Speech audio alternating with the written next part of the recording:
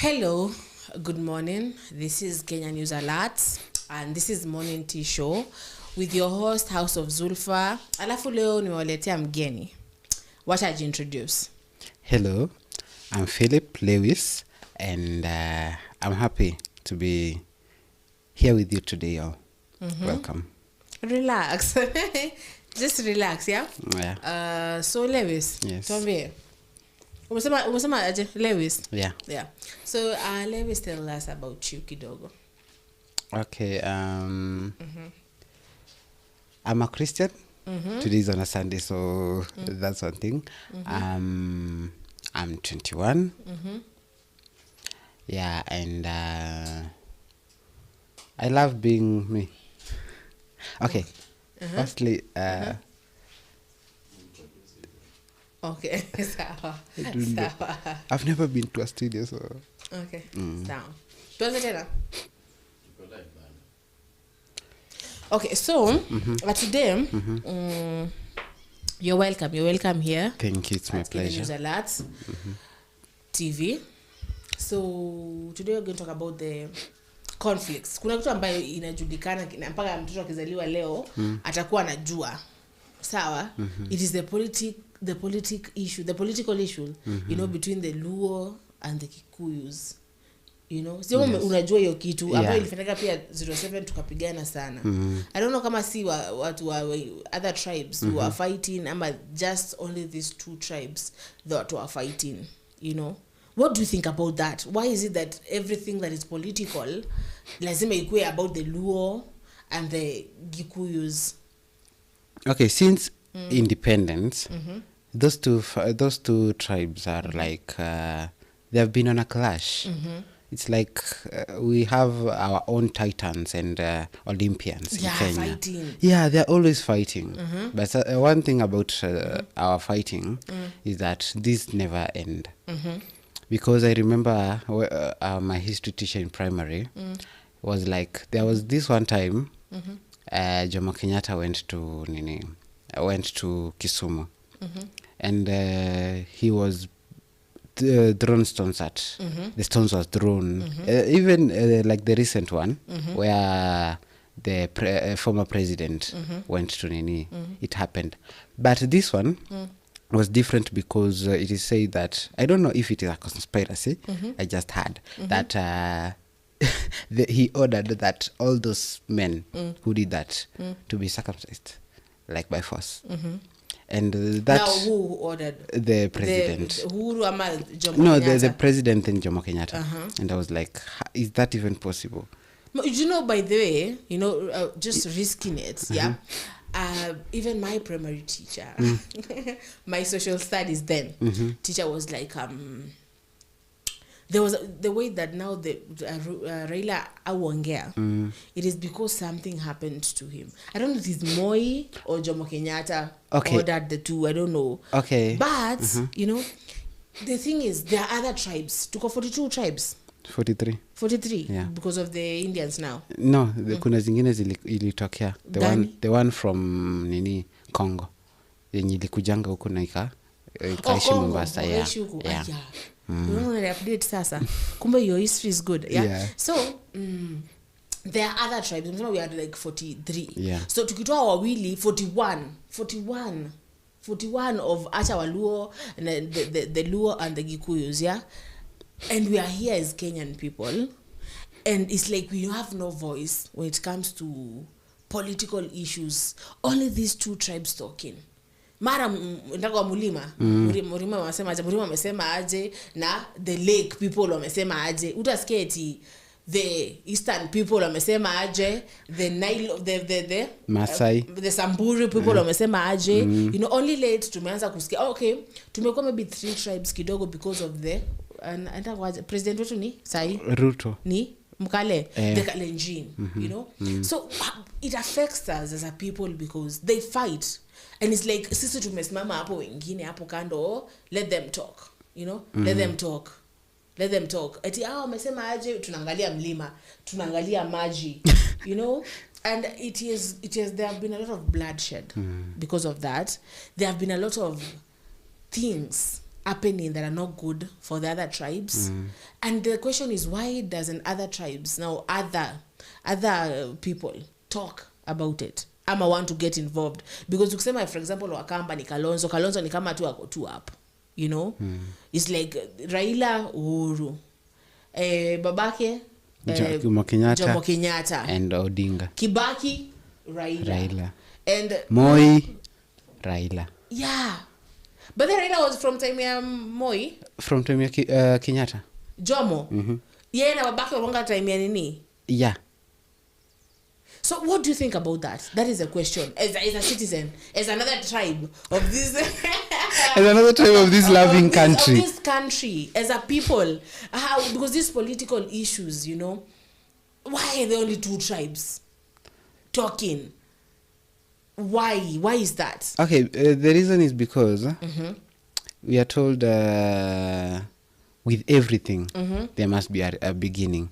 So we can imagine that the beginning, in the beginning there were no, those other tribes were not even heard anywhere. No heard anywhere. Unajua ukisema hivyo, kuna mtu kama Masaku. Masaku like was there kwa mlima akienda kupanda hiyo stuff hapo. The Masaku people also fought. Yes, Kamas they did. also fought. Yes, they did. You know, yeah. I don't miss the scare about the Maasai fighting. But I've not heard about the Maasai. But I heard about kwa history, I don't know, sijasikia. Nimesikia kuna watu kama wao au Masako, kuna watu kama Mekatilili wa Menza from the Giriama people. There are which other tribes? You know? But they did fight. But we only told about Dedan Kimanthi. We only taught about Jomo Kenyatta fighting, you know, but we are not taught about other people, other tribes that fought. Yeah, but they did fight. Yeah. Yeah. Because what about the 6, the Kapenguria 6, kuna tribes ngapi kwa the Kapenguria 6? Do you know the Kapenguria 6? Let me confirm them because I used to sing them. That was David Nani, Jomo Kenyatta. Let us go back then and see the Kapenguria 6. There are other tribes there. You know, it wasn't only the Luos and the Nini and the Gikuyus. Let me see the Kapenguria 6, yeah? So that thing really, me unisumbua. And I used to ask my mom back in 07, nilikuwaga class kitu. And I remember asking my mom, like, why? Sema? Bildad Kagia. Kungu Karumba, Jomo Kenyatta, Fred Kubai, Paul Ngei, and Achieng Oneko.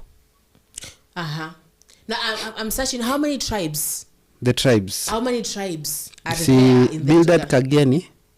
Kagia. Nisa kwa ni mbele ama something. Are there in the Kapenguria 6?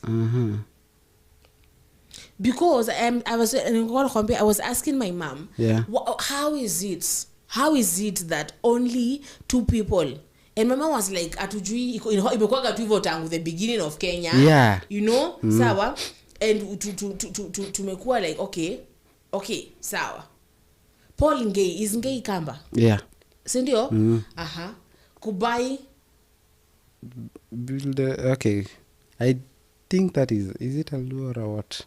I can't lie, I don't know. Okay, the thing is, I can say yes. The thing is, other tribes fought. Sawa? Okay, I think at the end, kulibaki Odinga na Jomo Kenyatta. No, Jomo Kenyatta akuwa prime minister. And then they said that those people sacrificed, the Luo people sacrificed something, you know, for Kenya. But I think that other tribes too sacrificed because they didn't come only uko kwa central na at the lake. They came also Mombasa. In fact, when they arrived on Mombasa kwanza 1849. That's when they arrived in somewhere Mombasa. Is it the... They arrived there. The thing is they arrived. Yeah. And tribes fought for their land. Everyone everywhere was fighting for their land. Okay, you say when it came to push and shove, ati walibaki watu wawili. But the Kapenguria 6 walikuwa ni watu ambao they were there to take this government, to tell the people to go away. You know, the Mau Mau also and stuff. But I think everyone should be involved in this. I think we need like a Maasai president, you know, sawa kuna mtu ambaye alikuwa ananiambia Tanzania, I don't know if it was a real thing then, alikuwa ananiambia eti huu mwaka ukuwa na president ambaye ni Mkristo, mwaka mwingine kuna kwamba ni Muislamu, you know, that's what they do. I don't know, sija research bado nikajua vizuri, but I think we need that kind of thing in Kenya, yeah? Because how can only 2 tribes? Sasa kama kuna issue ambayo ina trend sasa inabaki ule Luo, kuna this Luo person ambaye kwa ni soldier number 1 wa Raila, ametusi wa Kikuyu sana, amekuwa like a lot of things that I will not say here in life, you know, but and then the Kikuyu will come again and speak something. So as I'm asking, how do you feel as another tribe? How do you feel when it's like you don't have a say, only 2 tribes are going to sit on that chair? Okay, I feel inferior. I feel invisible. Like no matter what I do, I can never be known, you know. They're like even if I want to run for president today, I like for example take the one Wajakoya. Wajakoya did not fail because he did not have good politics. He failed because the strongholds did not know Wajakoya is. Like they were like, we know Raila, we know Ruto, but we don't know these others. Unaona? Aya Ruto had a Kikuyu backup, the one mwenye ametupa. So you are like these 2 people without if you are a Kamba, if you are not going to stand either with a Kikuyu or a Luo, you're not going to do anything. So what is that? Why can't a Kamba just stand themselves na tujue now this Kamba is good, now this Kamba is going to go, this Kamba is going to become ama this Masai ama this like Taita. In fact kuna watu kwa politics Taita, do I know any? I don't ambao tunawajua like tunawajua vizuri. Kuna Wagiriama ambao tunawajua isipokuwa tukatilili Menza, you know. Kuna they Mijikenda people, you know. Kuna watu, kuna Mbere, any Meru person. In fact kama ni the former governor of Meru somewhere, Kawira Mwangaza. Yeah, enda kauka Kawira. Is she former? Yes, in fact I'll get impeached. I'll get impeached. Impeached. So the thing is, what is that? Like lazima tu stick na one tribe ndo tukujue politically, you know. Na nani kwanza mwenye alifanya kwanza nini isikue Machakos? Inaitwa aje? Capital ilikuwa ikue Machakos. Si ndio? Yeah, by the way. Like ikabaki itakuwa ipelekwe Nairobi. I used to hear that story. You know, politically, and you say that we did not fight, but politically we were like there. Back then, we were like there. Yeah, for example, like Masako. Yeah. Not Masako, I mean Syokimau. She predicted a metallic snake. Yeah. That would come with a white man. And they were like, but then Syokimau was a woman. Yeah, Syokimau was like a woman. And she predicted of a white snake, white metallic snake, that would come with a white-clad man.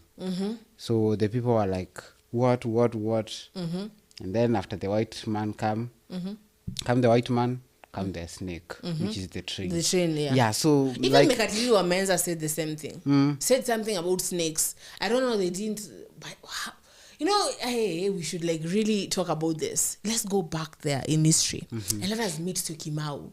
Back then when you didn't know about anything about the Western person. Back then when you used to do barter trade. Back then when the Kambas were doing the long trade, they were leading in the long trade, long distance trading. And the Wanyamwezi from Tanzania and from coastal people and the Arabs and the Transaran. And you know, we were doing barter trade with no money and stuff. We didn't know anything. Okay, we had politics, but not the politics of today. No. I think we lived as one people, as a Kenyan people. And the best... like, people are from there. Okay, the best thing what used to happen back then? The best thing was, if I remember history, when I was in primary, social studies was divided. There was social studies and then there was history. So my history teacher used to tell me... Goja. Which in school there, yeah. So I used to say that Kenya was one. Okay, Africa was one. there was no Kenya, there was no Uganda. Yeah, there was no Tanganyika. Yeah, the boundaries were put by the Nini. These people, when they came to the scramble and partition of Yeah, Africa. yeah. So you would find we were ruled by, us Kambas were ruled by Nini. A chief. Kikuyus still we were ruled by. But this chief did not meet and be like, unajua sasa nini. No. They just to know that we are going to trade with them. Like the way the Maasais and the Kambas had like conflicts, the Ngombe and stuff. So they used to like go and steal for each other. Yeah.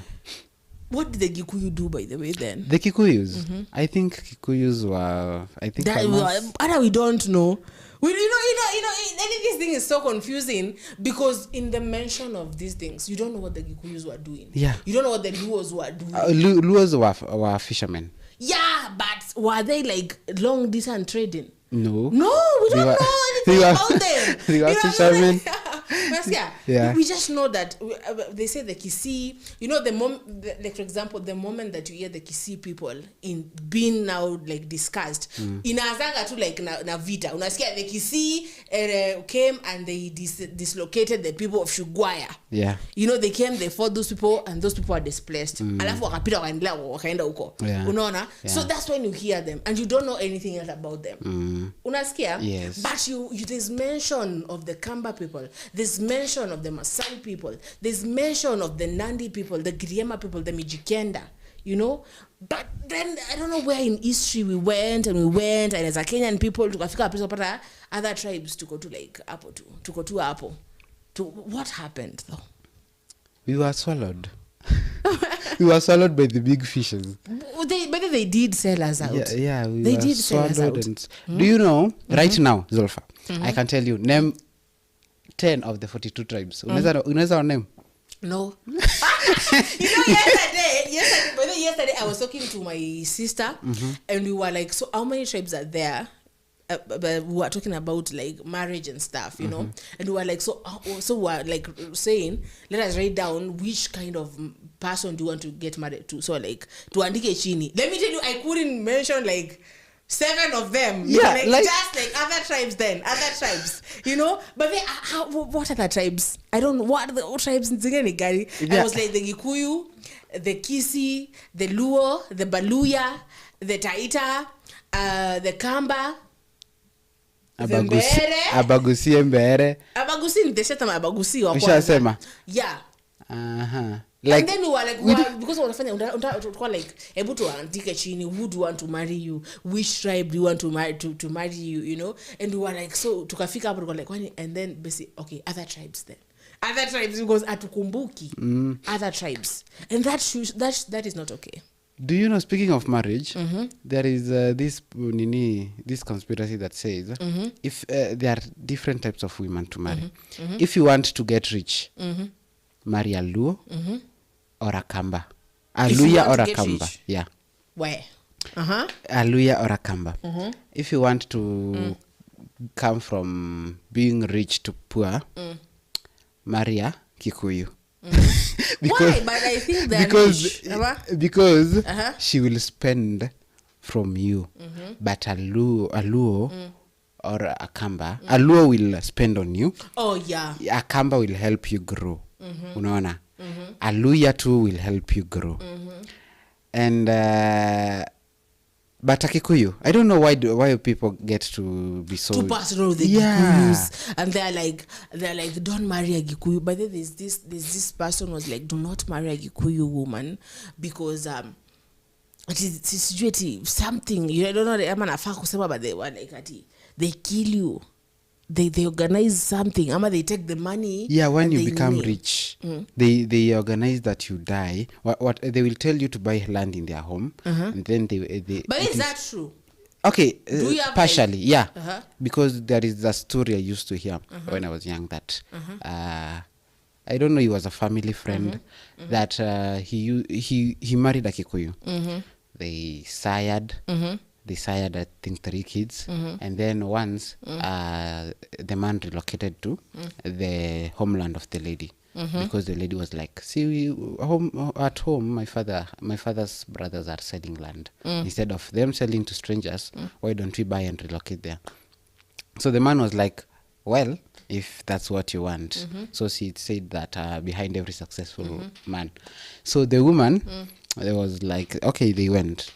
After 2 weeks of relocating, the man died mysteriously. The man died mysteriously.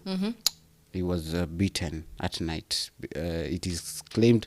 It is some said that it was the wives organizing, others the brothers-in-law. So you never know. So it is said that the wife, the man died mysteriously, and the wife inherited everything. She obviously. Yeah, because and this is why going back like to political things, you know, and then you're told if you go to the Luo people, if you're married to a Luo person, they're still going to marry their own tribe at some point. Yeah. So the thing is, back to the question that I want to ask before we get into this marriage stuff is, how comes that their political issues are like so that way? Like, there's a secret that we don't know that happened back then when now Kenya was becoming ours. Hapo kwa independent, kwa ile meza walikuwa wamekaa. Did something happen? Kuna kitu ambayo, was there some betrayal? Because there's like a lot of venom between these two people. Yeah. And the way they feel they're so entitled to Kenya and the political and the future of Kenya is just like, you know, there. But sisi naona wakisi wameanza kukuja, by the way. Yeah. Like, I don't know where they're coming from, you know, and they're kufukuzwa Kenya. This Kenya without Kisii. Kuna petition inaendelea wakisi wafukuzwe Kenya. I don't know why walikuwa wanafukuzwa Kenya. Yeah, there was a petition going on, so. But I see they're coming now politically. Kuna kina Matiang'I, and they want Matiang'I to become the president. Hey, I can vote. For Matiang'I? Yeah, I can vote for it. Like, really, do you know that man? That man was like, when I was in school, I always said, if someday I ever get to leadership point, I would just want to be like Matiang'I, because everything goes his way, like naturally. Yeah, he does not have to come to and start inspecting or giving promises. No, he will speak what is supposed to be spoken, and then he will come and find it done. And he will follow. But then, you know, when he became the first CS of education, I remember seeing it on television that he went to St. Charles Luanga in Kitui. It is in Kitui. Alifika tu like normal. Ako anajua kuna kuja CS ama nini. Just normal. Si ndio shule ambayo ina pass kabisa. Let us go and see what happens there, you know. And alifanya tu kuland. Akafika tu, you know. And he was like, what is going on? Akapata hakuna teachers wako in class, sawa. Akapata walimu wako tu hapo, you know. And then teachers were like, where? And the principal was fired just on that spot. Wow. Why are your teachers not in class? Kunafaa kuwa saizi watu wako lab. Why is that not happening? You're the principal. You should make everything, you know. And there was this thing that was going on. Kuna huyu bado ndo Morara Kebaso something, you know. Accent ya Wakisi. So pia na yeye pia nasikia anataka kuwa president. I don't know Wakisi wanna come. Maybe things are going to change right now. You know, maybe things are going to be like, now we don't want all these two tribes speaking about our country, like they're the only people who are, they have the right to speak about everything, you know. So maybe because these Kisis are coming, like they're really coming for this thing. Sawa. Na sijui wametaka wapi man. Wamekam tu. I used to hear about that Kisii kufukuzwa. Yeah. Ikiwa kama meme. No, it was a real thing. There was a petition and stuff. There was once a time that their hospital ilikuwa meme wako like Sibitari. Wameandika with CIBITARI. Sibitari. And you're like God, tumechoka sasa. No, let us go back there. Like kwa post ya hospitali. Yeah, Sibitari. It's like the Kisii name. No. Sibitari. Sibitari. Hospital. Imewekwa kwa mlango ya dispensary. Sibitari. And you're like, God, I am. Please. Take these people mwapeleke hapo Uganda ama Tanzania, isn't it? But they're intelligent people. But then if you meet like a real Kisii, they're really intelligent. Like lawyers and doctors and people, they are really intelligent. I had this friend once when I was in high school. He was quite charming. Yeah. And really very charming and confident. Like you don't stand a chance if a man mwenye ni Mkisi amekuja place, you don't stand it because they have this confidence and this charm. Utapata tu like you're married in that tribe, evil, you know. And hey, because I remember I used to have like this a friend of mine back in like high school. Alikuwa anaitwa Mora. Sawa? Mora, Debbie Mora, you know, was like amenyamaza kutua hapo. Yes, accent ni Mkisi nini unadhani fala, but wewe everything iko tu huko. A's and stuff. I think right now like she's a doctor or something. Yes. Wow. Yes. So these people are coming. These people are coming. Well, like this Kisi, if the Kisi rise, do you know it will be the beginning of almost everything, every tribe rising because up. we know when come like, you know, I don't know why we let these people like be the people like for that long. We've been living only to two tribes to speak. Imagine. For us to be our elect leaders on part there's just two tribes and we are like we are 43 people in this nini. So you know, so we should, all of us get a chance there. All of us should get a chance there.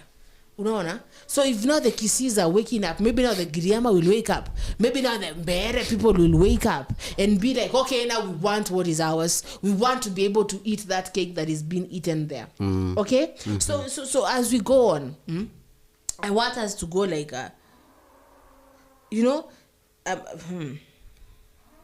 let us see if there's comments and then we'll read the comments. Hapa naona kuna Ann Kemboi. Ann Kemboi anasema that is true.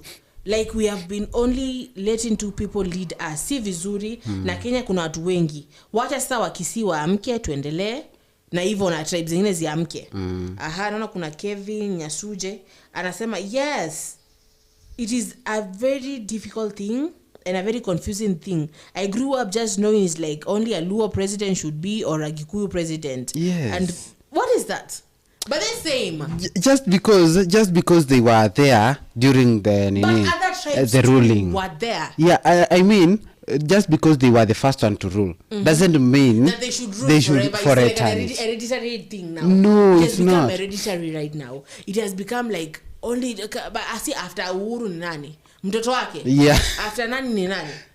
That is not how it should be. As a country, we should know that this country belongs to all of us. All of us. Not just one person, not just one tribe. Because just that I personally hate politics. Just that because like. No, but you should. But I used to say like. When someone asked me, politics, I'm like, no, politics are don't give me politics. But then I came to realize how, as a person, if you don't know your politics, if you don't know your politics, then you don't know your rights, then you don't know the laws of Kenya, then you don't know what you are as a citizen. Yes. So you're going to let these people just carry you kama upepo, like wakienda tu hivi kama windsocks, wakienda tu hivi unaenda. So I think we should know, we should want to know. As a youth people, we should want to know, we should want to speak, we should want to like speak and know our politics and know our rights and know everything. Sababu maybe wazazi wetu walikuwa like hii politics ni mchezo mchafu.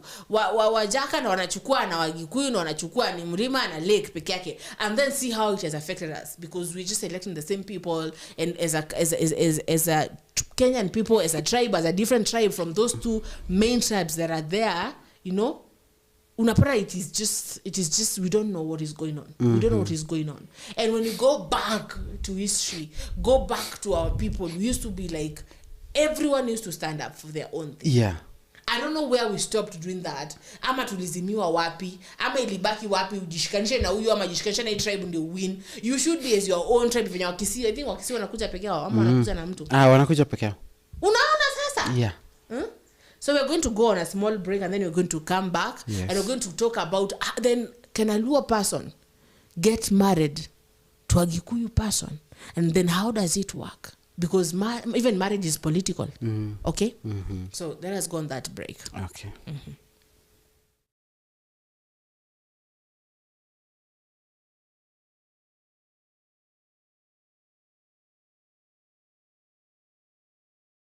to know the sacrifices that Kimathi, and that is Dedan Kimathi, did for our country, that is Kenya.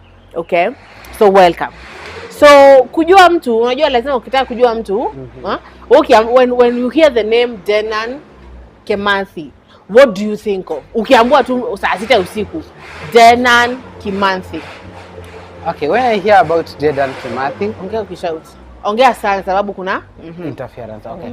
When I hear about Dedan Kimathi, all I can my brain goes to a hero, a fallen hero, okay, a Kenyan star of those years, someone who stood first, who stood to fight for this country, someone who made sure that this country will not be under the bondage of colonialists for all eternity.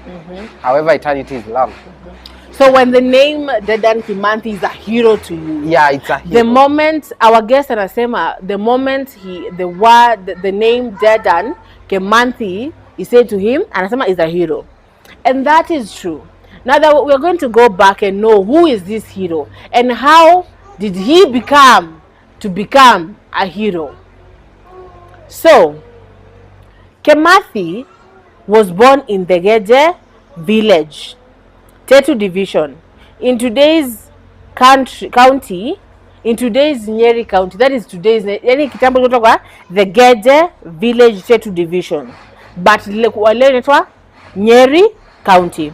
His father died in September 1920, a month before Kimathi was born. Sawa? Yeah. Kimathi was raised by his mother, Waibuthe. Speaking about mothers, do you know that the children of single mothers are such strong ones?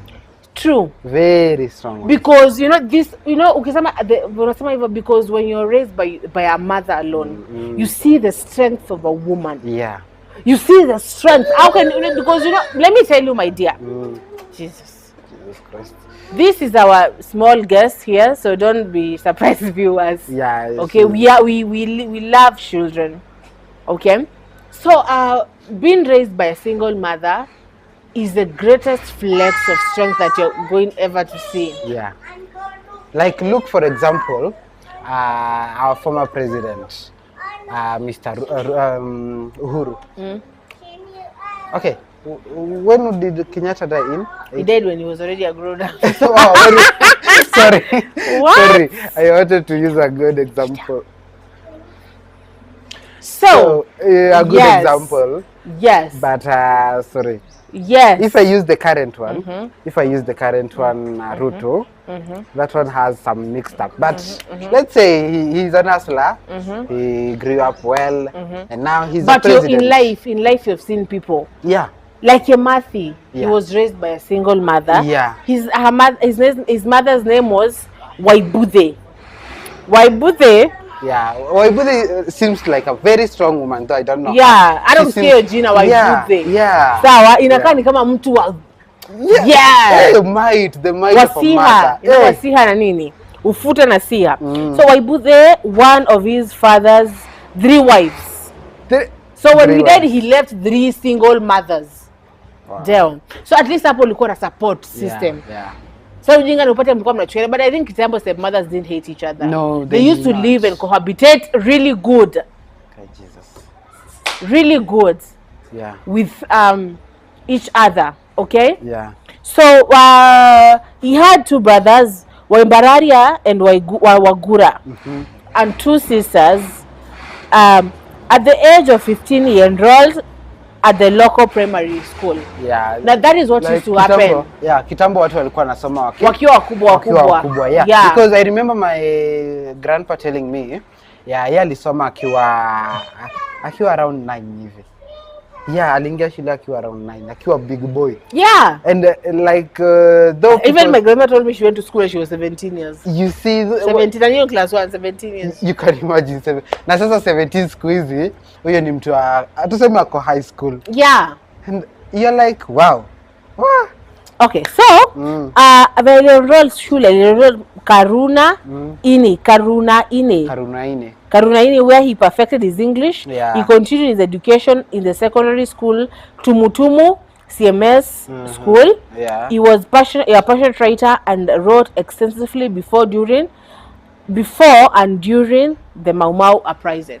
Yeah. Now, Dedan Kimanthi, my dear guest, that is the background. Hapo ni before. You know, kila mtu saizi, kuna ile before you became you, Mr. Philip.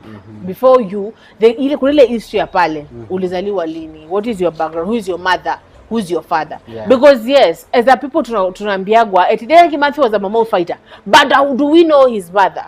Do we know he had brothers and sisters? Do we know? But I do know when something happens to you, it happens to your family. Yeah. But people never focus on the family. Yeah. They only focus on you. But way, anything that happened, unajua ni kama vile nakuwa nasema Yesu mamake, Yesu alikuwa anatembea na prostitutes. Yesu alikuwa anatembea na wezi. How did his mother and his brothers feel? Ukiambiwa mtoto wako alienda kupiga watu kwa church. Mtoto wako anatembea na prostitutes wa hii mtaa. Mtoto wako, you know, in this society, how do you feel when you say that? Yeah. So and then Mau Mau wasn't just a good thing. Yes, they are freedom fighters, but then they were called terrorists.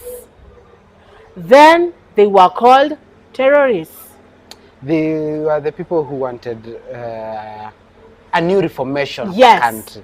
And to the colonialists, that is very dangerous. But do you know, before the colonialists came, it was a humble place. Yeah. Ni kama saizi usikie Somali imekuja imeingia Kenya.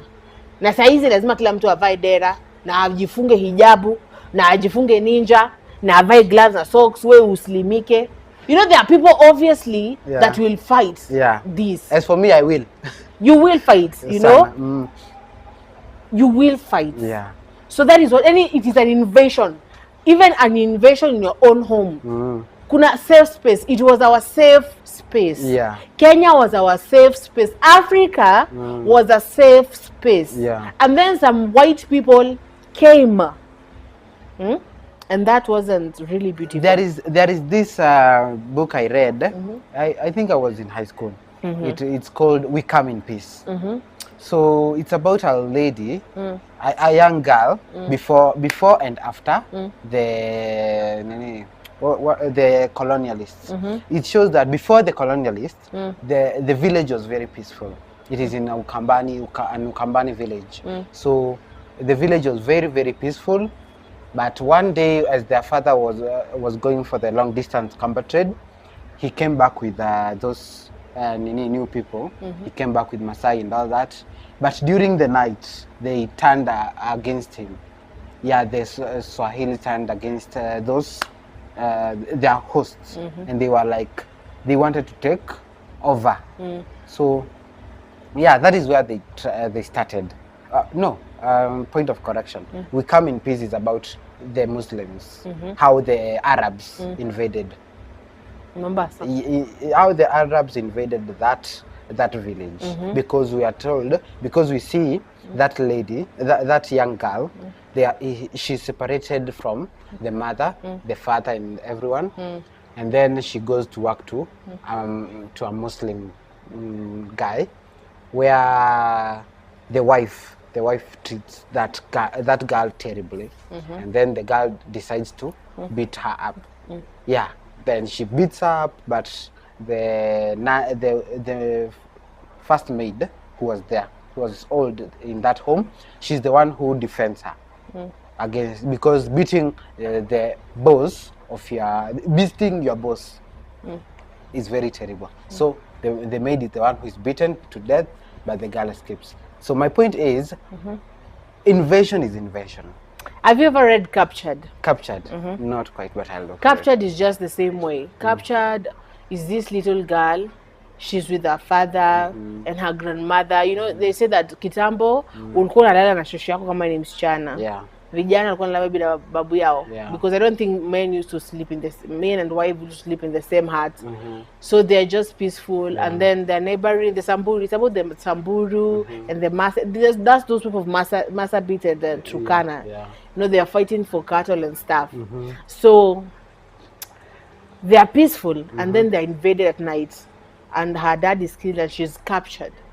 Now that's what's called Captured. I used to read that book a lot. And she had to resist at some point. And I think that is what Dedan Kimanthi did. Yeah.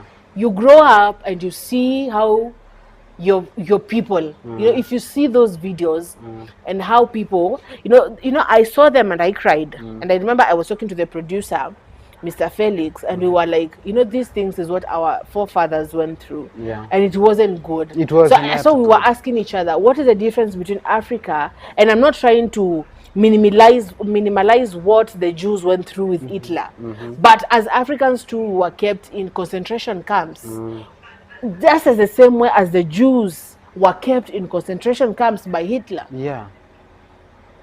And you know, when you read later about it, you're told that when the Mau Mau uprising was so high, the British army was asking for help so that nukes can be sent.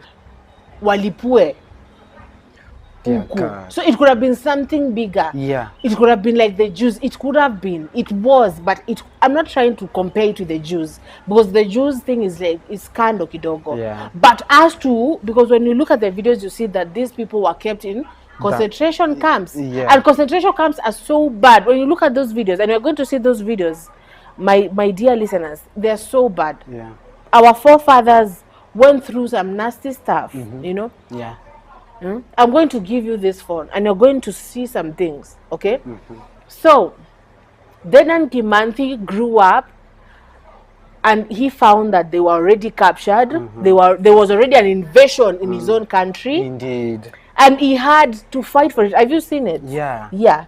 So now after reading the invasion, not tumeona venye grow. Venye grow akiona. Obviously alikuwa anaona venye watu wao mamake anafanya kazi kwa cotton. Venye kwanza venye babake ameshakufa, obviously the women were used to work for cotton. And they used to work for free. For free. You know, the Kipande system was, you know, we shall get, listeners, we shall get deeper and deeper into this, but it wasn't a good time. You know, I kept myself in that situation. I was like, it must have been such a tense time. Okay, so we're going to go to know him. So what did he do before freedom fighting? Okay, so before becoming a prominent figure in the Mau Mau uprising, Dedan Kimanthi held various jobs and roles. Here are some of his occupations before his involvement in the freedom struggle. 1. He was a teacher. He worked as a teacher, sharing his knowledge and contributing to the education of his community. So you're from school now, because then they used to go and perfect English and then go to college, and then ukishasoma education at college where you're good to you're go. A professor now, you know, like because that education was top notch. You're taken to even outside the country. Yes. So Dedan Kimanthi now tumeona kama mtoto mdogo pale akiwa 15 years old, ameingia kwenye primary, amekuwa mzuri kwenye English. Alafu ameenda tena sasa amefanya kazi fulani, si ndio Sasa tumeona what did he do before, because we want to know the man before the hero. We want to know who was that man. Okay? So now the man, he becomes a teacher. Okay? After becoming a teacher, he teaches. But then observe. But it is painful. Put yourself. Now I want as my, you know, me, I love being creative, my listeners. Put yourself in those shoes. Now here you are. Rudy. Imagine it, yeah? Rudi hapo. My guess. And in that situation, umezaliwa kuna wazungu. Ni black and white kwanza. Sawa? And you can imagine, in those days, only the whites. The whites went to school. The blacks were like, if you are a black and you come to school, you sit like that. Well, the rest of the class is here, you are like... Kulikuwa nile racism. Hata restaurants hawezi enda huko. Ile ni ya wazungu. Ile ni ya wa fulani. Ya Wahindi. Ile ni ya Arabs. Blacks nini huko. And it is our country. So this man is looking at everything, is observing everything. Indeed. Pain and bitterness. And wanting freedom. Where are they? Where are they? Where are these? That is freedom, They wanted that thing. So, he becomes a clerk. Anacha kufunza because maybe he's seen that some parents are dying, some children, some boys are being taken out. So he can't focus on that pain. So he goes to become a clerk, Then he held clerical positions in different organizations, gaining experience in administrative tasks. sawa. Yeah, Huyu but ni mjanja, amesoma, amekuwa mwalimu, ameobserve, amejua, amebecome clerk. Amejua when you're a clerk, you know how to manage stuff, you know how to put to combine files, to type write, to, you know, filing system and stuff. So after that, he becomes a soldier. He serves in the King's African Rifles during World War II. However, he later decided, due to the harsh condition and discriminatory treatment faced by African soldiers. So when they said partition and scramble of Africa, unajua hawa watu walikuwa wanachukua blacks kwenda kupigana huko kwa Hitler. Do you know that? Yeah. So they used to come and carry them and go. You know, come carry go. Come carry go. There's a song like that. Come carry and go. So they used to come and carry our African men, and then they go to fight. One anako kwa front battle. Venye David alifanyia Uria. Uria. Anaona kwa front. Ni Africans wanaona kwa front. Ni whites wanaekwa huko. Ni Africans the first line. You're the ones who are going to die. Bomb ikikuja inawapiga nyi wa kwanza. So our guys amekuwa nini soja? Amekuwa mwalimu, amejua vitu. Amekuwa clerk, amejua administration. Amekuwa soja. Sasa he is learning. And now now he knows how the discrimination of that. Yes, but he is how learning. African men are being discriminated. And he knows how. Unajua ukikuwa kwa army utajua how your opponent thinks. Utajua how your leader thinks. You know compact. You know compact.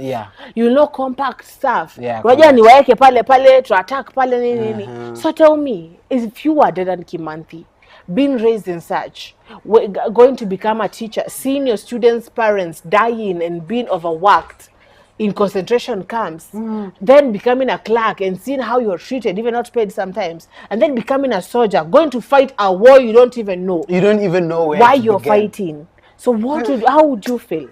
That thing is very diminishing. It even, let's say it kills the soul, and sometimes just you're like, and you remember that you did not choose that. He was so sad. Those times they did not choose to become soldiers. They were just taken. Like they come and select the strong men, you know. They select the strong men from the village, and they are like, yes, we need you and you and you to go and fight for the then King George. I think it was King George, I think. So they're like, they were taken and then forced to fight a war they don't know why they're fighting, a war they don't know how it began. They're just fighting for someone, for people who are not even giving them the right kind of treatment they should get as fighters. You know, there is a way that someone can fight for you and they're like, yes, I'm fighting for you, and you are appreciating it. And I know why I'm fighting. Yes, and I know why I'm fighting. So ametoka huko, sawa?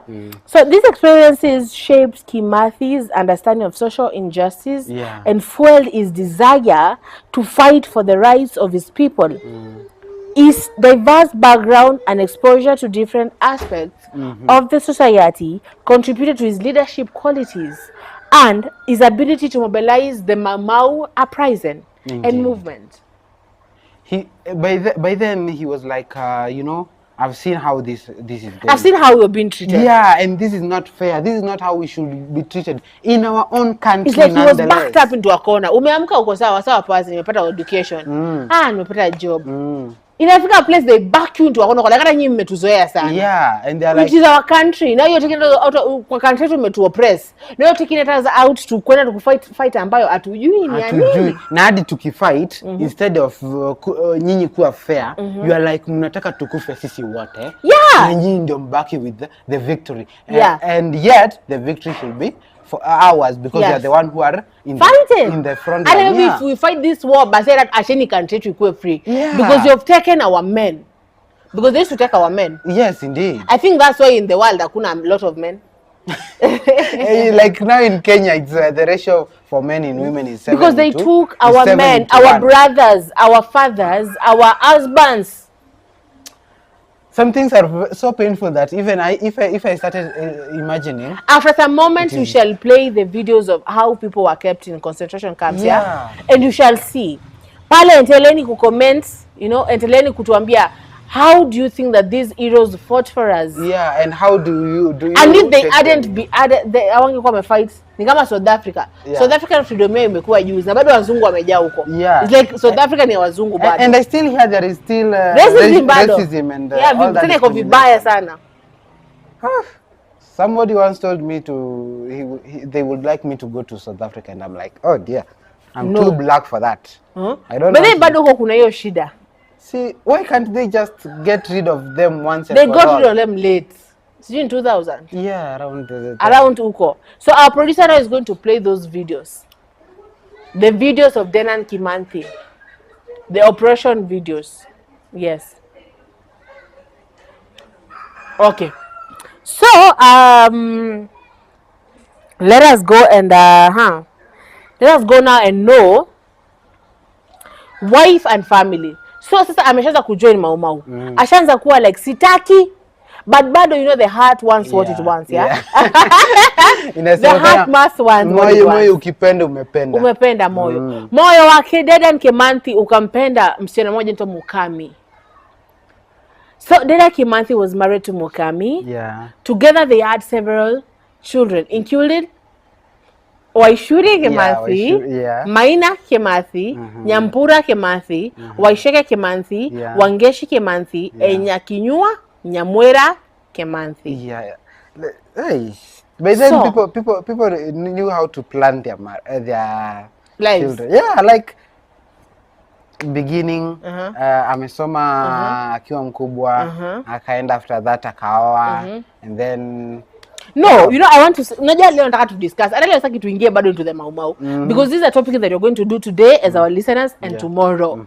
First, before to know who this man and Mau Mau whatever, we want to know the man. You know, when you understand the man, you will understand his motivation towards fighting for this country, fighting for our independence, fighting for us to have our land back, fighting kwa nini. So let us get to understand the man.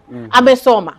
Amezaliwa, babake hayupo. Mamake ni single mother. Hata amjui babake sababu babake alikufa akiwa kwa ball 1 month so alikufa mwezi wa 8 at the 8th month. At the 8th month of the pregnancy. Yeah.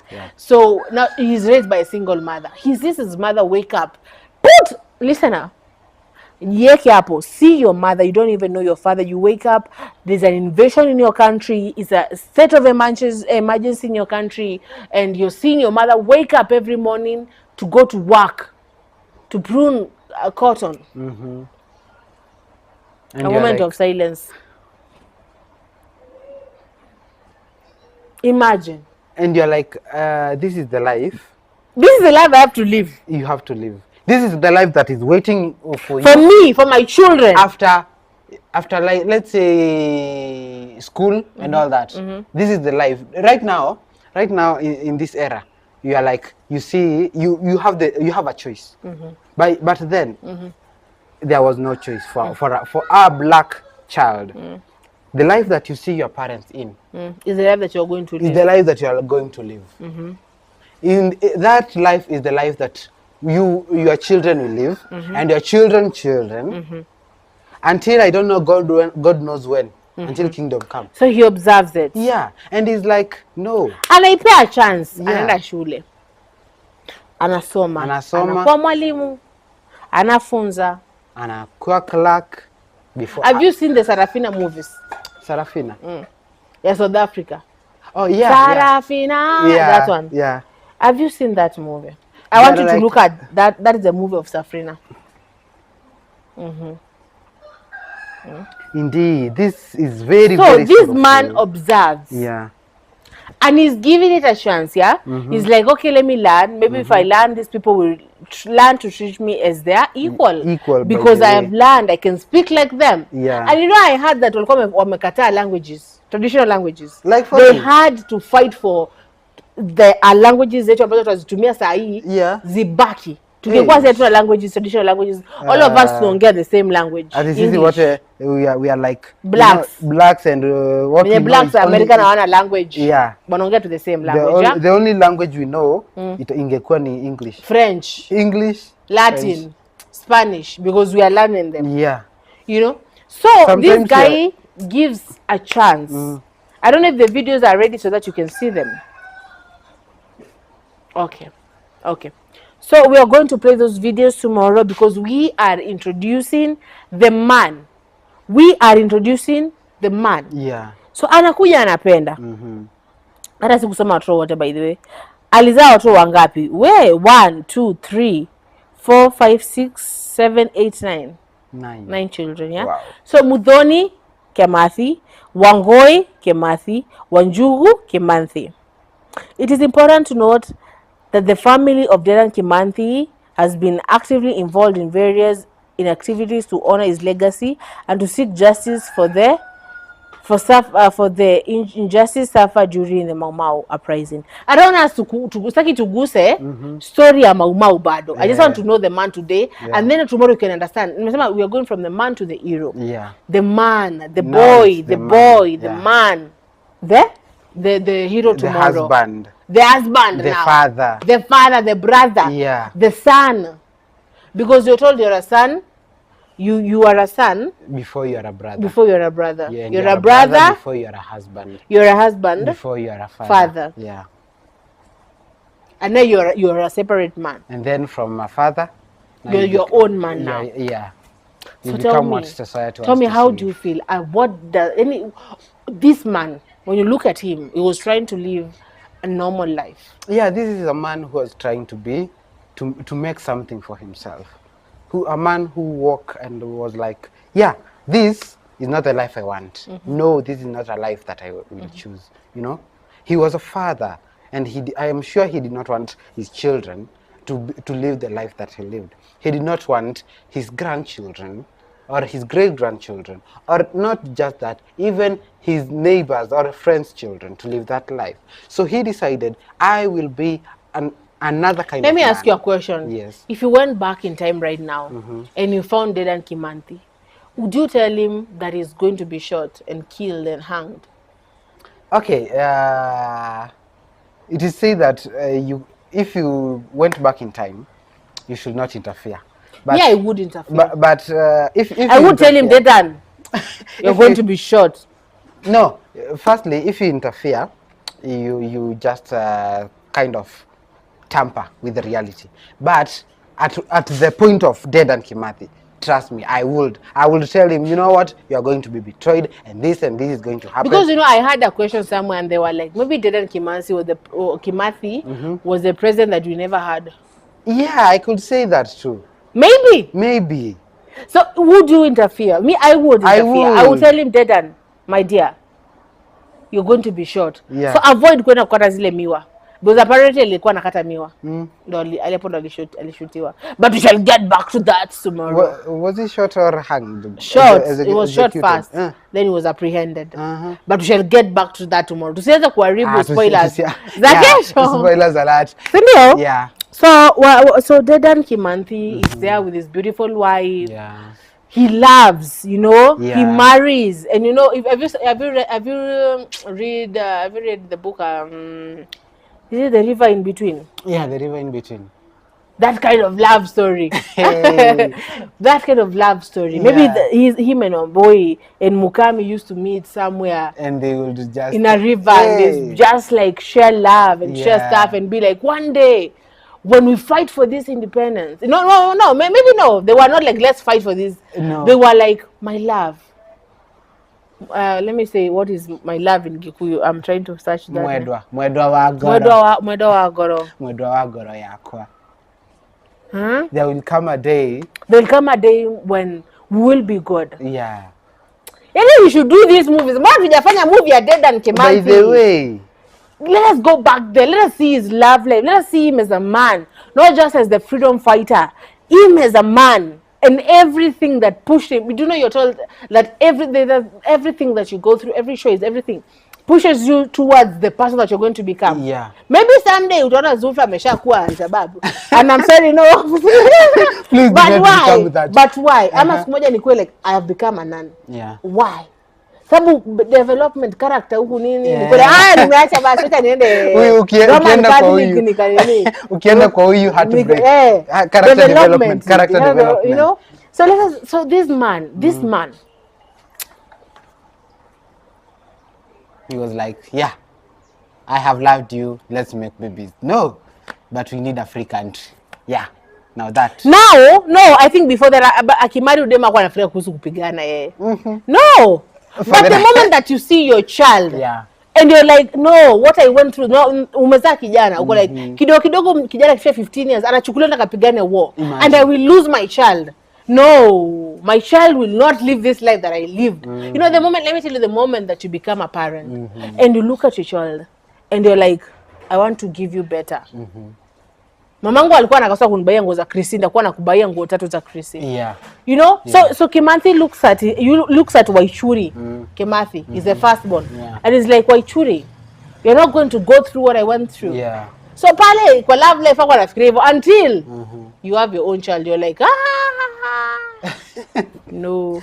And so, you know, that reminds me of this book I read, The River and the Source. They are like somebody, one of the characters, nilisoma kitambo when I was in primary, around class 6. So one of the characters was like, he wanted to become a freedom fighter. Yes. So, but his, I think, I don't know, it's his friend or father or brother, went and never came back. And do you know that really scared almost the whole community after they knew that. So I was like, I think that same reason scared Kimathi. Like, going the same and never, reason. Yeah, going and never coming back. And they're like, yeah, that same reason is the main thing that made Kimathi not want at all his children, grandchildren, or great-grandchildren to suffer the same fate as his fellow soldiers in the king's army. And neither was it really necessary for him to just lay around. So he decided to become a better man, a better father, and a better hero for this country. Yeah. So to me, Dedan is not just your hero. To me, he is what is a mentor, someone that I look up to. Like, I say, someday, if God permits me, I'd like to be like him. I'd like to make a difference in this country, to be a better man for the love of my life, to be a better father for my children. Yeah, but then hapo umesema vizuri. Yeah. I think this person was inspired, like, I want to see my wife wake up in the morning and go start pruning some white man's cotton. Yeah. I don't want my children to be taken away from me and be sold to some slave somewhere. Yeah. You know? Yeah. And it was like, you know what? We need to do something. Yeah. I, as a man, I need to protect my family. Yeah. And what can I do? Yeah, he found that he can do 1, 2, 3. Alifikiria maybe if I become a teacher, it will be different. It wasn't different. If I become a clerk, it will be different. It wasn't different. If I become then a soldier, it wasn't different. Now I need to do something different. Yeah. Okay, I'm going to read some comments here. Yes. Yeah. So, kwale kuna mtu anaitwa Plainson Felix. Anasema, Naison Zulfa. Anasema, Denan was indeed a strong man. That is true. Yes, that is true. True. Yeah. Okay. Now let us go back to hapa kuna Irene Chendayi. Irene Chendayi anasema Denan was one of the unsung, like really unsung, because mi kuniambia mmemwekea to street Nairobi and his family keeps on saying how they are treated really bad. Imagine. I don't think that is everything. Maybe the government should do more, you know? Okay. Yeah, this government should do more for our heroes. Not just naming streets after them. Because now there is a street named after the Gen Z that was shot, you see, after Masai. But the government should even put a respectable places for them, and even they should even name counties or so. And that is my opinion. I'm not a historian or a politician, so that was just Ibaki ni county ya Denan. Yeah, something like that. Okay, so tell me, I have asked a question, yeah? So, now you're there. You're back there. Yeah. And everything is happening the way it is happening. I'm thinking the car in a car venye saizi kunakaa hivi. Yeah, kunakaa kunyesha. So it was like it was cloudy all the time now. Hakuna sunshine now anymore. Tell me, what would you have done? I would have tampered with the whole history thing. I would have really tampered with it. Firstly, I would tell the Mau Mau that the Kapenguria sticks are going to be caught. I would make sure that in every place I've made sure that they will not be found.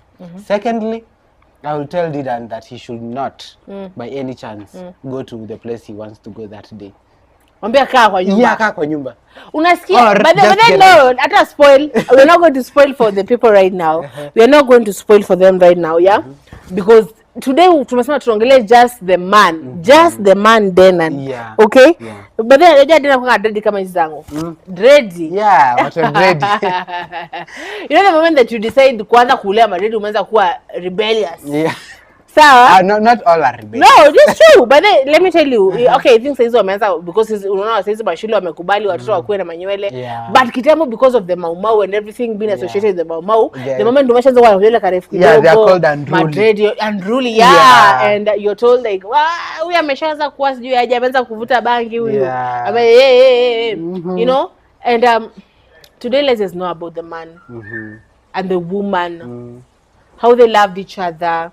How they started a family, and how they hope that things were going to change, and things didn't change. I don't know. I don't know if it's okay. I forgot to research that, but I think the wife is she still alive or something? Yeah, she's still alive, and she was too. But we shall get back to that tomorrow. Yeah. Don't try to introduce that. I just want to know them. Mukami na Kimathi. Yeah. Mr. Kimathi. And Mrs. Kimathi. Trying to raise a family. In we a are world. already in a country. In fact, I think the entire world was in a state of emergency. Yeah. Because the Jews were there going through their own thing. Yeah. And then now they are in Africa. Kituendelea Kenya and Tanzania. Indeed. Kituendelea Tanzania and I don't know about the Middle East though then. But they brought to you story Middle East then. Middle East was the same because it was I think those countries were colonized by others, France, Italy, like this French was in. But okay, what we know about the Middle East is that the Arabs were trading with us. The Arabs. I don't think the Arabs were colonized, were they? Yes, Our history does not cover that. Because we were told the barter trade was before colonization. Yeah. The Trans-Saharan, whatever, the Libyan, whatever, and stuff, you know. So what I know is that the Middle East came to colonize us first. Well, the first colonizers of Kenya, because in that, as I have said, in that book We Come in Peace, there is those Muslims were the ones who bought that family. Were the ones who bought the family of that lady, and they were like, you know, we want you to work for us, and it was kind of like they thought they were friends. Instead of being friends, they turned out to be foes. Another thing is that I think was it in Zanzibar where they were ruled by Muslims too. But then I was talking about with my sister that kind of thing. Yeah, they were ruled. Why I moved his name from Muscat to I want to add oh God, what was his name?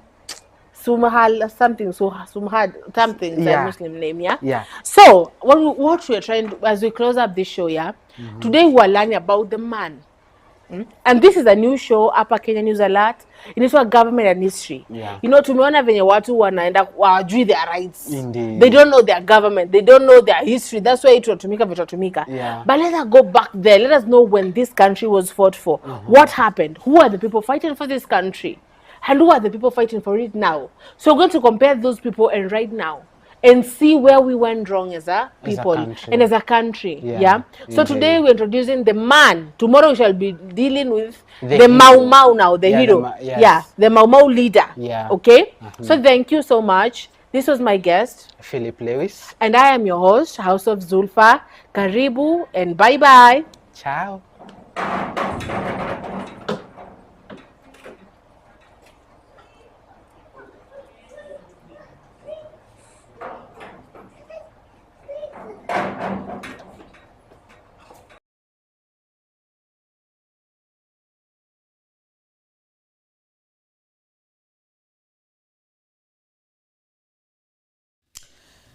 Hello, habari, good morning. This is Kenya News Alerts, and this is Morning Tea, and I'm your host, House of Zulfa. And today also nimeletea mgeni pia ambao tuko discuss some issues, so I'm going to let the guests introduce themselves.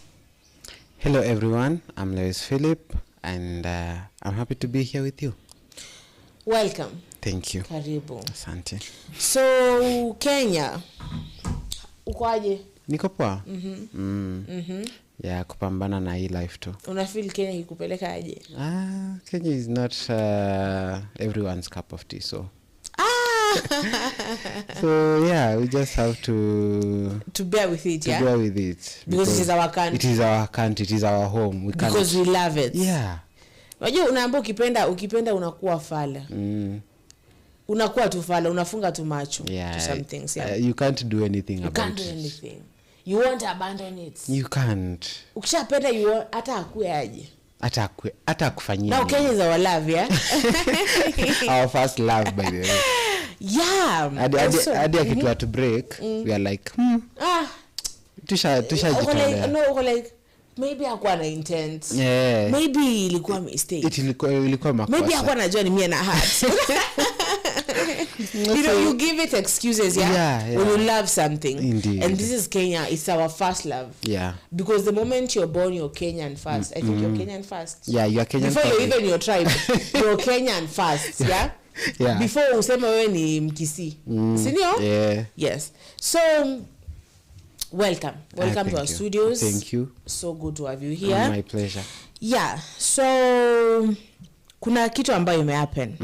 Sisi kama ambaye unajua our former president, mtoto our first prime minister. Yeah, Mr. Uhuru Jomo Kenyatta. Wewe jina yake kwa ni Jaden for real? I hear Jaden. Call him Jaden. Mwenye alimuita Jaden alijaribu. Inakaa joke sahi. Yeah. When you're called as a child, when you grow up, inakaa nani alikuita hivyo? And everyone is like, it's like sijui parents think because you're cute and you're little and then you call that name. Yeah. When you grow up, it's not a serious name. Yeah. Ni kama like right now a man comes and I Jaden kwanza napasua. I'm a junior. Those names are like not serious at all. There is this mzee akiwa kijana alikuwa anaitwa Junior. Sasa hizi mtu anamtanga Junior na like and that mtu wamekuwa mabeshte hivi. So akozileza mimi nakaa kijana mwenzako. That's your name. Unaona? Yeah. Like ni kama mtu fulani kwa Sweetie. Jina lilikuwa ni Sweetie. Sweetie. Yeah, like the name was Sweetie something. You know? So Jaden, our former president, yeah. Anajua ukiretire na kuishi Gatundu. Yeah. North. His home. Yeah. Na kumekuwa na some things happening, tukamsikia alikuwa kwa harusi. Yesterday actually morning we were discussing about how alikuwa kwa harusi ya mtoto wa Kalonzo Misaada, now Mrs. Martin Nyaga. Yeah. Na Uhuru alienda huko. Yes. And people are like, no, this is not just a marriage, you know, because in Kenya everything they do is politically inspired. Yeah. It's political, every move. Nilikuwa naambia watu jana nasema everything that Kenyan politicians do is politically inspired. Hata ukisikia ati sukari ilianguka Mumias, something political. You know, political. Yeah. And so when you look kule people, Kenyans were like, maybe these guys are just not there. Uhuru agenda pale just for arusi, you know, because for the longest time amekuwa tujui nini endelea. Actually the first time we heard of Uhuru after ameretire ni juzi walipopatana kwenye kanisa. Yeah. Yeye, our president, and I think Raila was there too, you know. Yeah. And akasema mimi naangalianga tu TV. Na sasa tu radio, mimi niko tu naangalia tujaluza kwani where have you been? Yeah. You know, because the moment you went home and you handed over mamlaka to Ruto, you just disappeared, yeah? Yeah. So where have you been? Mimi naangalia tu TV na news nini, you know. So that's the first time we heard of him, and then the second time we are seeing him making moves. Tunamuona kwa nini ya Kalonzo, kwa wedding ya mtoto wa Kalonzo. Yeah. And Kenyans as Kenyans, because we have freedom of speech, were like, no. That is something. What do you think? Like how now unajua Kalonzo anatisha for presidency 2027. Yeah. So tell me, what do you think about that? Do you think alienda tu hivyo? No, that can't be at alienda hivyo because they are besties. That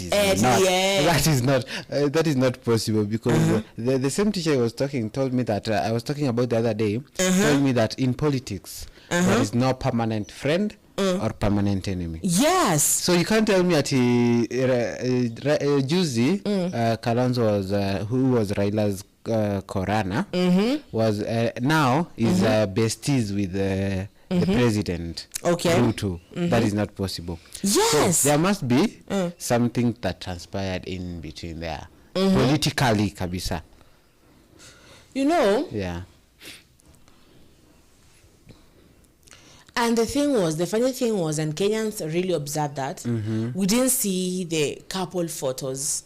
We were just seeing the photos of Uhuru and Kalonzo.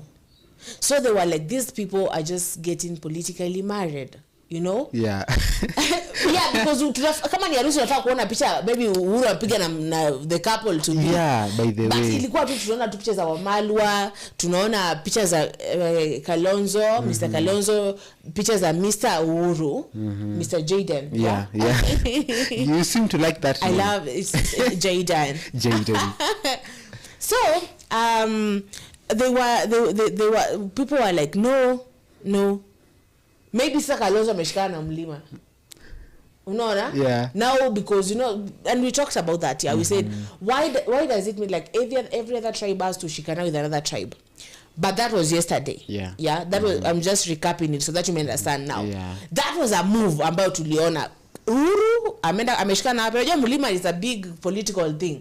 Sasa nikitaka kura hata tukisema kisses are coming and you want to be independent as other tribes to vie for things in this country, yeah. Bado unajua you have to play the game. Indeed. You have to play don't hate the player, yeah? Yeah, hate the game. Now the game is like that, yeah. So Kalonzo ameshikana na mlima. So that means the mlima itamsupport. Wacha nikunywe funda la maji, yeah? Okay. Yeah. So the mlima, okay, this is politics, dearest. And politics is like have you ever played chess? Yes, I have. Yeah, politics and chess. It's like chess. It's intense. Like one time there is no way, and then the other, the king is moved, and you're like, guy, how did this come here? And you're like, okay, this is crazy. So so politics is something that you should not even bet about. No. It is more unpredictable than football. And the thing is, you have to play the game. You have to. Yeah, you have to. Tunasema yes, but you have to. When you look at it, when unaona lazima ujishikanishe na either Wajaka ama Wagikuyu. Either ujishikanisha at the two. Now Kalonzo, people were like Kalonzo anajishikanisha na wapi? Na mlima. Yeah. So that happened like I think yesterday. Not yesterday, I think the previous day, yeah. And now tunasikia sasa jana Ruto ameenda kumvisit Uhuru. Wow. Now that is a topic. Sasa ngoja nikuoneshe. Now that was one move. Ameenda and we're like now sasa huyu amejishikanisha na nani? Na mlima. Now Ruto is like ngoja guys, what is happening? Ameenda huko. Yeah. Junasikia alifanya alifika hapo saa 6 mchana, hakuwa na magari. With the public transport and like so how? Sasa kila mjue na kam. Yeah. Unaona? Yeah. Kwa like rada ni gani bro? Hasa mwanza kujishikanisha na mtu mwingine nini. So I'm going to read this, yeah. And let me listeners comment and ask anything and tell us. Let us share this, yeah. So let me read what's happened, yeah. So in an unexpected twist that has left political circles buzzing, President William Ruto paid a surprise visit to his predecessor Uhuru Kenyatta on Monday at his rural Ichaweri home in Gatundu South, Kiambu. Yeah. Sawa? The meeting comes nearly 3 years after sustained political animosity between the two, which has been punctuated by public spats, dramatic incidents, and accusation of political retribution, the meeting also raised eyebrows and sparked speculation about potential though in their coming election. Indeed.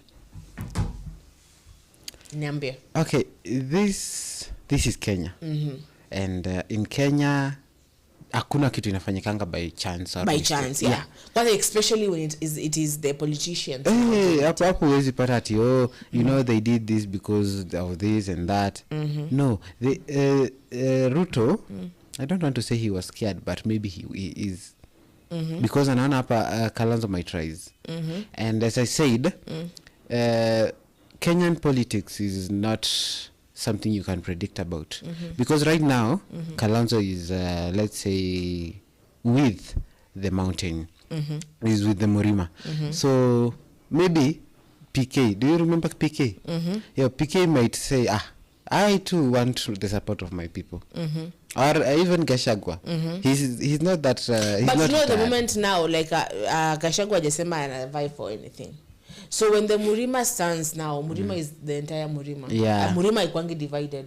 Hakuwezi kuwa kuna Gachagua pale kando na kuna Uhuru pale kando. When they say we are going to support Kalonzo, is the entire Murima. Yeah. So that's the good thing. I think that's why they've been politically ahead and powerful because they stand together. Not like maybe other people that they just tukona huyu, you know. So continue. So the visit might be for, maybe he wants Uhuru's support this time. he wants his support. Okay, with the fact that they have been on a clash lately. So you remember hizo pesa za bodyguards are retired presidents. I remember Kansedena speaking about that. So they have been on a clash maybe for 3 years. For 3 years. Yeah, you can imagine. It happened, it happened when 3 years ago. It happened that let me remove these glasses for a moment. It's a serious issue, and by the way, today you look cutesy demure. Very demure. Very cutesy. Thank you. So it happened. I remember ilifika wakati ambao tulisikia eti walikuwa bado ni deputy and president Uhuru and Ruto. Tukasikia kuna clashes na happen na wasikizani huyu ako huku. And that was animosity went until the last time. Ikafika place mpaka sasa now Mr. Uhuru wasn't supporting now Ruto for presidency. He was supporting is for Mr. Raila, you know. And I think that really fueled and agitated a lot of people and the promises, especially Mr. Ruto. Sindio? And now kidogo, you know, it's like a Kenyan thing that every president like goes for 2 terms. Now this Ruto president now is like, how comes umeenda kusupport watu wengine? And he knows the moment that Mlima ina support the another place, Apple, you don't have a chance. Indeed. You know? So it's like, let me go and see. Let me now put yourself in Ruto's shoes. Akaoneka nini happen? Nini inaendelea? Hebu nani kihumu jamani ambie dada. Unaona kama is going back to your ex and being like, so niambia utanipea child support mpaka nini? Ama utanilipia nyumba mpaka na sana naona umeanza kulipia shiko nyumba tena. Unataka aje, you know? So it's like naenda huko, hebu niende huko, an emergency thing. Or maybe a PR thing. Unaona? Maybe we don't know. So what do you think about it? Okay, according to me, Ruto wants the Murima support. Now he doesn't have it since Alinini Kashagwa. Actually, unajua alikuwa na Murima support mpaka the moment that Alinini impeach Kashagwa. Because Kashagwa is from the Murima. So the moment unajua obviously says Murima iko like atumtaki. Atumtaki ametolea mtu wetu hivyo. So right now maybe he thought the only support that he had near Uhuru. But he's trying to patch the relationships to build the bridges that he burned. Unajua unaambiwa of which the Spartans walikuwa wakienda war, they burned all the ships. So unajua if you don't win this war, there's no going back home. You're going to die in this land. I don't know if you know that thing about the Spartans. Yes, I used to hear that. Everywhere they went. Ukifika unajua ile gari imekuja na imagine if you're told, imagine you put yourself in these shoes. like you're going to school na babako akikufikisha hapa na kuambia auregei au babako anashutiwa hapo. Okay. Unaambiwa sasa hakuna mahali unaenda until you get an A, until you do well, you exceed in your exams. Wow. What did you do? So now this man just have to have now this man, Mr. Ruto, banned all the bridges. Yes, banned. Yeah. Zote kabisa. Ameziban vibaya, alibana Uhuru. Kabisa. Ameban na Gachagua. Na hiyo ni mlima sasa. Na tumesema hata tukisema let us not hate the players, yeah? Let us hate the game. We know lazima ujishikanishe na one tribe, yeah? Okay, in future maybe it will be different. Yeah. Maybe now the Kisses will come, upate Kisses wako peke yao, Taita wako peke yao. Like you can vie on your own with your own tribe and Kenya will accept you. Yeah. Like the only thing unafaa kujishikanisha nayo ni Kenya peke yake. See it ni your a certain tribe or a certain thing. But for now, because the game iko hivyo. Now our president ban bridges, a lot of bridges. Anaona sasa nimesha bana Gachagua hiyo ni mlima ni sasa inabidi anaona sasa Uhuru ni kama ameanza kusupport Wakamba sasa. Wakamba wako na wajaka kabisa. Nimebaki na nani? So now he runs to Uhuru. What do you think they were speaking? Wavenye walipatana. You know the first time you see your ex. Yeah, like munakuwa na ile moment flani. Yeah, kwanza kuna hii moment of silence. Moment of silence. like macho tu ndio inaongea. Mko like zile za hi. And then you're like, okay, how is the weather? How does it come from? Because let me, when I want to understand something, I'm a creative, yeah. So when I want to understand something, I must like put myself in those shoes, yeah, and be like, now let me assume like this is my ex, because when it's political, Kenyans are saying it's a political marriage. So at some point, Ruto and Uhuru, they were politically married. Yeah. And then things happened in the bedroom about to understand. Yeah. Unaona? Yeah. And now, after 3 years, you're going to see this person again. How does it go? Munanyamaza kwanza. For a moment. Munaangaliana. There's love, like some hate and love. You know, hate and love works together, yeah? Yeah. Me, when the moment someone tells me, I hate that ex, I'm like, you love that ex. Because the moment that you let go of someone, you're numb to them. Yeah. You're numb, like hata afanya nini utakuwa like but at the head, so you meet and you're like hapo, so maybe we'll meet na tukue hapo in that. I told you, yeah, our viewers and listeners, yeah, let us put ourselves there. So they are there, yeah, wanaangaliana, able to go in that moment, yeah, wanaangaliana, they're like, okay, hi, naona huku Gatundu mmepanda mahindi, unaona? Yes. And then he's like, hey, hata kuna tusukuma tukoma. Because you don't know how to get into. There's a conversation. There's a hanging cloud there. There's a hanging thing. There is a heavy mood. There's a heavy mood. Mko tu hapo. Yes. Yeah. And now you're just like, okay.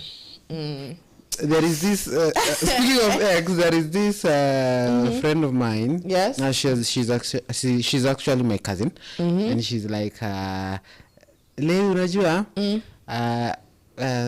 This huyo ex wangu alini text and ako like do not hate your exes, they were once your happiness.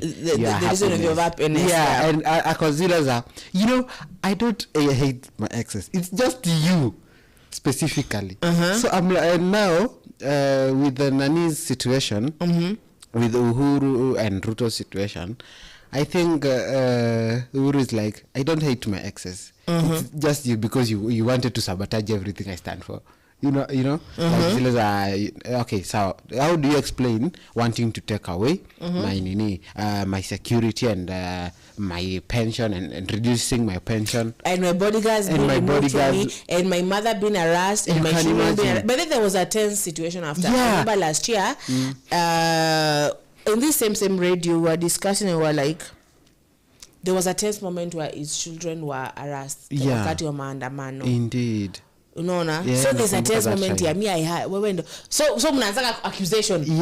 Wala mimi sikuwa intend kudu hivyo. Unajua sasa ilibidi unaonyesha watu niko na power. Oh, ulidu hivyo kwa nini? And you're like, and they're like, wewe kwanza that was unfair. And the blaming game now. Unaona? Wewe kwanza mbona ulikuwa ni support mimi na ukaanza kusupport watu wengine. Wewe na wewe kwa nini ulifanya hivi? It's a blame game, yeah. But now So the sources are saying that they discussed about we are in a state of hate in this country right now. It's like an emergency. We don't know, animosity between each other. Sasa ni wale, it was a secret meeting, but kuna watu ambao wanatuletea umbea ilikuwa ndani. So they're like they were discussing about the state of this country. The state of this country is not really good. It's not. Because the youth of this country are really upset. The old people are losing hope with this country. And our leaders are not listening to us as the people of tomorrow. So there's a lot of things that happened, and we are there. It's like, speak.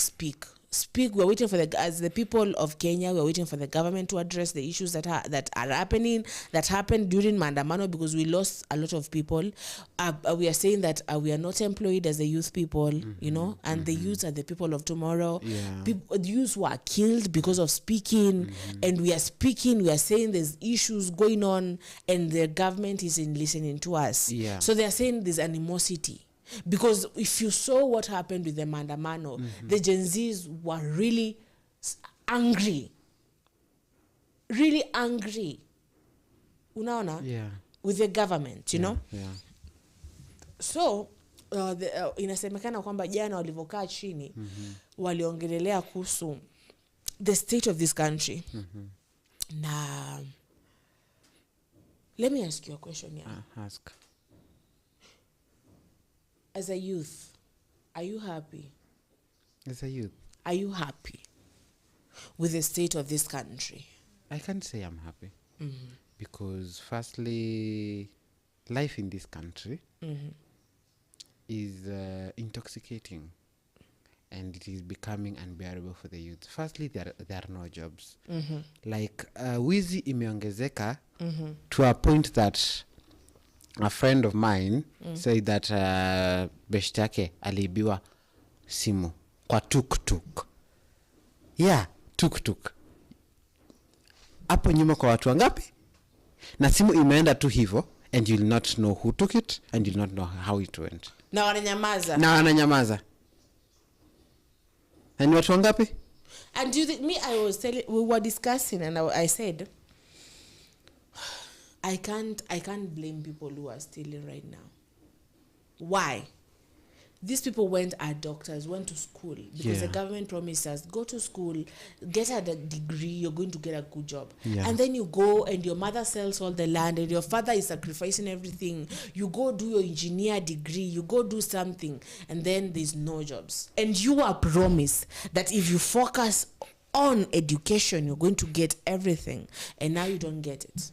And now you have to pay rent. Na sisi kama kitambo vya 1000 ilikuwa ni 100k. Sasa 1000 ukishabai unga una fare kurudi nyumbani. Imagine. Ukishabai mafuta hauna fare kurudi nyumbani. Ukishalipa stima hauna, you have to pay rent. You have to eat, you have to dress. You have to survive. And unaambiwa there's nothing so dangerous as a desperate man. There isn't. People are desperate. Kenyans right now are desperate. Really desperate. No jobs. Hakuna hiyo employment kwa tunaambiwa we shall create him. No, amna. See, I've had, like it gets higher. The expenses of life is getting higher and higher. I've heard that unemployed teachers wanapelekwa majuu. Sasa okay, watapelekwa majuu. Why? Those people have families in this country. Why? There are schools in this country. Why are they getting pelekwad maju? Because huku, I don't know, they are not. Hakuna opportunities za kazi. Imagine. What is that? See, the government should the government create. Taking them maju. Ama ni wewe unajipeleka maju. Government inakupeleka. Na sasa ubaya ni unajua inakupeleka ngani na kuache huko. When is utafute kazi? Inakupeleka inakuache huko. Just because you are a teacher, unaenda tu huko. You can imagine. Okay, for example, wachukuliwa wapelekwe Sudan.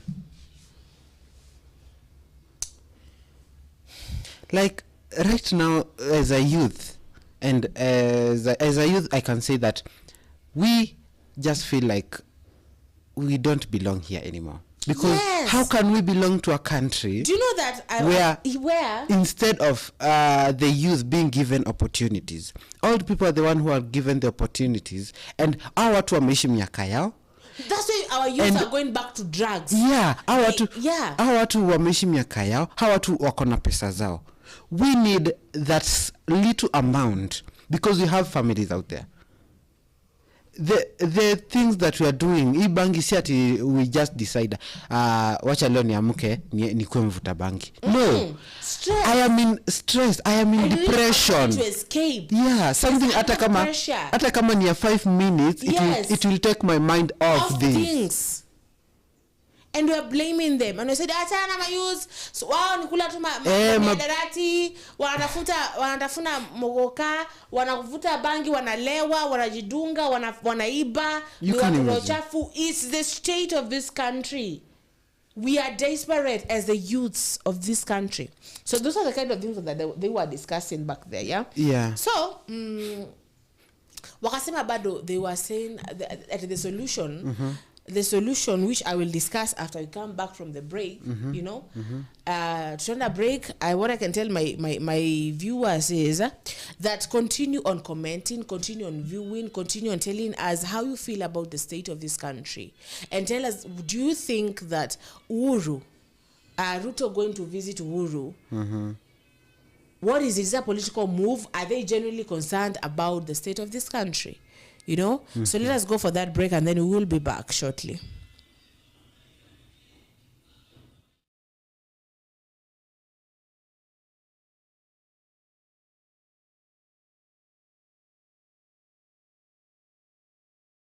The only sane body that brings the country and the leaders together. Okay. Because when religion is not there, and the leaders will be like this judge who feared no man or God, you see. So the religion ensures that God's voice is at least heard, and these people, even if they do not fear other people, they will fear God. Unaona? So the religious body is one of the main that should be respected, and these leaders should know how to bring it together. Si juzi kuna huyu priest alikata pesa za Ruto kwa kanisa ya Catholic. Yeah, like that is one of the akasema pesa irudishwe. Yeah. So you see, and there is this another nini. So the question is, the question that I ask, Sawa, you say that the number one body, the most sane body. Yeah. But the question is, they don't speak up. They didn't speak up when everything was happening bad. When they were receiving that money, until now the Gen Zs were like, no, is when they spoke up and they were like, oh. Unajua hata kwenye Yesu kwa Biblia walisema Kaisari apewe yake na kanisa apewe yake. Give to Caesar what belongs to Caesar, and to God what belongs to God. Give to Caesar what belongs to Caesar. Anaimba hivyo. Give to Caesar. Something like that, yeah. But the thing is, I think that sawa, church ikue kwa nini kwa politics. But politics isiingie kwa church. Yeah. Unaona? Do you get that? Yeah. The churches should speak up. The church should keep things balanced, you know, be like no. Sawa? Because unajua hata England bado they were ruled by like popes and stuff. Yeah. Pope ndo alikuwa na bonga anasema hiki tunaweza my ways. Yeah. And I remember kama unajua history ya Henry the 6th of Tudor. Yeah, lately he has been my case of study. Yeah. And his 6 wives. Yeah. And that person was dangerous. Used to just like and nini undead. No one undead. Amani. Unalive his wives, like just random executing. Yeah. So the Henry of the Tudors, I think is the one who changed the church. Yeah, because and now the Protestants were born from there. Yeah, from the Church of England. But back then, from uko history, the church lazima ikue in government. Wa serikali, even in our own traditional by the listeners and viewers, we have this show that you have created our government and history. We shall be going because it's from saa 9 to saa 10. We'll be having those discussions there.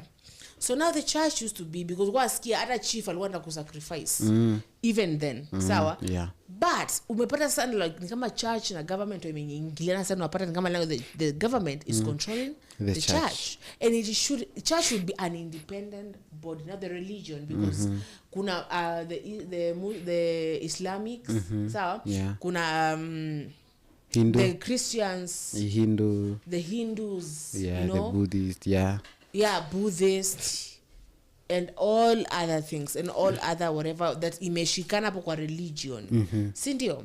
So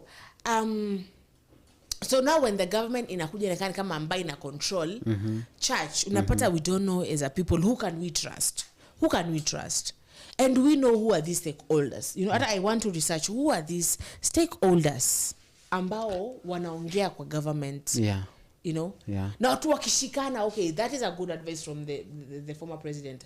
Sawa, church na nizishikane zikuwe one thing, yeah. But the question is, if wakikuwa one thing, will they speak with one voice ambayo it is good for the Kenyan people, ama will they speak with a voice ambayo is not for the Kenyan people? Me, I think wakishikana wanaekwa tu kwa mfuko. This is Kenya, my dear, and money, kwanza this time kwa hii serikali ya Ruto, money now speaks louder than and money shouldn't be, because there are people who don't have that money. Sasa now we are told, I want to ask you, unajua Hustler Fund? Yeah. Did you deal with Hustler Fund? Yeah. Ulichukua Hustler Fund? Nilichukua. But then your Hustler Fund ilikuwa ni ya nini? Ya kutusaidia ama ilikuwa tu ni like something ama me, you know, I used people hear people say it is money laundering and stuff, you know. And it is said that the Hustler Fund is something that is supposed to help the youths, and people who wants to start up businesses and hustlers, you know, out here. And nasikia kuna watu ambao wanasema wamesaidiwa nayo, but the majority wako like kunisaidia. Uliambiwa ukilipa unaongezewa limit, but haijaniongezea limit nili to 500 bado. Now how can I start business with 500 shillings, you know? Because 500 ni unga moja ya ugali and maybe sukuma. Yeah. Unatembea mguu kwenda home sasa. Right? Yeah. So tell me about Hustler Fund. Okay, Hustler Fund. People, but that was the thing that was going on yesterday, bado. There was something like that going on. Ruto alienda kwa nini? Alienda KICC kwa sherehe second anniversary of Hustler Fund. So tell me, has it helped you and your friends that you have talked to about them? Imekusaidia? Because when umesema, since yesterday they met, na wakaongelea kuhusu eti religion and the civil and the stakeholders, ukasema money is the only thing. Yeah. Now, money, we are told money ya Hustler Fund yatusaidia sisi. Has it helped you? Okay, Hustler Fund. I don't remember kama nisaidia, because nilikuanga na Daisha. I was stuck in a situation and I wanted like 700 like really fast, and I had been taking and paying urgently, so I thought maybe this time wataniongezea. Nikakuja kupeana tu ni ile 200 yangu, and they are like, and I'm like, how can this help me when all we hear are fake promises that ukilipa unaongezewa, and hakuna kitu kama hiyo. So it's very very, and most of my friends are like, hii kitu itusaidii, because unachukua inaanza kuzana almost immediately. Inazana. Yeah, almost immediately. Yes. So you're like, okay, sasa hii inazana immediately. Hiyo pesa kama haijanisaidia yenyewe, nishaanza kuzana. Na hiyo pesa ya kuzana, imagine. Na kesho ishakwambia sasa iko 519, 520, 525, 600. Mimi kama yangu I took 500. Na sasa I think it is 700. Wow. Now I was like, I have to like clear it because I don't know, you know. Sawa? Yeah. So tell me. Tell me. Lewis, tell me, what are we going to do about the state of this country?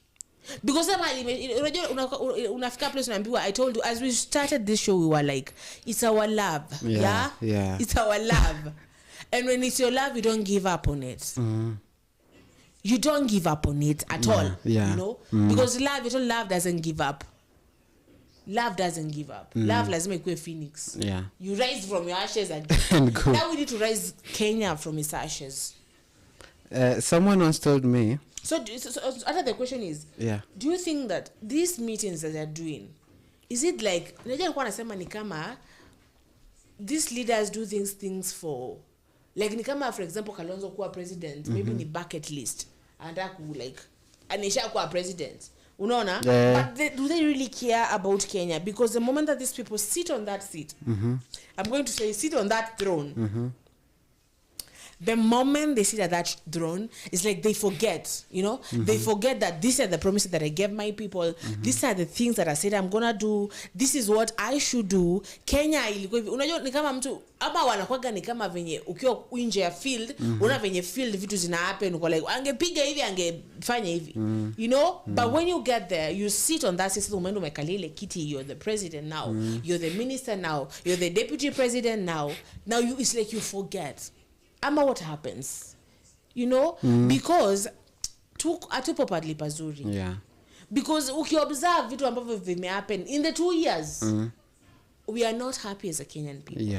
So you as a Kenyan youth and a Kenyan people and a Kenyan people of tomorrow, because you are here for the next like 50 years, unafaa kureturn miaka ngapi? 60 ama 65?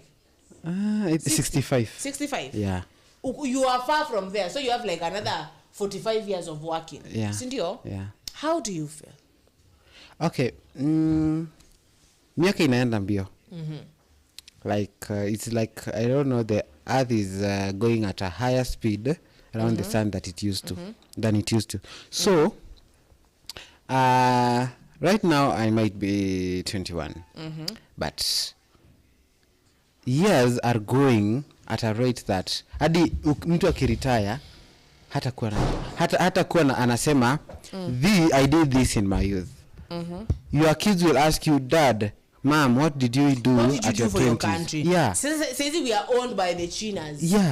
What did you do for your country? Okay, one thing I can say, see, I'm defending him, is that ruling is not easy. It is not. It is not. Ushaikuwa prefect wewe? Nishaikuwa prefect. Ruling is not easy. You lose friends. Because everyone needs you to be on their favor. And a certain way. And you can't be a certain way. And you can't be there for everybody. Yes. Ana Nyashinski alisema, I can't be there for everybody. Sawa? Na sisi impress kila mtu bado. Unaona? Do you know, I think that's what they say. Beauty is in the beholder. The eyes of the beholder. You know na? Wanafikia wanasemaga beauty is in the eyes of the beer holder. Indeed. In the beer holder, not the beholder. You know when you're drunk, you see everyone is cute and beautiful. I'm told that. I don't know. It is Maybe true. I'll try and see. It is true. Very true. Very true. Everyone becomes beautiful. Very. And you're everyone. Like everyone, even the funny thing is, waangalie the following day after you are sober. You'll be like, oh my God, what was I looking at? What on earth is this? So what happened yesterday? Beer happened, So everyone, maybe maybe this person, because anasema life became expensive so that he may try and stabilize our shilling. Those are the things that he said.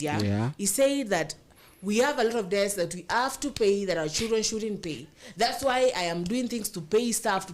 Maybe he is doing that. Maybe that is what is good for us and we cannot see it because we want easy. Maybe, you know, sometimes such a one the negative only. See the positive. See both sides. Usone 6 ikiwa 6. Maybe I could have said in a car 9. Unaona? Sawa. So maybe because he said we were in a lot of debt and we have to pay this debt, and by paying debt we love to pay taxes, we love to contribute as the entire country, we love to stabilize our shilling isikuje ikuwe ya Uganda, unaona? By the way, oh my God, do you know I'm told in Rwanda waliamkaga is Rwanda or which country, they wake up, you had like 300 million kwa bank and then you wake up that 300 million is 10,000 and you're poor now, and you can do nothing now. Tell me. Okay, that is kind of scary because almost most of the people pesa zao ziko kwa bank and they're like this is my everything. So do you, the thing is, the question is, do you think that everything he is doing for this country, and as Kenyans we don't see it because we want it easy? When you go to easy wakati wa Kibaki, wakati wa Moi, but we have a lot of debt now. Tumekopa wa China, tulikuwa tuuze airports. Unaona? Yeah. What do you think? Okay, let me start by saying in high school my principal was my was it history or business teacher. Aliniambia in the era of Moi, the late President Moi, Kenyan money was in the same value with China's money. And that was around in I think if not 92, it was 72, somewhere there. So you can imagine at that rate the Kenyan money and the Chinese money are at the Kenyan economy and the Chinese are at the same nini. And now are at the same part of the economic society, you know. So you can just imagine from there to now. Right now, a Kenyan dollar, a Kenyan shilling, and a Chinese. Okay, I don't do currency, but ziko na a difference kubwa sana. Ni kwan. So unapata that difference inachangia sana tukiona our president is doing nothing, tukiona that what he's doing is not what we expect him to do. He's saying that he's doing for our level best. Yes, he's trying his best to make our life endurable, but is that what is happening? Is that what we think? Unaona, sometimes we are like maybe he's lying, and sometimes we are like, okay, maybe he's saying the truth. We are to go 50-50. If we throw ourselves into him, he might see us as fools. If we don't give him our trust, he might see us as hardcore, and then he akazilaza. Even if you don't want this, it will still be happening because we can't do anything right now. If we try to do anything, you saw what happened to the Gen Z when they tried to speak up. Let me ask you a question, yeah? Yeah. Have you ever watched Game of Thrones visually? Yeah. And there is the Dragon Queen, yeah? And there was the Snow King. Ndangwaje Snow King? Nisahau jina, that cute man. Niliangalianga very handsome guy. Yeah. And then there was that guy, there was the short guy. So from the Lancaster family. Yeah. And there was the eunuch. And everyone, after they lost their kingdom, everyone had ideas of who should sit on that iron throne. Yeah. And the Dragon Queen felt that she was doing everything for this, for the 7 kingdoms. Yeah. And the eunuch also felt that way. The Lancaster felt that way, and the snowman also felt that way. So maybe as a Kenyan people, we're not ready to have that conversation. That as a Kenyan people, tumekuwa in debt for a very long time. Na tukiendelea hii maisha ya rahisi na debt zile zikiongezeka, at some point China itachukua Kenya. Unajua ukipeleka kitu kwa loan, unaona inachukuliwa, wanakuja kuchukua. Unataka Shylocks, wanakuja kuchukua. So maybe this president is doing everything. Maybe msije mkanipiga. Maybe. And we are not ready to listen to that conversation. We are not ready to sacrifice, to do the things, you know. Unaambiwa pia entangwaje mtu amechaguliwa na chukega kwao. Entangwaje? Nini? A prophet is not accepted in his own hometown. Yeah, prophet is not accepted kwao. maybe he is doing everything he can do to save Kenya, but we are not right. Sure, unaambia it comes hard before it is better. Yeah, you know. So we don't know. What can you say? Okay, according to Kenyans, which I am a Kenyan, according to me, I can see that he's trying. He's trying his best. Even though he's... we were told a journey of 1,000 miles starts with one step. Unga ilikuwa mia ngapi? One something. But now it is around 90 or something. Kuna hiyo ya 90, kuna hiyo ya 100. Yeah. So people are grumbling for it, but now unaweza nunua at your own. But then you know unga kitambo unga 40 bob, I am told by my mom. Yeah. My mom told me that actually I saw my mom comes from a very rich family. Very rich. Very rich. Do you know that her father's lawyer was Mutula Kilonzo? Yeah. Wow. So you know. So she comes from a very rich family. Very rich family. And I saw vitabu counters ambazo kwa zimeandikwa kuhusu budget ya duka, because they had a lot of shops. They used even to work with Comesa. Wow. Comesa, the African bloc. So I saw and I was like, ngoja, ameandika sijui eti sumuni. Sijui kuna vitu fulani, kuna stock fulani imeletwa sijui eti ni shilingi 3. Hiyo shilingi 3 is like sijui ni bundle ngapi za unga za chapo. 3 bob. Unasikia it is like 10 bundles. 3 bob. 3 bob. Aliambia nyumba used to be paid like kama akiwa kole. Nyumba ilikuwa inalipwa zweti bob moja. Nyumba. Ukiishi place mzuri ni 10 bob. But that 10 bob was big. You know, it was like unaishi one bedroom ni shilingi 10. Wow. Una get? Yeah. You know. So it was a good time then. I don't know where we went wrong, you know.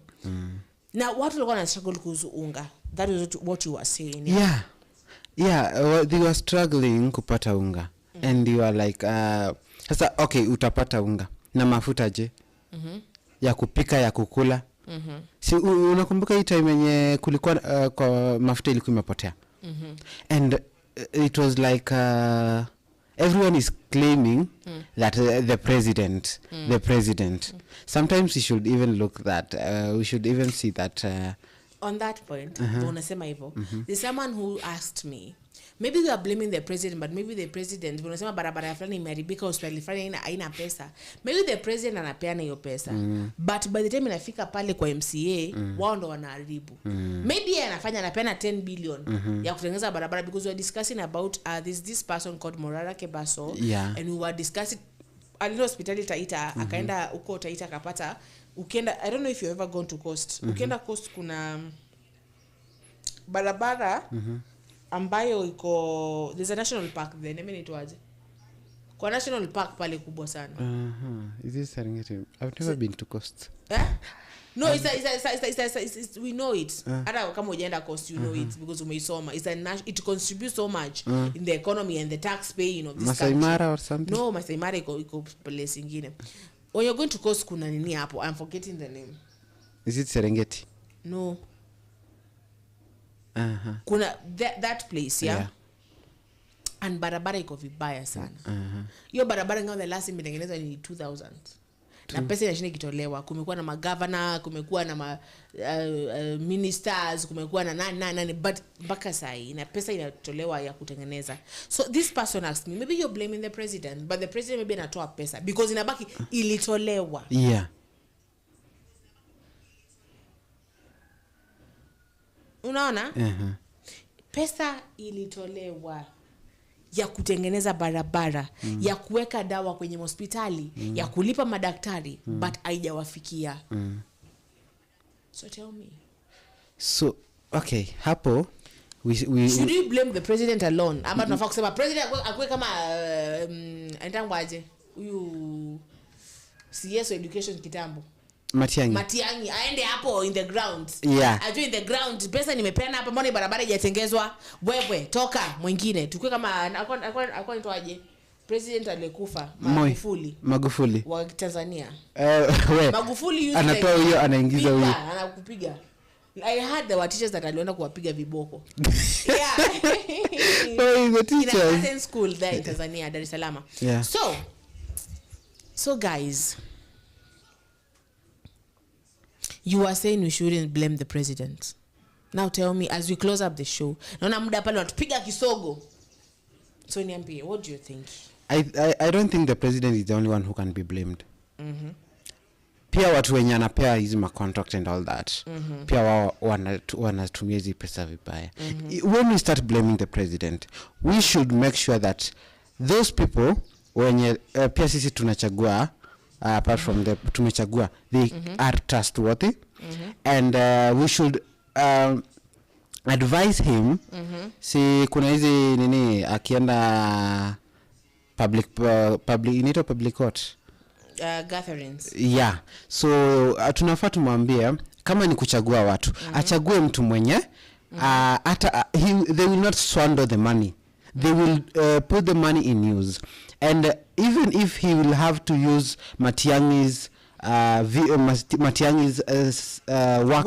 way of working. Work ethic. Yeah, unapata tumekaa tu hapa hivi and out of the blues tunasikia gari ndo hii imefika. Ako like ngoja unasikia ako pale. Yeah. Kitengela. Mbona Kitengela kuna street lights? Na nimependa pesa ya street lights. Nani MCA wa hapa? Mbona Adriva hakuna barabara mzuri kunyesha kuna kaa vibaya? Mbona siweje Adriva mpaka sasa inatusumbua? Mbona pale pana kaa? So that is what we as a country we should advise our president to do. Something at least pia sisi tutanini. Now, Mr. President, His Excellency, maybe you should come to the ground, you know, and see things from the ground, from the perspective of the ground. Vitu kwa background. Kwa ground ni different. Yeah, ni vitu kwa ground by the way ni very different right Sana. now. Maybe unafaa ukuja hapo, uangalie uulize who is this person? Like anaamua I am going today, naenda leo Taita.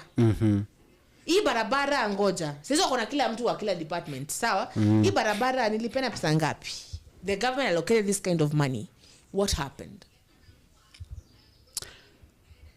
Mr. President, what happened? Ruling is not easy. Yeah. And you can't be everywhere. You can't be everywhere at the same time. But at least you can, you know, put somebody you trust. Si kila mtu ni trusted huku nje. Maybe those who we think are friends are mostly the one who wenye wanatumaliza. You know, there was this movie I was watching, The Crown. The Crown, the Prime Minister, during the time of Queen Elizabeth, she has served with so many prime ministers. So one of them was like, you should not go visit the people because that will show that the crown is weak. But the Queen said, no, that does not show that the crown is weak. It shows that the crown and the people are one. So it is not those up there that are in fault all the time. It is the people who are advising the crown. Because so, that is true. Yeah. If you don't have good advisors right there, then you're going to fail your entire thing. Terribly. Who are giving you advice? Terribly. See, like the same case happened to after Solomon died. His son Rehoboam. Absalom. Is it Absalom? Rehoboam and yeah. So it was like the advice from the youth and the old men. Akachagua iya. I will. My father put a yoke on you. Should I take the yoke? It was after Solomon. After Solomon died, the elders came to him in the book of, is it 2 Kings or something? The elders came to his son and they were like, your father put a yoke on us. Will you take it off or will you add it? And then he went to the youth and he was like, and the youth were like, tell them you will add it. And then he went to other advisors and they were like, tell them you will remove it. You see? So he followed the advice of the youth, which was bad advice. Angalia tu mtu mwenye, somebody once told me, even fools grow old. So si lazima ati mtu akizeeka atakupea the sound advice. Upate he said he will double it, and that is how the kingdom of Israel was separated into two. Okay.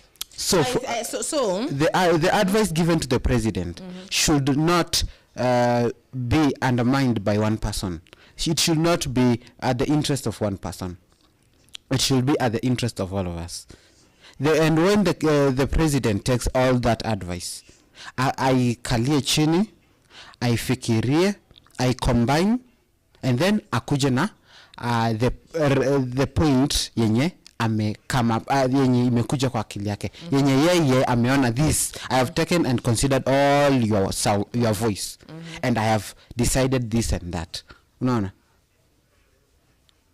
So okay, I think that is all from me. Okay, so guys, it has been a really wonderful show. Thank you, Mr. Lewis, for showing up. My pleasure.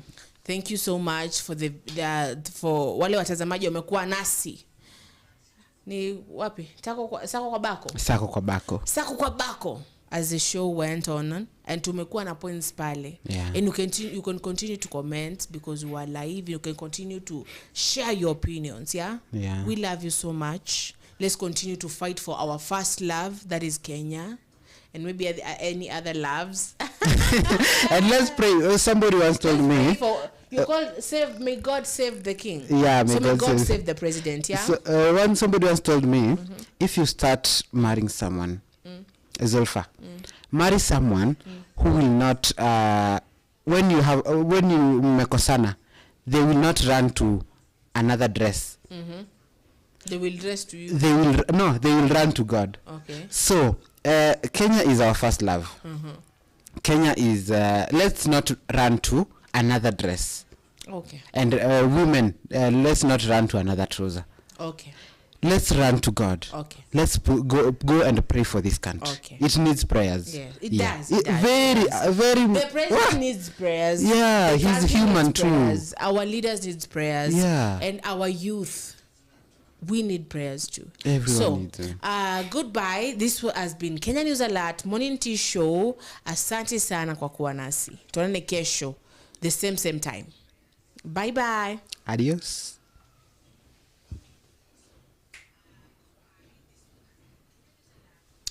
Yes. So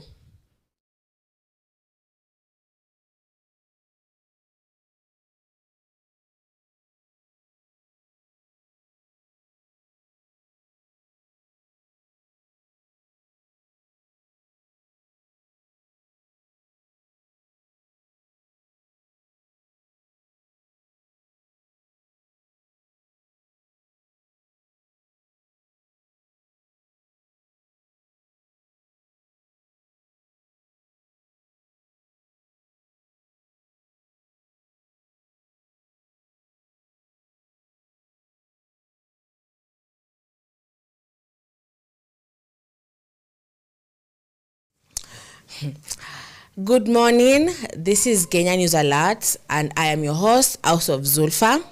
Welcome to the Morning Tea Show. Today niko peke yangu, but I'll try to be as interesting as tukiwa watu 10. So, the thing that is going on right now in Kenya, the thing that kila mtu is talking about, is the wedding of Kalonzo's daughter. Anaitwa Misada. So Misada was getting married to Mr. Martin, and the ceremony was in Naivasha.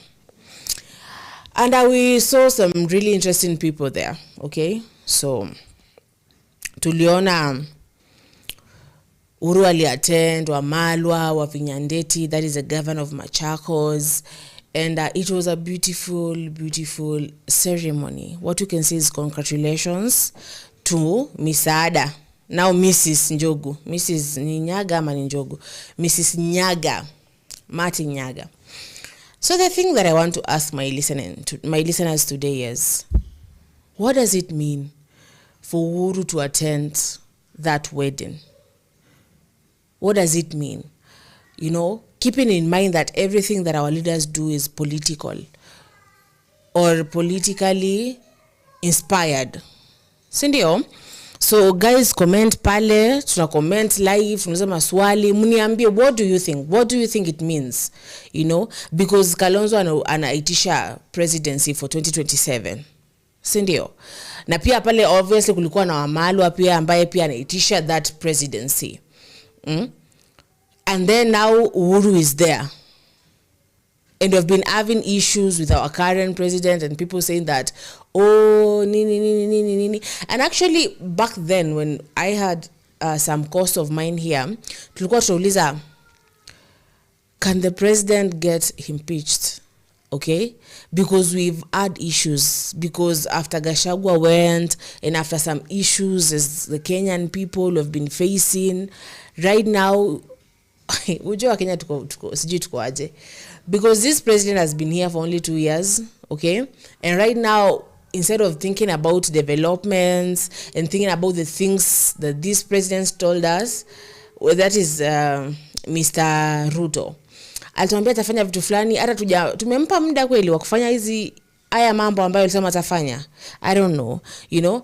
But the thing is, there are a lot of issues. And the way things are going, Kenyans are like, no, we don't want. Some Kenyans are saying we want Matiang'I there. Some Kenyans are saying we want Kebaso. And we had a whole discussion about it, yeah?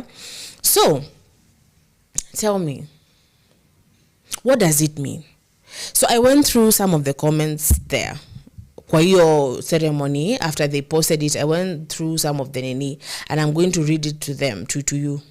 So wanasema, this Kenya wanasema, this means that Mulima na Eastern wameshikana for the election that is about to come. So this was a political wedding. But you guys, we saw that girl get married. You know, it's a very... But as you see the video, ukiendelea kuangalia ile video unaona venye those politicians were there with their wives and it was an happy ceremony. Inanipea hope as a Kenyan actually. It gives me hope as a Kenyan. Like things are going to change. Like maybe if now wameanza kushikana hivi, they're in one place, like when nimesema Wamalwa pia anaitisha presidency na Kalonzo anaitisha presidency 2027, and they were there at the same place, and they were there and they were laughing and sharing meals and cake and cutting cake together there. That means maybe you're going to have another peaceful election. We're going to have maybe the leaders that are to come, you know, are going to be mature, but we don't know. We're just looking at it, yeah? So, as they say, let me read this. Wanasema aje. Wanasema, let me get back to them. In recent months, members of opposition led by Kalonzo have dropped hints of forming a coalition that will be bigger than Azimio to unseat President William Ruto in 2027. That has been the talk, by the way. That has been the talk. The talk of Ati... that has been the talk, yeah, of which Kalonzo alikuwa ni Azimio kitambo, and now they want to make a bigger thing. Maybe the coalition is for Uhuru and Kalonzo, you know, and maybe it is going to work. But Kalonzo has been there, guys. Let's talk about Kalonzo. Kalonzo has been there tanguko.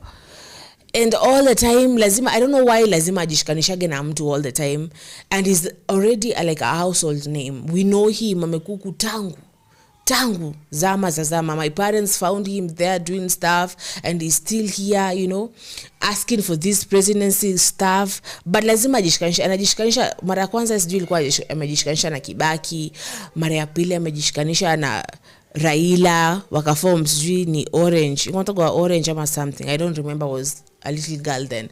And then bado any lazima ajishikanisha na mtu. What I can tell this person is, why can't you just stand on your own, Mr. Kalonzo? Because you've been here. You don't have to shikanisha yourself with anyone. You know this politics. You know this Kenya.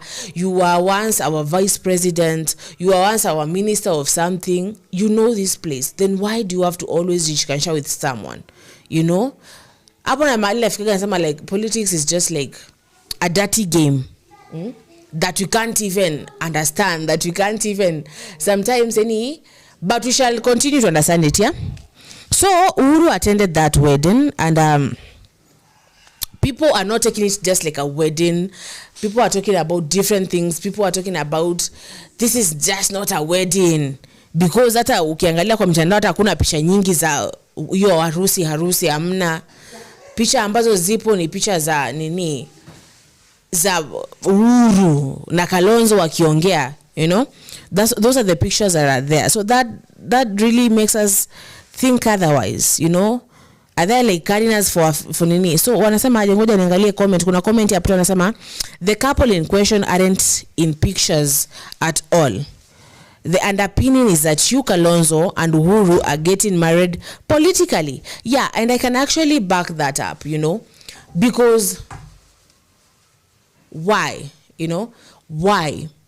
And the way we've seen Kenyan politicians doing these things before, hivi tu ndo hivyo, Ruto na Uhuru the same, hivyo ndo hivyo. Unaona, wanashikana just some things. I don't know why we are always carried by these things.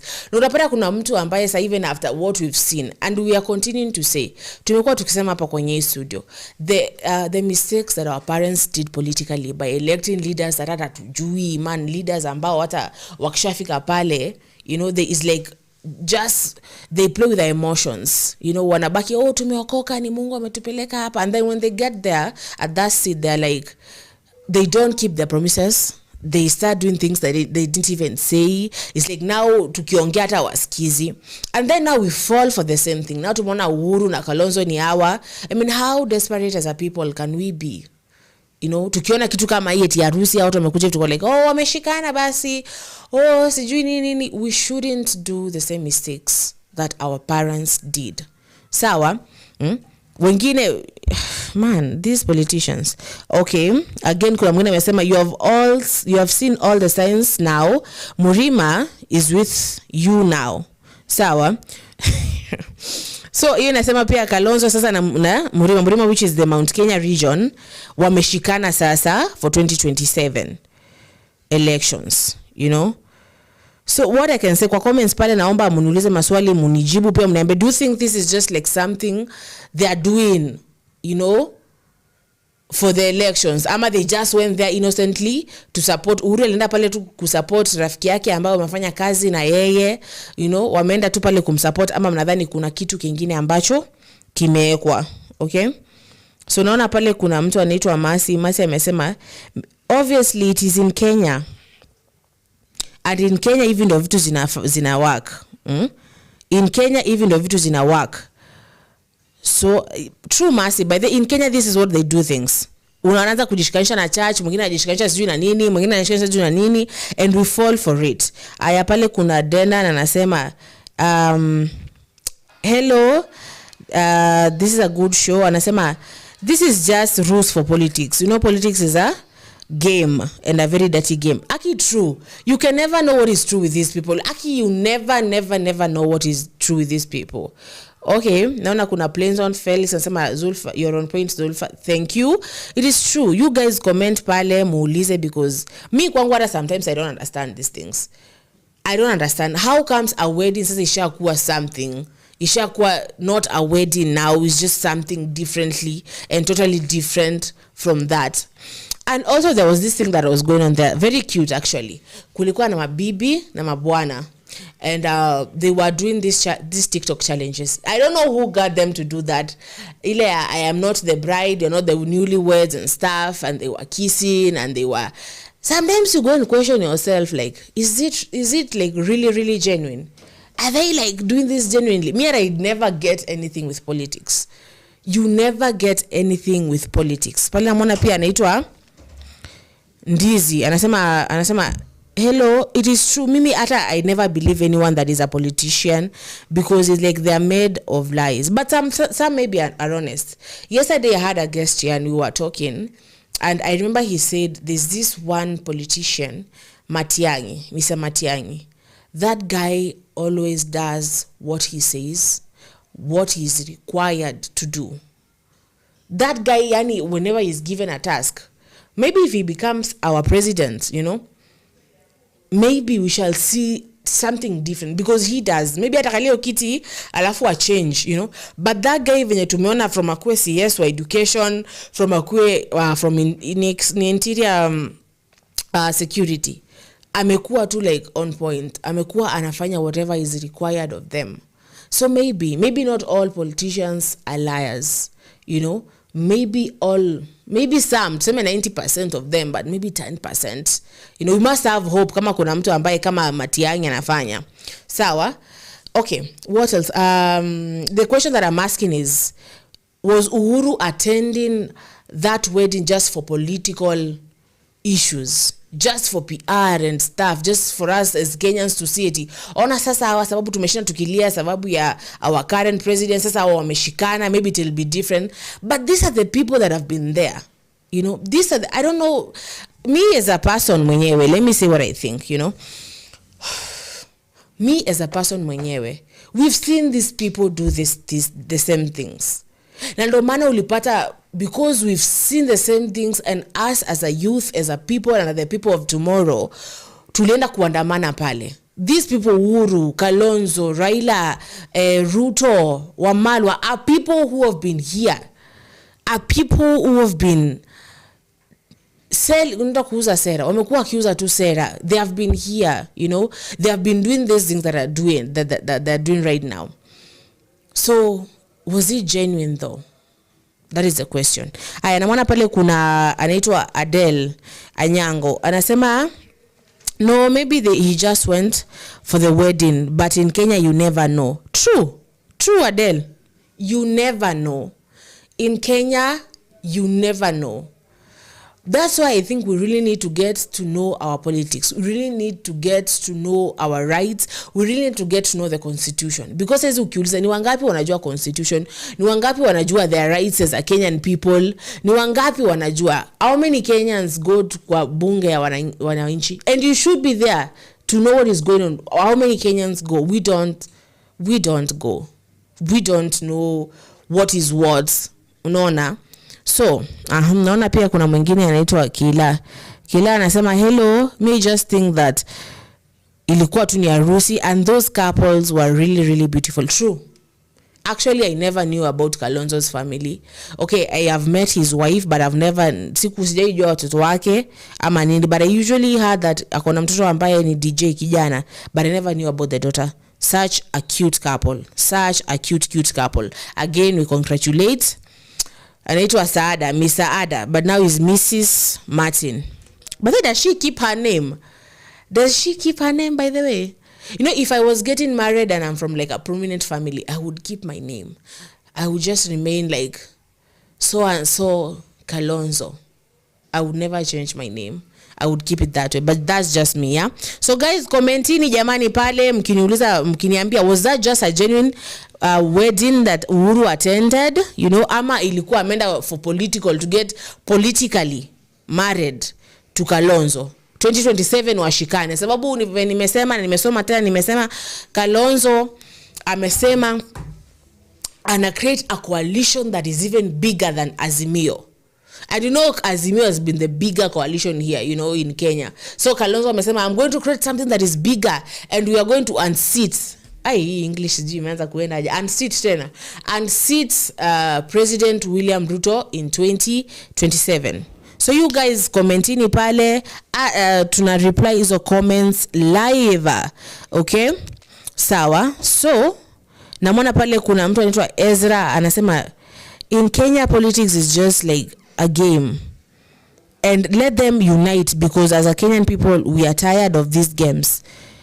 Then if as a Kenyan people we are tired of these games, maybe we should elect like a Gen Z president. Maybe Morara Kebaso should be the president, someone different, someone new, someone who our age, someone who knows as a people, because sasa sisi ndo youth. Yani ukiangalia watu ambao wenda kuandamana Gen Zs, there were a lot of, as I continue to say, unemployed youth, a lot of them. And that means those people are not employed. Those people are disappointed with the government. Ni siku gani ulionaga youth wameenda kupigania nchi yao wewe tena in Kenya, you know? So maybe let us elect someone who understands us. Let us try and elect a leader who knows, a leader who is different, a leader mwenye hajakuaga tu hapa. Maybe sometimes nakaga nasema ama these leaders wenye wamekuaga is like being a president kwa bucket list, like they just want to tick it, like just to tick, not for us as a country, as a people, not as not for Kenya as a Kenyan, as a republic. Maybe they just want to is a bucket list, because mtu anakujanga anatuambia vitu tunasema maybe this is the one, maybe this is the guy that Mungu ametuma atutoe Misri, and then kidogo haya ndio hivyo sasa. So maybe it's a bucket list. What if now the Gen Z tumeamka, venye tumejiinua sahi, what if right now we be like, you know what, let us elect someone that knows what we're going through, yeah? Okay, naona pale kuna Aisha Kemboi anasema it's a beautiful thing, the wedding, but me, I didn't trust even for a moment about the former president attending the wedding. True, yeah? Okay, so guys, we're going to go for a short break and then we're going to come back. Nipate me comment pale, meambia, what do you think? Was it like a politically marriage, ama they just genuinely went to attend that wedding? Okay, let us go for that break and we'll be back shortly.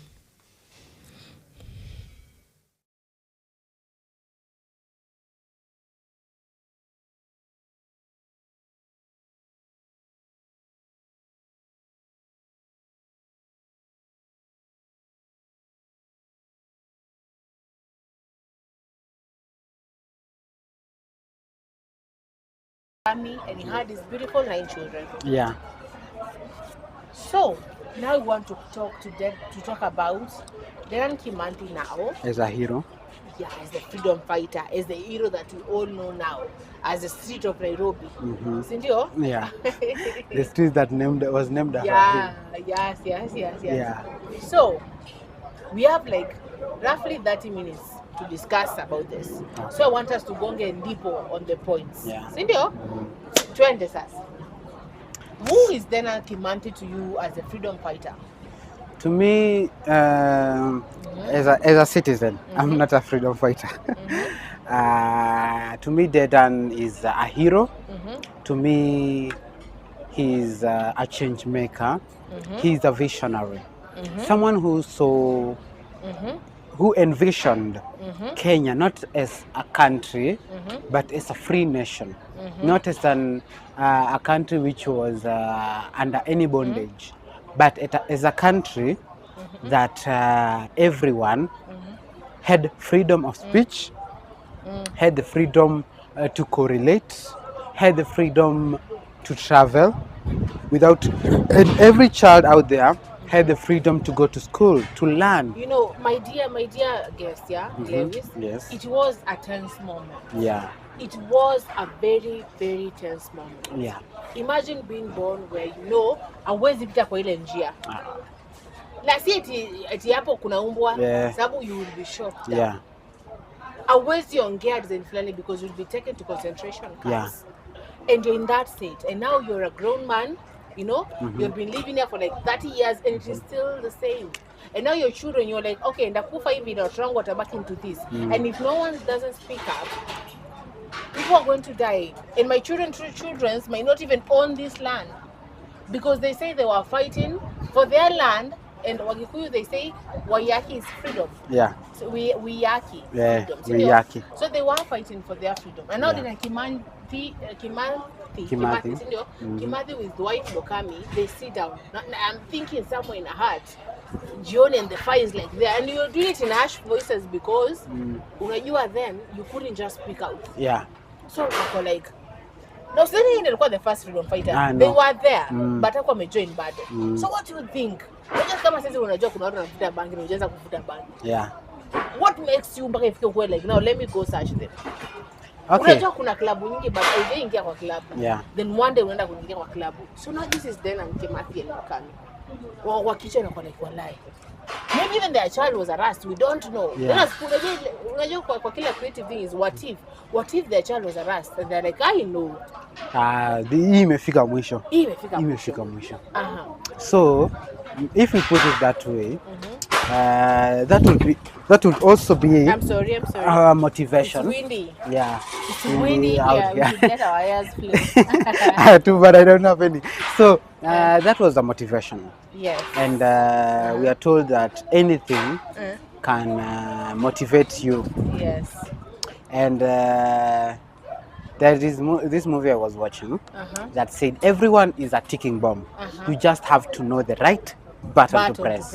Yeah, because if you have a yellow line and you have a red point, Mali, if I cross it, Zulfa, no matter how friends we are, itaishia hapo, and you can even swallow me alive. So I'm sure there is Mali ilifika nani akaona hapana, hapa ni mwisho. They have taken our land, they have taken our this. That, and you have taken me like back. That everyone has like that, the ticking bomb. Yeah, you know? yeah. And you've taken me really back. About something when you umesema hivyo. But let us get back to the freedom fighters. Okay. So, as I was saying. So walifika place wakapiga, walikuwa kwa yellow line. Sasa penye alienda kwa kuwa soldier. So that was the yellow line. Yeah. But sasa red line yake udhani ilifika wapi? Red line, like I know. Red line I'm sure ilikuwa maybe one of because the reason one of the reasons was because of the oppression that African soldiers were going through. That can make sure maybe even his brother was oppressed. Maybe he died in that minute, or his child and was. He had 3 brothers. Yeah, or his child was shot. Or he was harassed. Yeah, he was harassed by those people. Or his daughter was forced to go and prune some cotton, or to go wash toilets for a white man. You see, yeah. Or maybe even they came to his home and said they threatened his land where he was after taking millions and millions. Yeah. But maybe. And because obviously there's something in set of akaingia kwa forest. Yeah. You decide to kuacha home kitanda yako uende ingie kwa forest. Mimi ukijua now this is a death sentence. You can imagine sasa mimi niache dufe yangu na niache hiyo smooth mattress. Yes. Niende nikalale kwa manyasi. Yeah. That must be something very you can imagine. And vitu nyingi spiders and some dangerous and poisonous things. I'm afraid of such things. So that means that maybe what motivated him might be much greater than his love for life, you know. Akiingia hapo alikuwa anajua this is a situation of life and death. Nikipatikana I am dead. So nikiingia hapa I am getting here knowing very well that I am fighting for the freedom of this country, for the future. Because I'm sure hakuwa anaona tu hapa. Unajua sometimes what leaders fail to see is that they just look at the smaller picture. Yeah. Wanaangalia tu hapa chenye watakula saa hiyo. Like sasa hizi when someone is angry, they'll just see my chips and they'll be like, "Wa si anakula poa." So some leaders were like, "Okay, sawa, hii yenye nakula, kesho nitakula hii." No, he was like, "Hii yenye nitakula haitoshi, si sawa. Kesho nataka kukula something better. Maybe mine is chips and nini. So kesho nataka kukula, let's say pizza, you know? And I want to eat it freely, you know? Yeah, so Kimanthi was like, today I'm hiding, but I want to make sure when I come out of this hiding place, I am going to a free country. Yes. I am going to live a free life. Ama if I die, do you know his slogan was what? We fight till the last gun. Wah! Makofi kwake. She knows. A moment of silence. A moment. We fight till the last gun. Upate hakuna gun anymore ya kufight. Yeah. That man was like, yani, I'm going to die here. Like, the way I told you, Spartans used to know, nikienda huko, unajua Spartans aungeacha your arrow and your bow. Aungeacha ile shield yako. Ukiacha, you have to go back for it. That shield. Afadhali ukufe ukichukua hiyo shield yako. You know?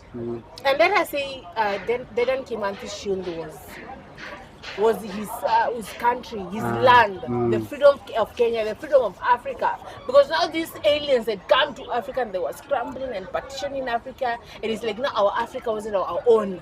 They were telling us, stop speaking in your Gikuyu language, stop speaking in your Kikamba language, stop speaking your Taita, your Bagusi, your Baluya. We want to speak just an English, just one language. So they're changing everything about you. They're sending you to wars, to fight to wars that are doing the Wow. That was the hardest. I am sure, as a reincarnation of a freedom fighter, I am sure. As mtu akona mababu ambao walipiga. Yeah, I am sure that was the hardest thing to do. Knowing that you're going to die, Zulfa, knowing that, Zulfa, you're not going to leave this place alive, no matter what you do. It's either you die here, or someone else dies. Or someone else dies. Or someone else. Kuna rafiki waniambiaga alikuja akalewa na Mkisii. Yeah. Kuelewa na Mkisii, unajua Mkisii na Bahigi tu wako na hasira, wako na nini, sawa? So windy, yeah. Yeah. But we must embrace his nature. Hii ndio kitu yenye nani alipigania. Dedan Kimonta alikuwa anapigania. Hii hewa ikugonge hivyo bado unakula kwenye paradise. Yeah. So our viewers, yeah, if you need anything advertised, if you want us to work with you, there's a number that there's a number in your screen that you can call, you can chat with, and we will talk to our team. K.N.A is a large team, our executive producers, and then they will tell you how we can locate you and how we can come to work with you.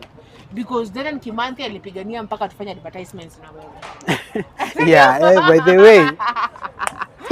the way. So we do it till the last advertisement. Yeah, till the last gun. Yeah. So what am I saying? Akaniambia alikuja akalewa na Mkisii. Sawa? Yeah. Unajua kuna hii rumor ya Wakisii wana vita. Wakisii wanapigana. Yeah. So she tells me that Kisii alikuja eti akajam siku moja.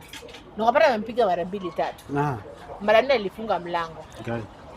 Na kamwambia it's either I die or you die. Unaona? Yeah. 20. 20 is either you die or I die. Naseke tu Wakisii wako na hasira. Hata mimi ni Mbaluya niko na hasira. Yeah. 20. You know? Yeah. And they fought. Let me tell you, they fought. Alichukua mlango akafunga na akaweka kiti hapo. Ndio kusikuja mtu wa nje atakuja kusaidia tibaki kuna mtu amesaidia. Yeah. That is what Dedan Kimanthi did. Au timu kona asili, timu kona guns. Hey. We are going to make our own makeshift guns. And they used to make makeshift guns with like door handles, yeah? Wanatumia hiyo handle, sijui hiyo konji. Yeah. Sijui kwa na make aje, but they used to use they were really creative. Yeah. And you've given me it, walikuwa wanatumia viatu, wanavaa viatu aje. Yeah, walikuwa wanavaa viatu. Mguu inaangalia nyuma, kiatu kiangalia mbele. So, if they are going south, if you look at the footprints, you'll see the footprints are going north. So that is how creative they were. If they are going west, their shoes, they will convert them and utaona wanaenda east. Yeah, they were like, and that thing really worked sana. Until I don't know, maybe somebody alikuja kuwageuzia because they are traitors. Yeah. There were traitors. And there's this lady, I know she something, she wrote something. She said that it used to give them nicknames. No, they was hii ilikuwa ni kama unashaka bonanga a Russian spy movie. Yeah. It was the same exact way. Alikuwa anawapea nicknames upate your name will not be revealed. Sasa anakuita wewe sijui ni Nyawa Anthony, something way the mother of the birds, you ni something any names. Yeah. So I can't know. Sasa akisema mtu fulani sitajua nani. Yeah. I just think niseme ati Philip Lewis, no nishajua. Yeah. But if I call you like something like the tree, who will know who is the tree? Nobody. You only me. Answer to kwa crowd ikisema the tree should bring trees, you will understand. Yeah. But if I say Philip Lewis now, because it's the only one, it was a very bad time. Yeah. Sindio? Yeah. Continue, my brother. So, ulikuwa napata with their creativity, those guys knew that new survival. Then it was survival for the fittest.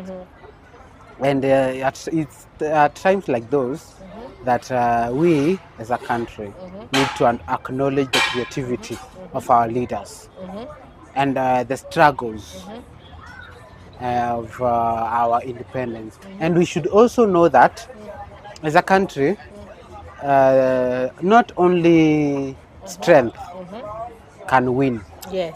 even brain. Even praying Yeah, even brain can win. can win. So yeah, we should appreciate our creativity. Yes. Because ukikaa chini Zulfa leo fikiria. Do you know, just by using your brain, you can become a millionaire in the right way? Because do you know by then we don't use even at 10% of our brains. Yeah, we don't.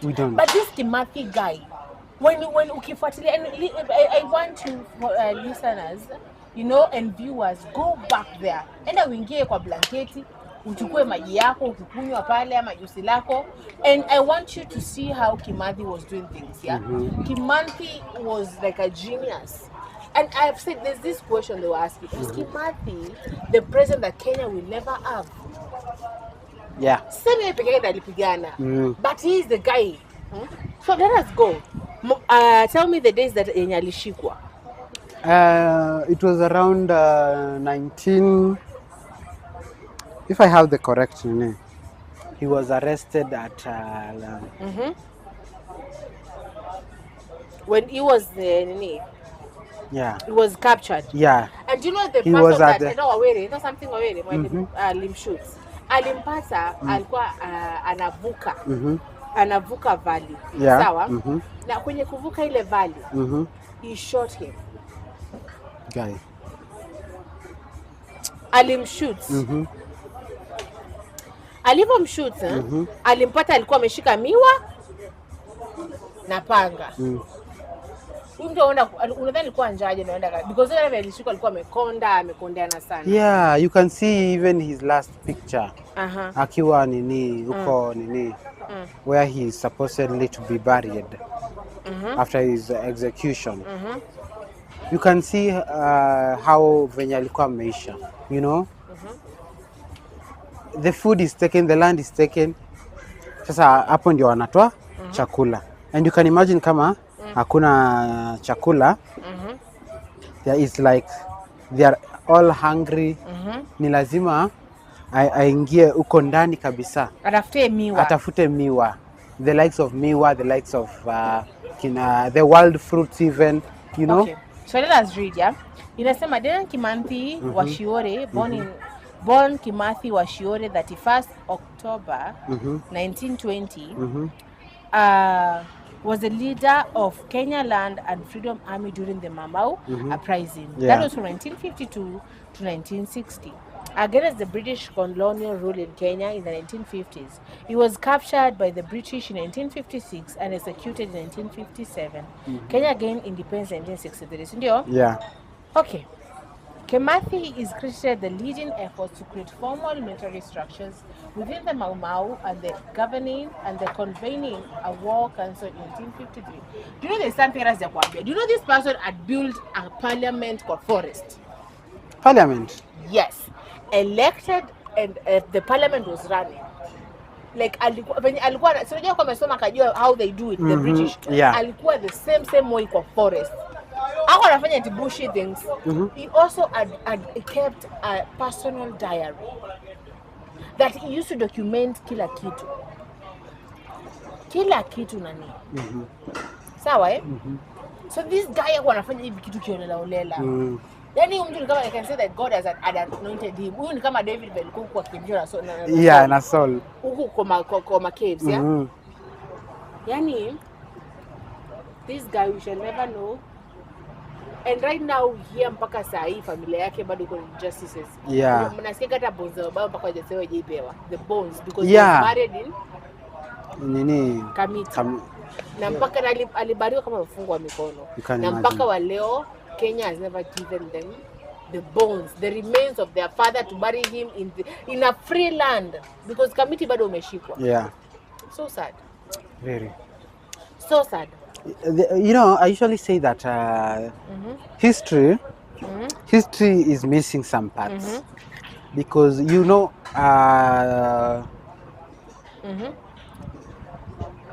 Queen Lady Jane Grey from England.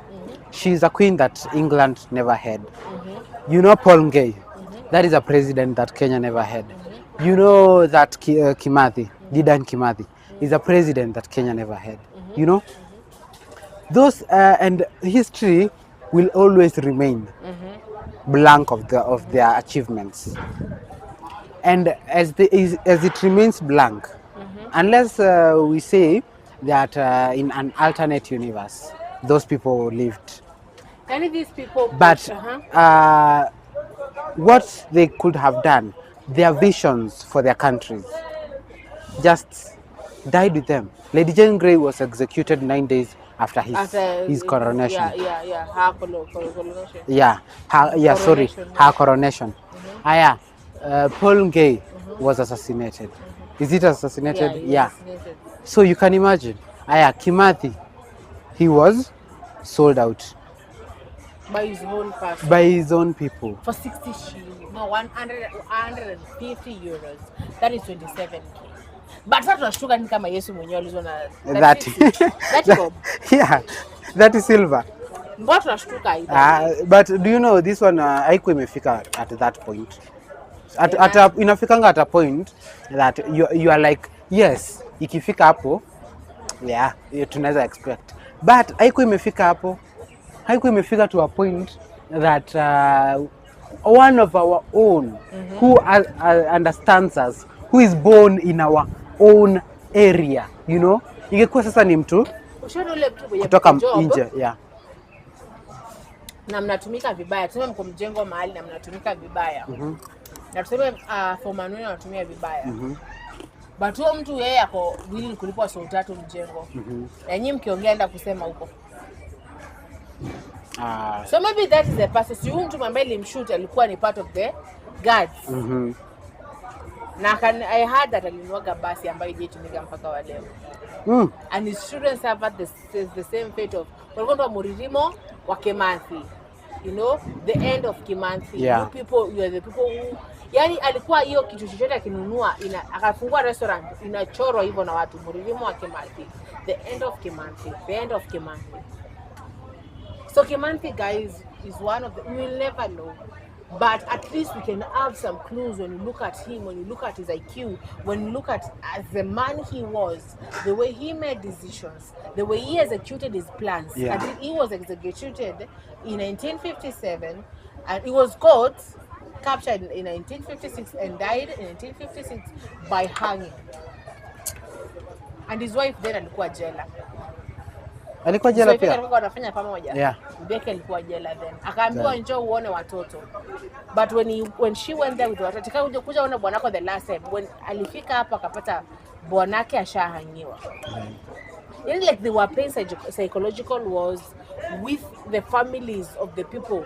Kuja uone bwanako at the last time na watoto and then you come to find it's just a body. So umekuja it's like they're showing you ndo huyu ulikuwa nadhani ni mwanaume fulani sana ni mortal. Do you know? These people weren't fair to us. These people are not fair. I understand and that is not combat. Are like the way they are right now. Yeah. Like blacks are like, whoa, this is why. This is why. And I don't think, as an admirer of England, I don't think, I do love England. It is my dream country. But when I remember what England did, though we are told let bygones be bygones, some things are hard to forget, you know. I don't think if the family of those people will ever forgive them. How will you ever forgive? They can't. You can imagine. And you've seen your videos of your father being vibaya. And you know what talking about wako alive mpaka saa hii. Yeah. You know what talking they are alive mpaka saa hii. So tell me. How would you look at them and be like? All you can do is just say that as they knew they were getting into that kind of place, they were ready for it, and we congratulate them and we thank them. You know, I was talking to someone yesterday na akaniuliza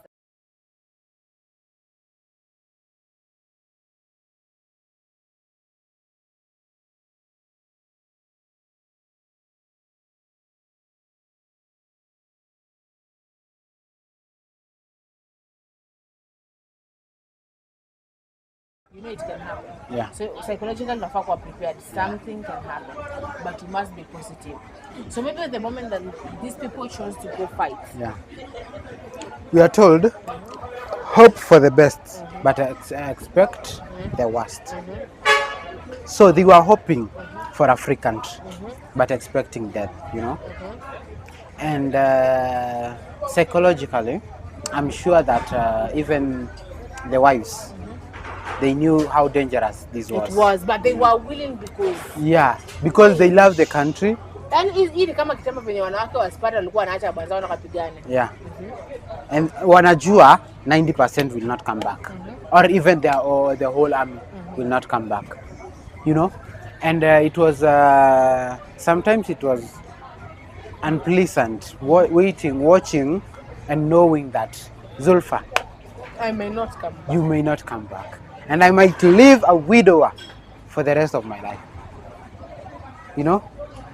That thing really pained those ladies. Do you know, I'm told that alipokuwa prison aliambia bibi yake, when I die I would love for you, if you remarry, to still use my name so that my legacy will. And she did that. But she did not remarry. She did remarry. She did remarry. Yes.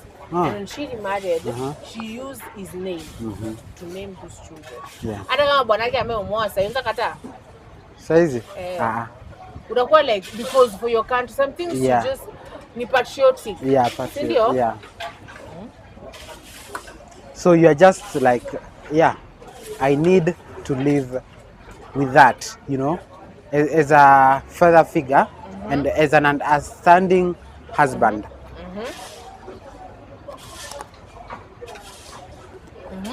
You need to know, I married this, and she is a freedom fighter, you know, and as a freedom fighter, she is a hero, not just to me. Remember when you're married to a police officer, ama to a doctor, you talk to a doctor, when he gets paid, hata kama ni saa 4 usiku ataenda.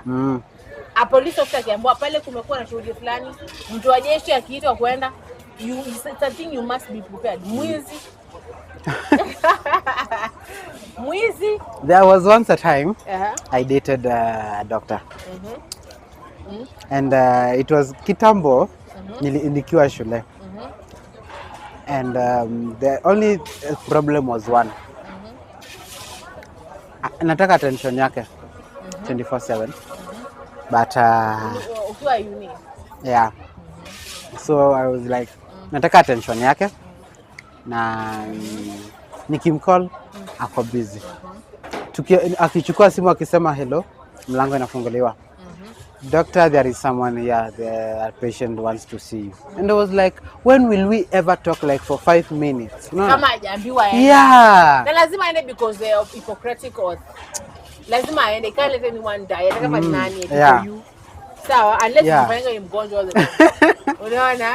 Sasa the worst part ni hadi ukijifanya wewe ni mgonjwa, unaenda unapatana na nurse mwingine, anakuangalia anasema uko sawa, na nakupima sijui nini, anakuambia you are okay, and you are like, when I want him to come and treat me or her to come and treat me, and they are like, no, we are the doctors, we are nurses too. So it was hard because, and I understand that is how the wives of the freedom fighters felt. But they knew it was necessary. Yeah. They knew it was a necessary sacrifice. You will want warmth at night, but in few years your husband will be killed. So after this, I end up pigania dunia sahi. Yes, you want this person to come and cuddle you at night. Yeah. But he has the duty to fight for this because men were falling. Nilikuwa nakwambia jana, maybe that's why. Yeah. Sisi Kenya hakuna wanaume wengi. Maybe that's why. Yeah, I told you the ratio is 1:7. So you can imagine one husband should marry 7 ladies. Two. So one man should have 7 wives. Can you imagine that? And with those 7 wives, they should make babies with them. How babies? They used to go to the forest. Yeah. Have their conjugal rights there for forest. Yeah. nini, then you come back home, unabeba ball yako nini. Yeah. Ukifika second day unaenda kwa forest, you know, because alikuwa kwa forest there Kimani for a very long time. Yeah. Sawa? Yeah. And I think our viewers ambao tuangalia saa hii like what they understand. Yeah. So, ikifika hapo ni pale unasemanga I have done my best. You know? I have done my best, and the only thing remaining is I leave all that to God. Because how do you he fought to the last yeah. He did his best. But there's something that you don't know. Do you know after he was captured, kuna huyu general ambaye ilimwacha akuwe president. Sawa? Yeah. Kumwacha si atakuwa president, akuwe anamfuatilia. Alimwacha, if I die, you're going to be now the next general of the Mau Mau. Yeah. We don't talk about him, but if you see kuna video fulani Jomo Kenyatta after ameapishwa, kuna mtu fulani alikuwa anakaa chizi hapo kwa macho kubwa. And I remember, you know, when I got by Mori, General by Mori. Yeah. Sawa? Ndo aliachwa sasa ateke of the nini. Akaambiwa na tena, do not let go of this country. Usikubali mpaka uache mzungu wa mwisho. Hakuna mzungu ana own land huku.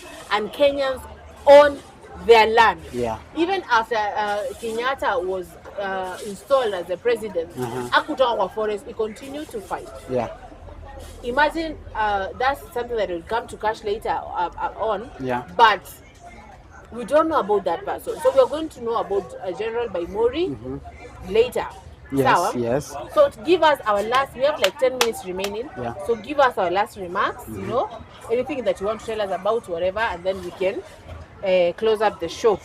My dear viewers, as we go on 12th to deal to celebrate our, is it Jamhuri? Jamhuri. Yeah. Let us be happy. Jamhuri Day. Let's remember the people who fought for that Jamhuri Who fought for Day. this country. The people who made it possible Yes. for us to be free to Today. the extent of celebrating such a day. Tumekaa hapa Paradise Hub. Yeah. Tunakunywa tu, tunakula tu, tunatolewa vitu hapa. Yeah. Nini. As we stay and as we live in this country, tujue those people really did it. Those people tuwakumbukange. And if you know a family of a freedom fighter, sometimes enda tu uambie thank you. Thank you for the sacrifice, for the sacrifice that they you asked people and your family or your father did, you know. Waambie tu asante, because they gave it takes a lot of courage.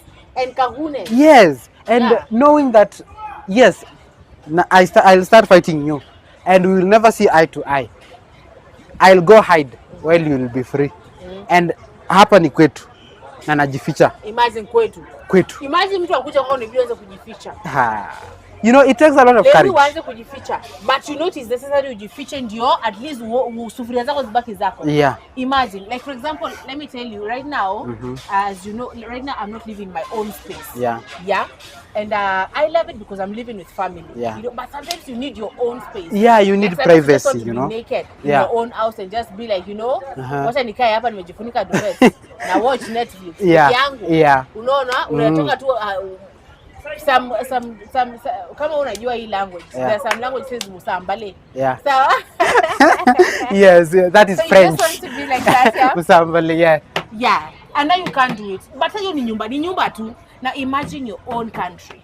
Whereby kuamuka ni lazima ukume kutembea pale hivyo. Kipande system was ile. Yeah, ile kubwa. In your own country. I think my grandpa has that. Yeah, ako nayo,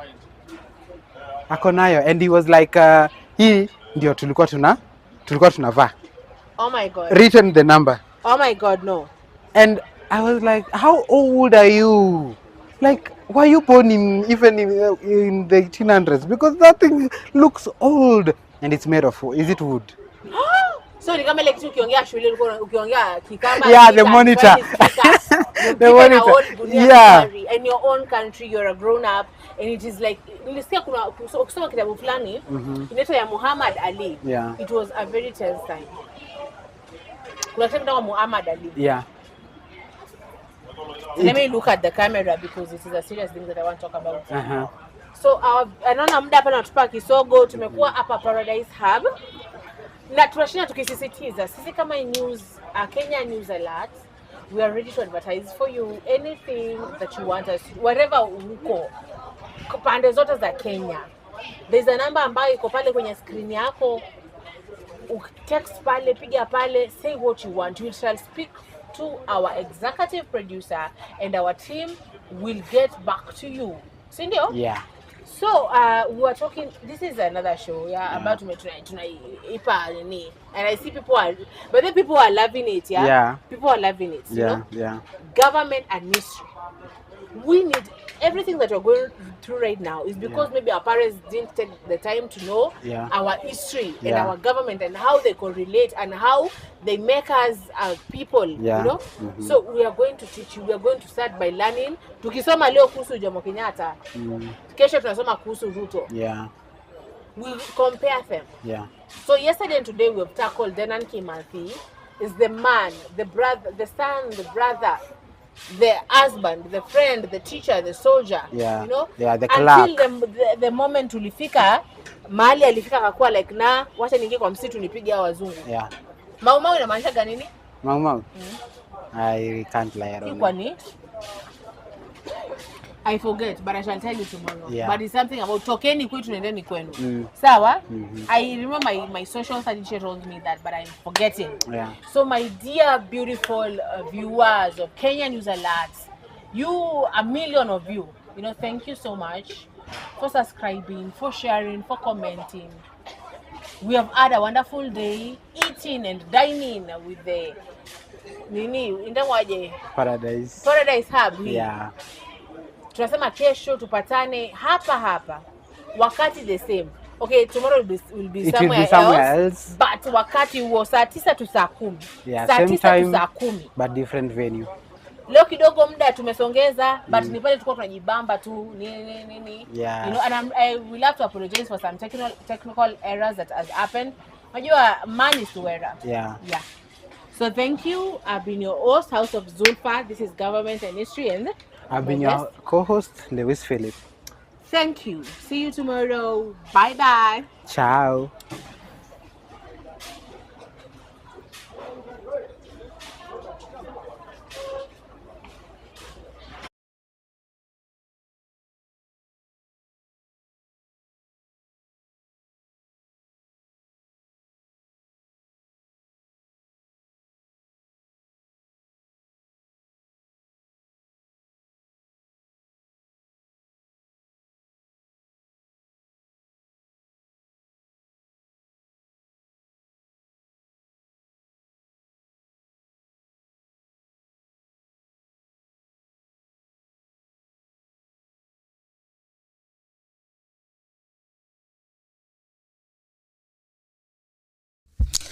Hello, good morning. This is Kenya News Alert and I'm your host, House of Zulfa.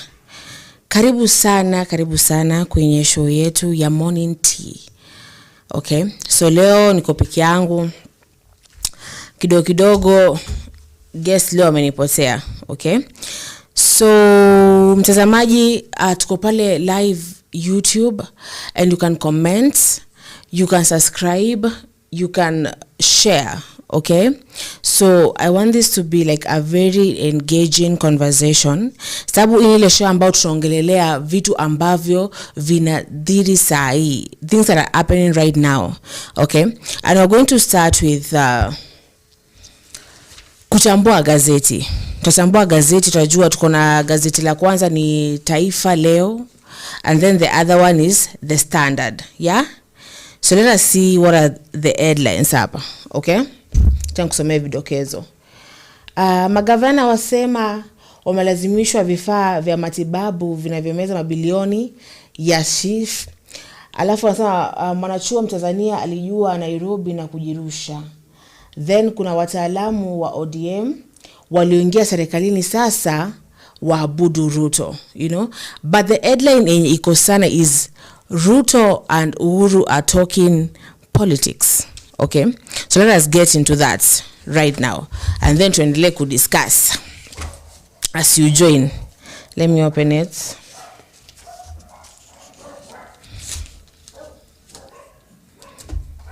So comment pale, you know, and tell me, what do you think, what wasn't the question of today is,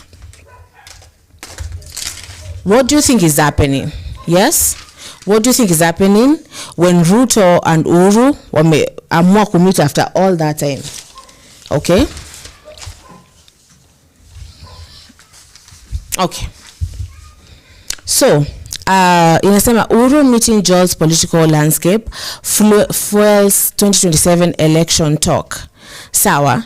Pale mbele, I remember kuna wakati ambao tulikuwa tumongelelea when I had the guest, and then we talked about how Ruto went to Kalonzo's daughter's wedding, and people were commenting and saying that obviously ajaenda bure, obviously ameenda sababu kuna it's a political marriage. Yes? And then kidogo tukasikia pia ameenda, as in President Ruto ameenda kumwona Uhuru after a very long time, and people were asking what is happening. And then kidogo umbea, you know, the juice from there was at the discussion, because the discussion was ash, yeah. So tukaambiwa they were discussing about the state of Kenya, you know. So mtazamaji wangu, I want you to comment pale YouTube, utuambie what do you feel about the state of Kenya right now, and when they meet, is it for Kenya or is it for their own political gain? Yes. So let me read from, so anasema Uhuru Ruto meeting jolts political landscape fuels 2027 election. Yes, wanasema Deputy President Githuri Kindiki meets with the former president and Ruto. Okay, so a surprise meeting between President William Ruto and his predecessor Uhuru Kenyatta on Monday has sent shockwaves across political landscape as Kenyans wait with bated breath to witness the implications ahead in the general elections. Unajua, it is a confusing thing, yeah, because ngoja nitoe glasses, you know, tuonane face to face. So tuliona Ruto before even he was the president of Kenya, kulikuwa kuna issues between yeye and the president, the former president, that is Mr. Uhuru. And then for some time ukabaki wamekosana, sijui nini, Uhuru ameacha kumsupport kuhusu election ambayo iliyopita and stuff. Yes? And now kukakuwa na bad blood for some time, for 3 years. Sindio? And then, you know, as we said, everything that happens, everything that a politician anafanya, everything wanafanya is always, there's a reason why they are doing it. There's a reason why they are doing it. Hawafanya tu hivyo bure, wanafanya kwa sababu ya shughuli fulani. Okay? So, tukaona after some time, Ruto, as in the president, Ruto, kukuwa na issues, impeach Mr. nani? Rigathi Gachagua, and there was a tense moment in Kenya. Sindio? And then that's when we come to see Uhuru amejitokeza. Tunamwona ameenda kuvisit huko kwa Kalonzo, and then kidogo anaanza kuongea na nani? Na Ruto. Now as Kenyans unasikia, we are waiting, we don't know what is happening, because at a moment we're like, okay, maybe he's going to support now Kalonzo. Okay? And now maybe sasa Vesa we meet na Ruto na wanakuwa na ash meetings, and we don't know what is being discussed there, then maybe, you know, maybe they're going watashikana tena. So we don't know what is going to happen in 2027. At this point, go like, what is happening? You know? So let me continue. Wanasema talks of possible reapproachment between Ruto and Uhuru have not only thrown a wrench in the political works, but also thrust into the 4 questions about the political fate of Mount Kenya region and future of the opposition party Azimio coalition, in which Uhuru sits as the council chairperson. And yeah, by the way, that happened. After some time, ilibaki Uhuru ndo amekuwa nani? Amekuwa chairperson wa Azimio party. So tell me, this is the coalition party. Sindio? And then there's inaitwa Jubilee ambayo ni Mr. President. Sindio? Na wakati ambapo Uhuru alienda kukaa pale kando na akakuwa chairman wa the other party, it meant that now these people are wasikizani. Okay? And sasa ni hawa sasa again tumewaona wako pamoja. What does it mean? What does it mean? Okay? As we think about that, I'm going to continue reading. Wanasema during the meeting held in Uhuru's Ichwari's backyard, the two leaders are said to have conferred on the need to address various issues such as fostering national unity, addressing pressing economic challenges, and advancing Kenya's development goals. Now, unajua, what I can say is, okay, we are tense because we don't know what this means for the political and the election that is coming. That is 3 years from now, 2027. Actually, hata mwaka ni kama ambao ushaisha. So, anajua Kenya tunarukiaga sana. Kwanza in fact tunapenda kurukia vitu like just hivyo tu, you know, tukiona huyu amemit na huyu we are talking. So sababu anasema they were discussing about Kenya because maybe the president Ruto aliona amefanya vitu fulani and he was like, hey, let me go back, you know, venye Kenya mali imefika, I need to go back to the president, to the former president, a person who ran Kenya for 10 years, anipe advice, tuongee, unaona, tuelewane. Unajua, okay, I usually say to my friends, sometimes as a grown up you go back to your mom and you're asking, mom, how does this go? How do we do this? How do we do this? You know, after some time ya kujifanya unaweza and stuff, si ndio? So maybe he was like, Kenya haiko poa, and let me go back to Uhuru. Let me go back to the man who ran this country for like 10 years. Tukae chini to discuss. Tukae chini anipe wosia. Sindio? Aniambie, what am I going to do about this? Did I do something wrong when I impeached Gachagua? You know, when I'm not listening to the youth and people are like hating on me and people wanakata uongozi wangu. Sindio? And so, I think we addressed the pressing economic challenges and advancing Kenya's development goals. Sindio? Some of the leaders appreciated the need to achieve broader and more inclusive political consensus in the governance of our country to accelerate inclusive growth and fulfill the national development agenda. A statement from status released immediately after the meeting. Okay. So, kuna issue ambayo tulikuwa tunadiscuss hapa juzi. Sijui kama kuna, if you are live with us. Tulikuwa tunasema Kenya sisi imekuwa ni kama is like only 2 tribes speak for the entire Kenya. Only 2 tribes speak for us. 2 tribe ni gani? That is Murima and the lake people, you know. So it's either Wajaka ama Wagikuyu, sindio? Those are the people that speak only. Those are the people that wako like, okay, ukitaka kukua president, ukitaka kuwa deputy president, ukitaka kuvai for anything, jishikanishe either na Azimio ama Jubilee. You know, and you know these 2 represent only two major tribes here. Sindio? So maybe, and you know people now are speaking. Tukasema pia kuna watu pia wameanza kujitokeza. Watu wameanza kukataa, wameanza kusema tunataka Matiang'i, tunataka Morara Kebaso, tunataka Wamalo, tunataka Kalonzo, tunataka, you know, we want other tribes because since Kenya became Kenya, since Kenya ilipata uhuru tumekuwa kuwa na only 2 types of presidents, yeah. Tumekuwa na the Kalenjins but not so much, and then Wagikuyu, but the tribes that speaks are only 2. Sindio? So wanasema the story that came from that meeting is what that they were trying to achieve broader and more inclusive political census. And that is what we want as a Kenyan, because tulisema we are 43 tribes in Kenya. Sindio? And 43 tribes, it can be that only 2 tribes ndo zinafanya nini?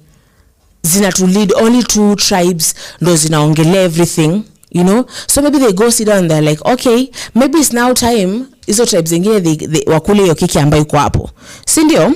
So tunasema wanasema a separate statement from the former heirs of state also indicated that some people in the position as faced harassment, calling for the cession of the same state, further emphasizing the need for vibrant opposition, transparency, and the need to fulfill the Reconciliate and Independent Electoral Boundaries Commission (IEBC).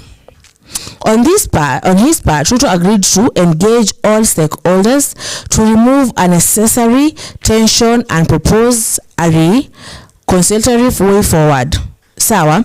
Okay, maybe he's trying to reconcile with the Murima. You know, after each saga ya Kashagwa atoke, after all that, tumekuwa tense because tulikuwa tunasema don't hate the game. You know, don't hate the players, hate the game. Sindio? Because that is the game yenye ambayo inaendelea. So that is that. Tumesema tunachambua gazeti. So that is that. Ukitaka kuendelea na hiyo, you shall go and get your copy of the Standard. Sindio? Now let us go to something else, yeah? Kuna Uhuru Ruto talks over strategic moves of sign of weakness in Kenya Kwanza. I think that is bado more about everything that they were discussing, because that is the hot topic right now. Tumesema as a Kenyan people tumetensa to what is going on. These people ni kama vile tusema Mike so wili wakienda kupatana, you know, and uko hapo uko like okay, what is going to happen? You know, it's either they fight or they reconcile, you know? Sindio? So mostly what the Standard is talking about is more and more about what they were speaking, because as a Kenyan people we want to know what they were talking about. Sindio? Aya, bado kwa the Standard wanasema kuna issue ambayo wanasema stop killing our girls and women. Sindio? Protesters demand. Unajua for some time, and it is a really sad thing, and I remember some weeks ago we had like a whole discussion and we were like, stop the femicide. Stop femicide. Because femicide imekuwa ni kama like now a story ambayo tu ya kawaida saa hii. Like says femicide yani kidogo yani hey Jesus. I don't know what is happening. And we discussed this and we were like, why are people killing each other? I mean, the moment that you know, unapata most of the people are young people killing each other, or people in toxic marriages killing each other, and the people who are getting killed most are young ladies. And I remember we discussed and we talked about it, and it was a really sad thing. Nasemaga, I remember I was talking to my cousin, and she's like an elder cousin of mine, and she was like, Zulfa ikifika place upate, you know, unaona hapa there's no peace, hakuna haja uendelee kukaa hapo, hakuna haja uendelee like kufight for it, you just get out, you just go. Because yani unajua yani the moment uendelee kukaa in a very toxic marriage ama a toxic relationship, that is not good. So the Standard is talking about, let us go deeper in that and know what they were talking about, because there was demonstrations in Nairobi. So some demonstrators flooded Nairobi streets yesterday during the final days of days of activism campaign to end gender-based violence. The protests, which came at a time of increased violence against women, were staged in various parts of the country and called for equal rights for women in Kenya. During demonstrations, several protesters were arrested after clashing with police officers who lobbed tear gas. Kenya. So bado hata mkienda kuprotest bado for femicide bado tunamwagiwa tear gas. So let us get into that, yeah. Tunachambua tu tukipitia as we get to the main topic. So wanasema the 16th day of activism against gender violence came to an end ironically as police unleashed terror on activists in Nairobi amid calls on the government to ensure perpetrators of violence are punished. Score of rights of activists, among them Amnesty International Kenya Executive Director Irungu Houghton was tear gassed and arrested for participating in a peaceful anti-femicide march in the city. Enyewe seriously. Tunaambia police ni nini? Police ukisoma kwenye social studies ama history, I don't know what they call it right now, yeah. Wanasema police are here to enforce the laws, and the laws which are made by the MPs, the parliament, so the government. Sindio? So guys, seriously, as a government we are failing when people are there, protesting about women being killed, our sisters, our mothers, our wives, our friends being killed, na mnakuja kuturushia tear gas. Seriously. That is so sad, because let me tell you, mwaka imekuwa tu people being killed, and these are ladies being killed. I remember one of the most saddest story nilisikia ni ile story ambayo kuna mdada ambaye yeye na mtoto wake mdogo waliuliwa. And it was really sad because huyu mwanamke alikuwa ametoka from a toxic marriage na akapata mtu ambaye anamwambia atamsaidia, and they were killed. Na more than 200 women have been killed this year. So it is so sad when we are protesting this, and then police mnakuja seriously. Mnakuja kumwaga tear gas kwa watu ambao wana protest kukataa our moms, our sisters. It's a sad thing, yeah. So let us see. So when you want to know more of that story, you shall go to the standards and know more of that story. Sindio? What else? Tunachambua tu hapo juu. Okay. So let us go to Taifa Leo. Now Taifa Leo wanasema uchaguzi mashinani wapasua chungwa. Sindio? Wanasema inadaiwa washindi wa kura za mchujo mashinani walichaguliwa na wanasiasa ili kufanikisha malengo yao binafsi. So apparently kulikuwa na election ambayo ilikuwa inaendelea mashinani, for mchujo. And so let us get into that. Sindio? Okay. Wanasema ODM ilianza uchaguzi wake November 27, huku ikitangaza baadaye kuwa shughuli hiyo ilifaulu. Sindio? Wanasema hisia mseto zimeibuka kuhusiana na uchaguzi wa majuzi, huku baadhi ya wanachama wakihisi kudanganywa baada ya matokeo kutangazwa. So apparently ODM walikuwa wanafanya some elections hapo ndani. People, I don't know any, this is the question that I was asking. It is only 2 years tangu to kuwe the new president, and right now tushaanza campaign. Like in Kenya na politics, tushaanza campaign. Hata atujapeana, hata it's like fiti. I was saying ni kama watu wako na bucket list. Like, I want to be a president, I want to be something, I want to do this. So the moment eti huyu ashakuwa iko like, okay, huyu ashakuwa sasa, now it is me. Because sasa na nyinyi mnafanya eti elections hapo mkijiprepare for the next election, and bado it is only 2 years since Kenya.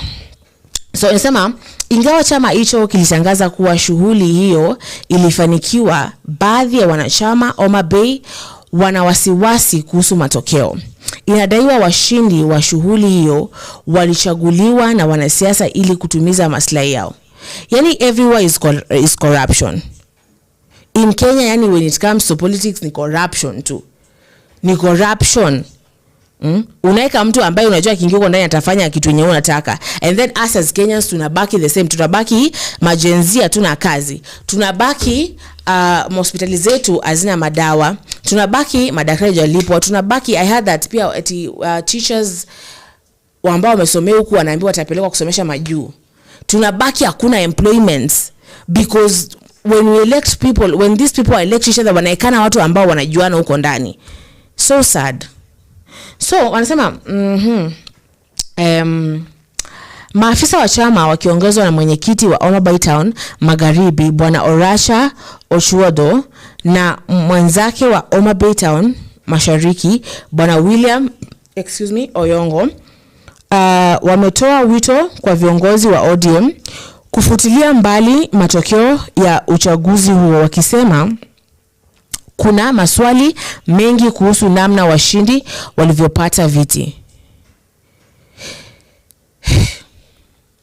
I will not get into that. So kama unataka kujua more about uchaguzi wa ODM, utaenda kutafuta Taifa Leo. Okay, na bado iko online by the way. Sawa? Okay, so then there is now the aid topic ambayo inaendelea. Nasema shirika laanika uozo wa uongo na hongo wa utawala wa Rais Ruto. Sawa Sasa utawala wa miaka miwili wa Rais Ruto umepokea alama duni na shutuma kali kwa kukita mfumo wa ufisadi na kuepuka adhabu ili kujinusuru kisiasa. Ripoti ya hivi punde zaidi ya shirika la Africa Center of Open Governance AFRICOG inaonyesha kwamba Wakenya wengi wanaamini kuwa Kenya inaelekea pabaya chini ya Kenya kwanza. You know, that is a question that imekuwa ikiendelea. In fact, that is a thing. Maana nasikia topic yetu inasema Uhuru and Ruto talk politics, because it is a tense moment. As a Kenyan people, we are tense. Kumekuwa na deaths. First of all, kumekuwa na deaths. Tumekuwa na life yetu imepanda juu, yani life yetu, our life imepanda juu, imepanda huko, yani hatuweza afford vitu fulani. Promises that were told, they are not being met, and it's like now our cries are falling into deaf ears. So people are tense about this entire thing.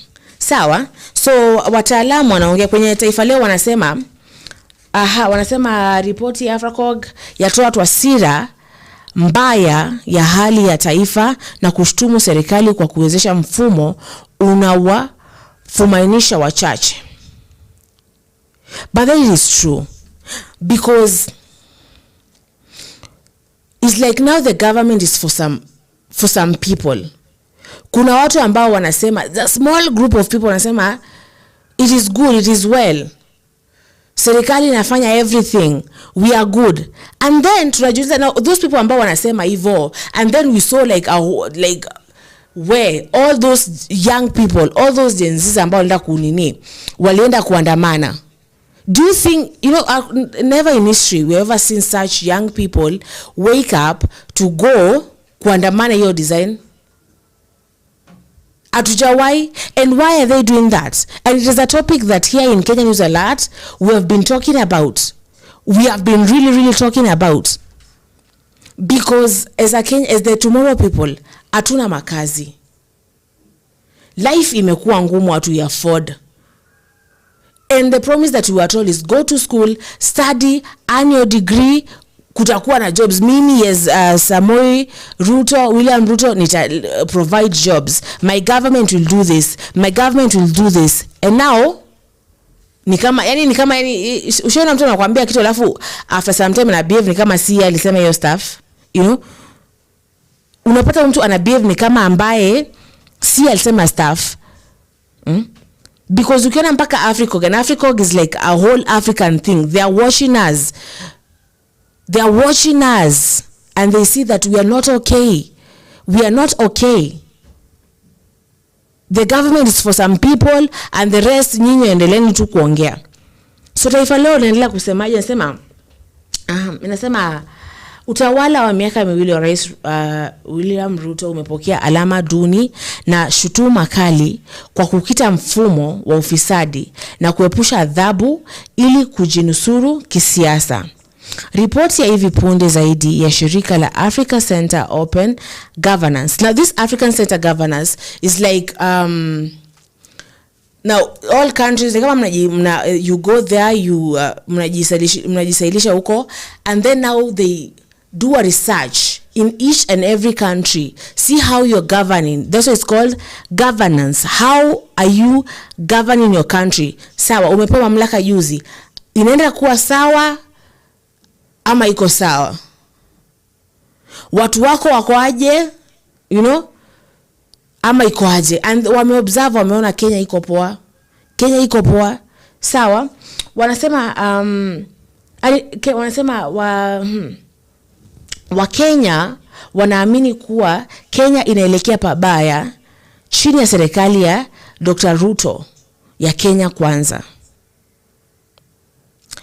Ripoti hiyo iliyotolewa Jumatatu inatoa taswira mbaya ya hali ya taifa na kushtumu utawala wa siasa kwa kuwezesha mfumo mbovu unaofunaisha wachache.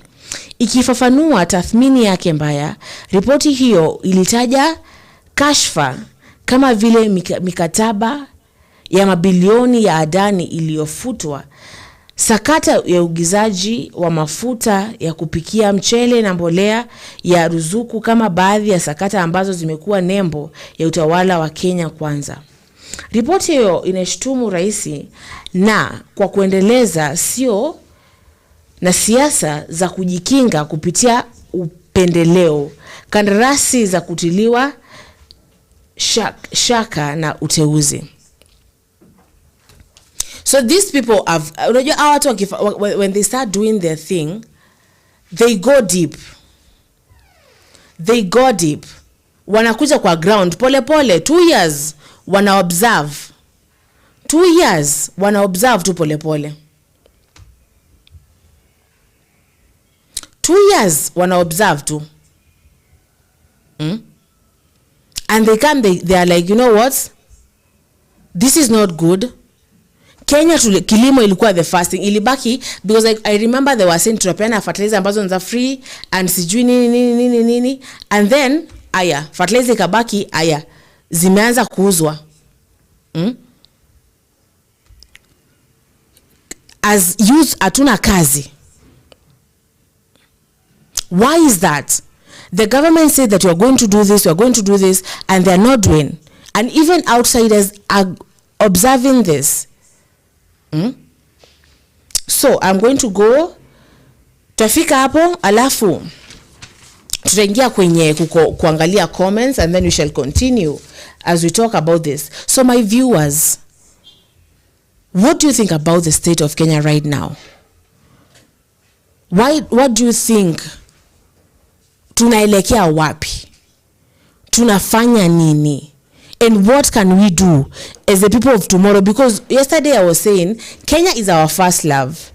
Na tukiachilia na tuseme eti oh my dears, we shall lose our country. Tutakuja tupate na tushauzwa jamani.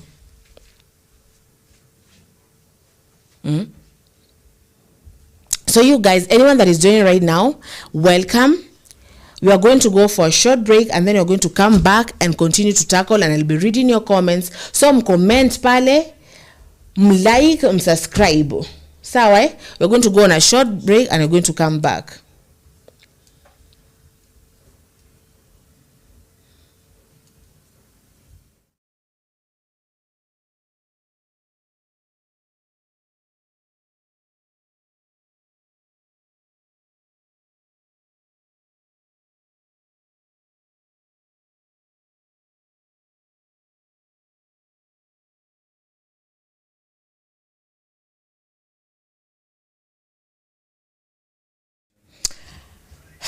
Hello, this is good evening saye.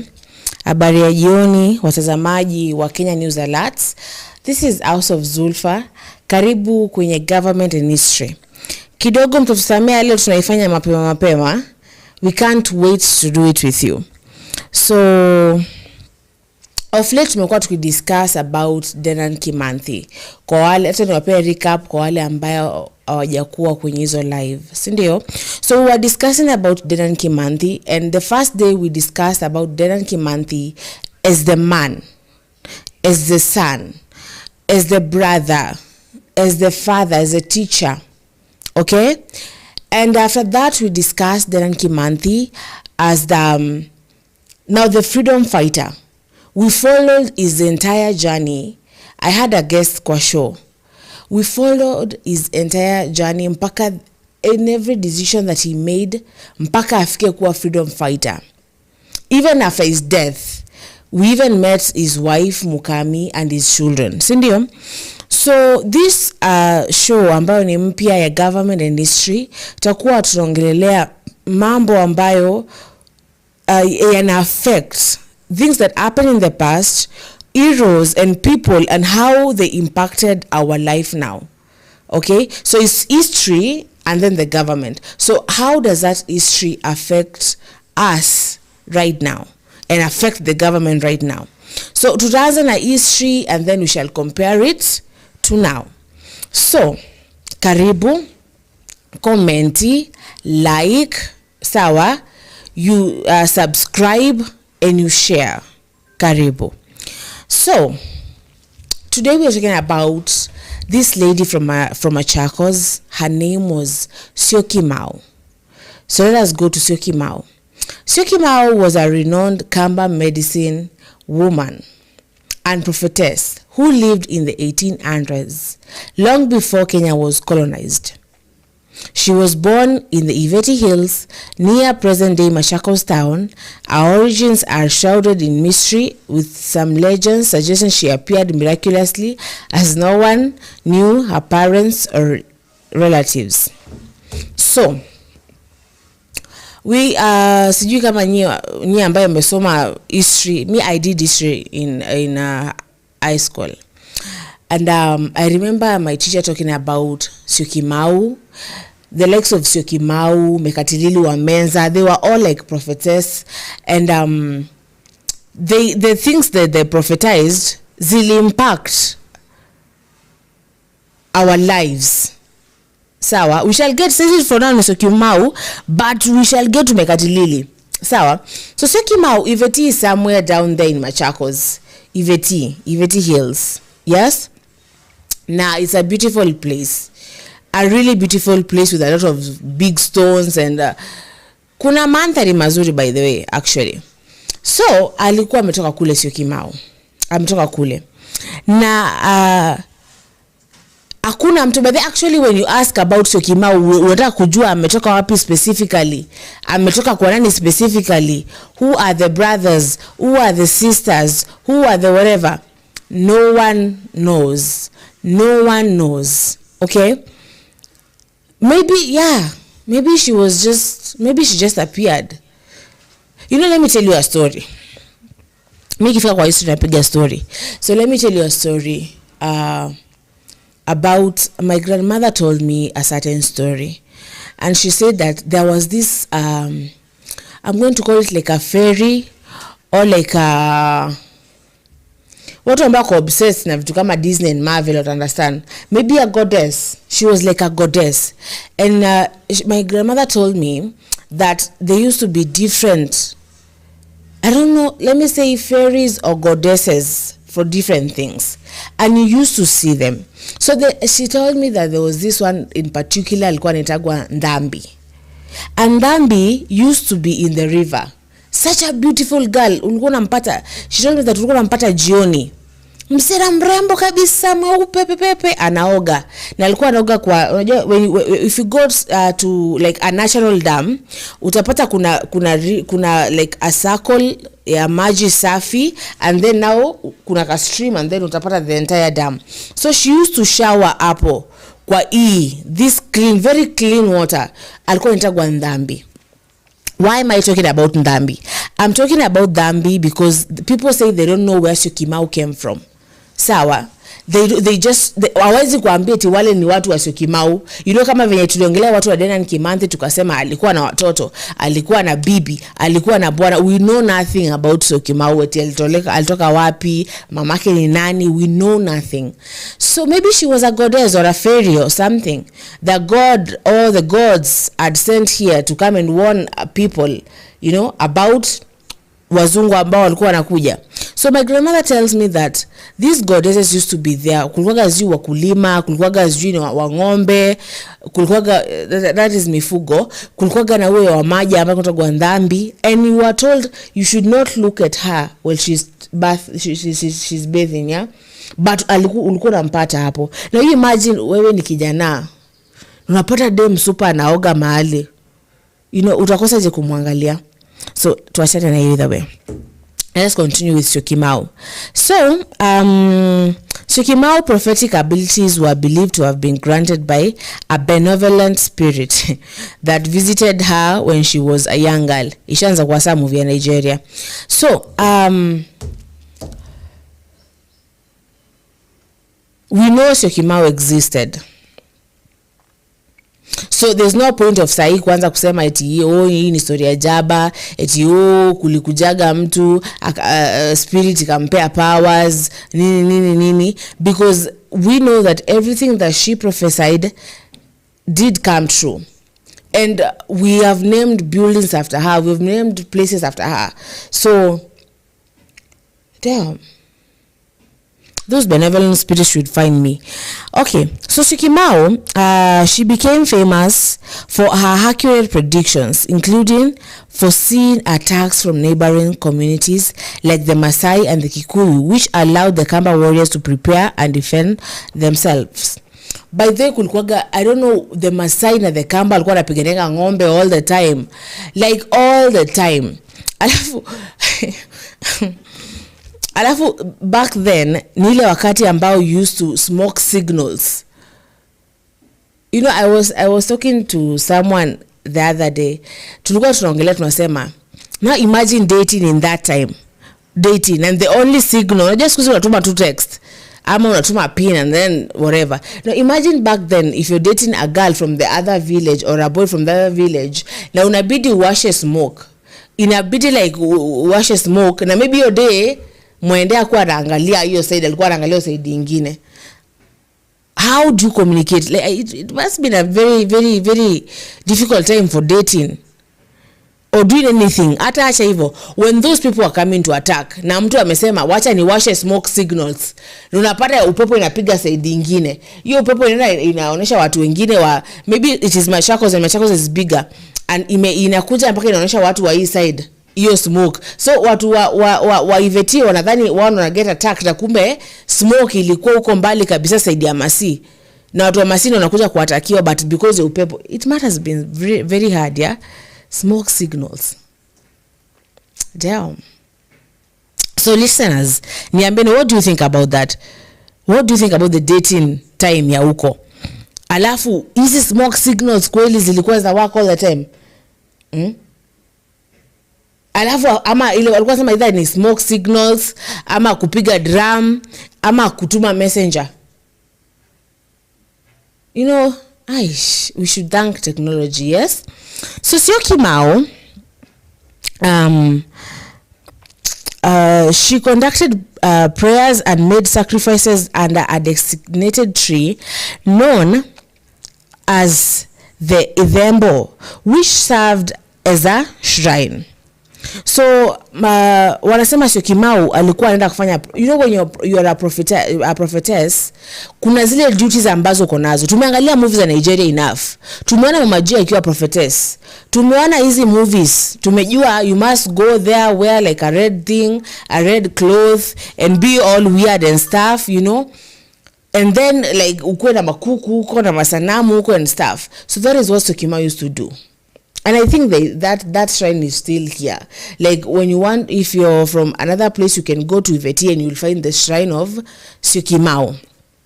So she used to conduct prayers and make sacrifices. Sawa? So prophecies extended beyond immediate threats to include significant events such as the arrival of Europeans and construction of Kenya-Ugandan railway. So,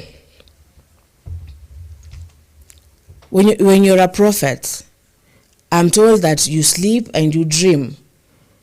Ama the prophecies are poured onto you. I don't know. I'll say tunasemaga it is God. Then I don't know. They used to say maybe spirits, ancestral spirits. Yeah. So ndo zilimuoneshaga, and I'm told my grandmother tells me that she said kuna nyoka kubwa inakuja. Hiyo nyoka inakuja na nyeupe. She said it's a white, long, very very very long snake, and it is white. No, imagine sasa amekuja ameamka asubuhi amesema nimeota hivyo. And you know you guys obviously unajua kitambo alikuwa anawapea prophecies za kusema naona ng'ombe zikiibiwa, and then the Masai wanakuja wanaiba ng'ombe. So umezoeaga prophecies zake ni zile literally. And now she says naona kuna nyoka kubwa anakuja mweupe na akikuja kutakuwa na shida.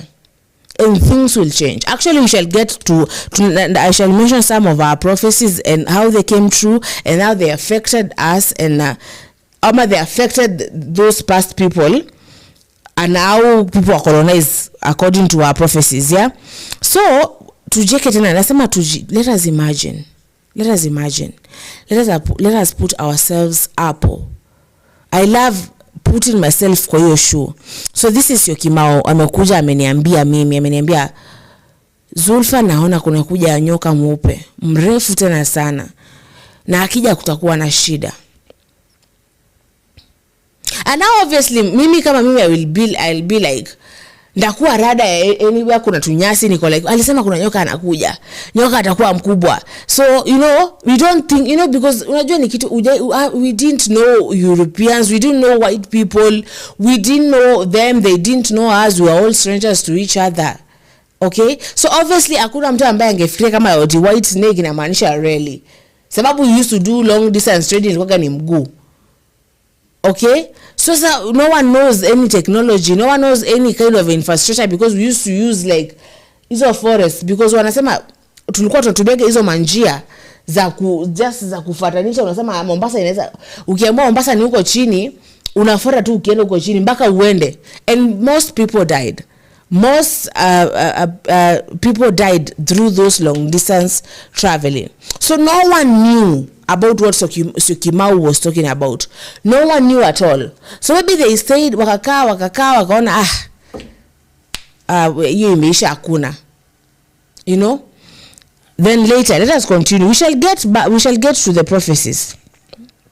Let us first know who was Syokimau as the person.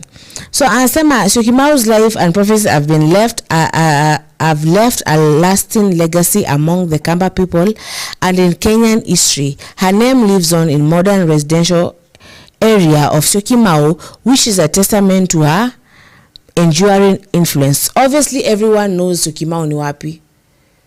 Syokimau, it is named after Syokimau. Now this Syokimau that we are talking about, the lady that was born in Iveti Hills in the 1800s, because you are the first, when you go through history unajua the first people the first explorers arrived at Rabai in 1849. That's when the first explorers unakujanga wa kwanza wale walikuja kuexplore wajue huku ni wapi. They came in 1849. Now Syokimau alikuwa huko because I think she never met the white people, but she prophesied about them. Sindio? Now let us go and see what ninataka kuguzia tu some examples of the prophecies ambazo alisema and how they affected us. Naomba nikienda kuangalia zile prophecies, continue on commenting, continue on sharing, continue on subscribing, and also I will continue to insist, if you need to advertise anything, if you need a team of experts wa Kenya News Alert to advertise anything for you, all you have to do is look at your screens and then you'll find a number there, and that number you will contact that number na utaongea na the team of Kenya News Alert, and then mtawasiliana alafu we shall land to you. We shall come to you and we shall come to advertise what you want us to advertise for you. So guys, Syokimau, such a powerful name. Syokimau. I don't know what it means. I was trying to find what it means, but I don't know what it means. Syokimau. Let us get back to the prophecies of Syokimau and how they affected us as a country. So, some of the examples of her prophecies were colonization by the British. Hiyo ndio ya kwanza. Anasema Syokimau predicted that people with funny skin, the white people now, people with funny skins ni white people would come, take over the land and force the locals to abandon their gods and adopt the British religion. This prophecy came true when the arrival of the European missionaries and the subsequent colonization of Kenya. So alisema, back then as an African community, we used to worship rivers. Ulikuwa naambiwa we used to worship mountains. Ukikuja upate mti mkubwa sana, you worship that, And they used to, when our wazungu walikuja wakatuambia eti mna worship idols.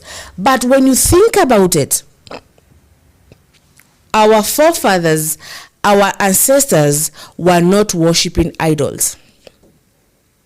Because when you look at a mountain, kuna ngoma fulani inasemaga nikitembea kote duniani ndege uimba, and so milima inapendeza macho, and God is in that. God is in his creation. God is in that beautiful, powerful, strong current river. God is in that big tree, big mwamba tree. God is in that mountain, So I think our ancestors were not worshiping idols. They were admiring and appreciating God's creation. Sawa? So Syokimau alikuwa ameshaambia watu kuna kujua. Na hao watu wakija ambao wako na funny skin wakija, amtapenda. They will come, they will force you to work, they will force you to leave your gods, and you will have to do everything that they're saying. And maybe people were like, unajua unaambia prophet anakataliwa kwao. So maybe people were like, asa funny skin ya kina nani? Funny skin ya kina nani? Unaona? Aya. So the second prophecy of Syokimau was attacks from neighboring communities. She could foresee attacks from neighboring communities like the Maasai and the Gikuyu, giving the Kamba warriors time to prepare. Elisha go through it. Because I have told you, Wakamba and Maasai, like that is one thing. They used to fight for ng'ombe and fight for stuff. Fight all the time. So that one I've touched about. Then the third one is modern architecture. As about Syokimau foresaw a generation that would build houses on top of one another. What? Wow. Umesikia wewe? This one was a goddess, yeah? Syokimau foresaw a generation that would build houses on top of one another. Now those are story buildings. Aliona magorofa. That was 1800s. Wakati hata tulikuwa tunajenga na udongo. And we used to thatch the roofs with this kind of, sijui ni nyasi gani, but we used to use thatch kind of roofing and udongo. And she foresaw like 100 years from now, like huko mtajenga nyumba ambazo mtajenga magorofa. Damn.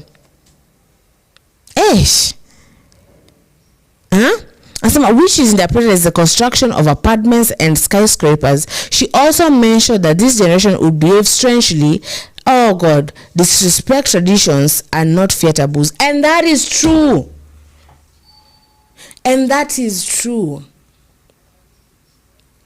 Madam aliona that one. Madam alikuwa on point. Sawa, tushajenga hizo skyscraper already. She says that you will build houses on top of one another. And then sasa tumefika ile place, nilikuwa nasema meme fulani nasema Gen Z anaona mzee amesimama kwa gari na badala muamkie kiti anauliza mwenzake mbona mzee ameingia kwa gari kama imejaa. And I remember back then when we were children, aungekaa chini kama mtu mzima, like someone hata mwenye ako 1 year older than you amesimama. The moment you see your elders coming, you stand up. Back then, ukienda ushago, I remember there's this grandmother of mine that used to beat you like vibaya sana. Eti una nini? Kwanza uamke asubuhi alafu ukose kumwambia marahaba, wewe you're done. Wewe hata usikule kwa hii nyumba. Wewe hataenda kabisa, like potea, because you are an abomination. But saizi imekuwa tu kawaida, like utapata hata hapa kuna mzee mzima na nimekaa tu hapa, akuwe hata kuna madam mjamzito na nimekaa tu hapa, nipigiwe simu niongee all the dirty things, you know, nifanye chochote, and I'm like si mamangu, you know. So she saw all that. Aya ya nne ambayo I'm just giving like 4 examples and then we go on a break and come back, okay?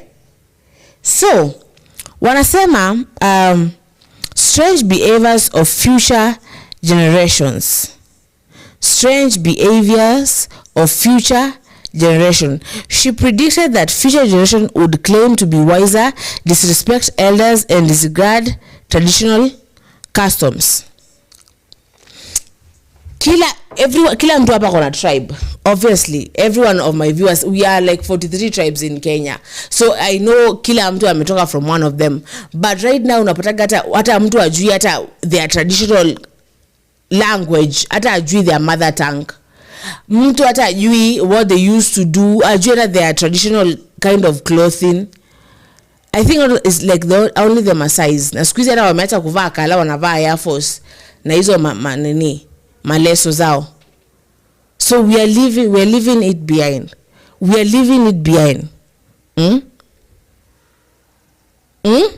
It is not good. Okay. So, when we come back, I wanted to discuss Prophetess Syokimau legacies and how they influence modern Kenyan society. Sawa? So we shall go on a small break, and when I come back I will read your comments, and then tutajua hizi prophecies zake zenye aliprophesy saizi zitatu affect aje kama a country, kama a Kenyan people. How will it affect us? Thank you. We are going on a break and then you're going to come back.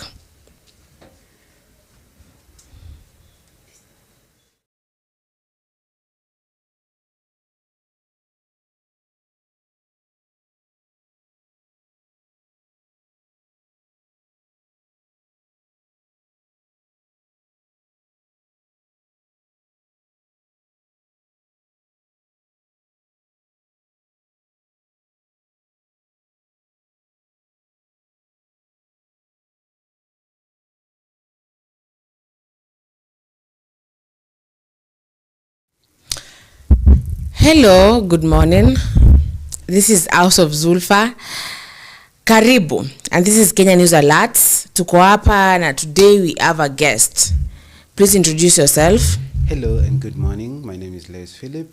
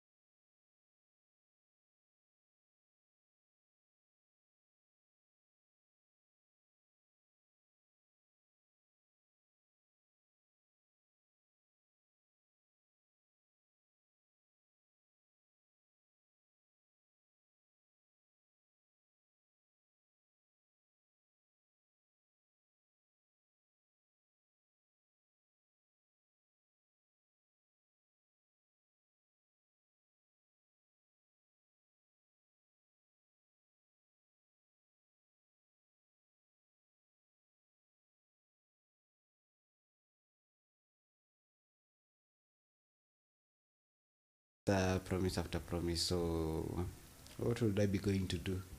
See, I better come here, listen to him, and then tell you what I think about.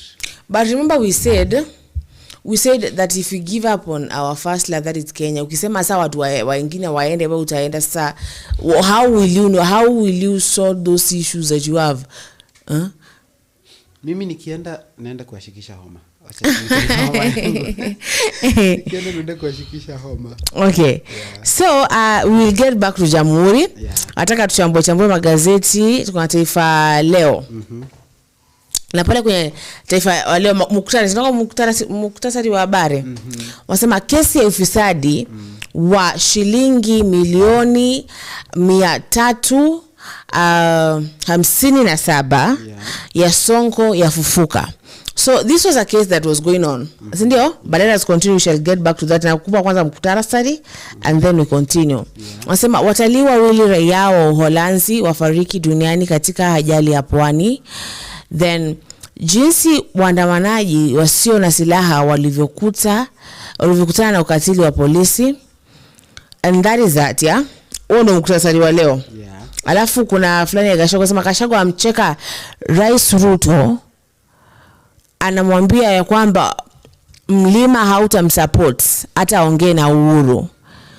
You know? What do you think about that though? Okay, what I think about that? The last comment. What is you? The last comment, yeah. Okay, yeah, it is true. Ruto lost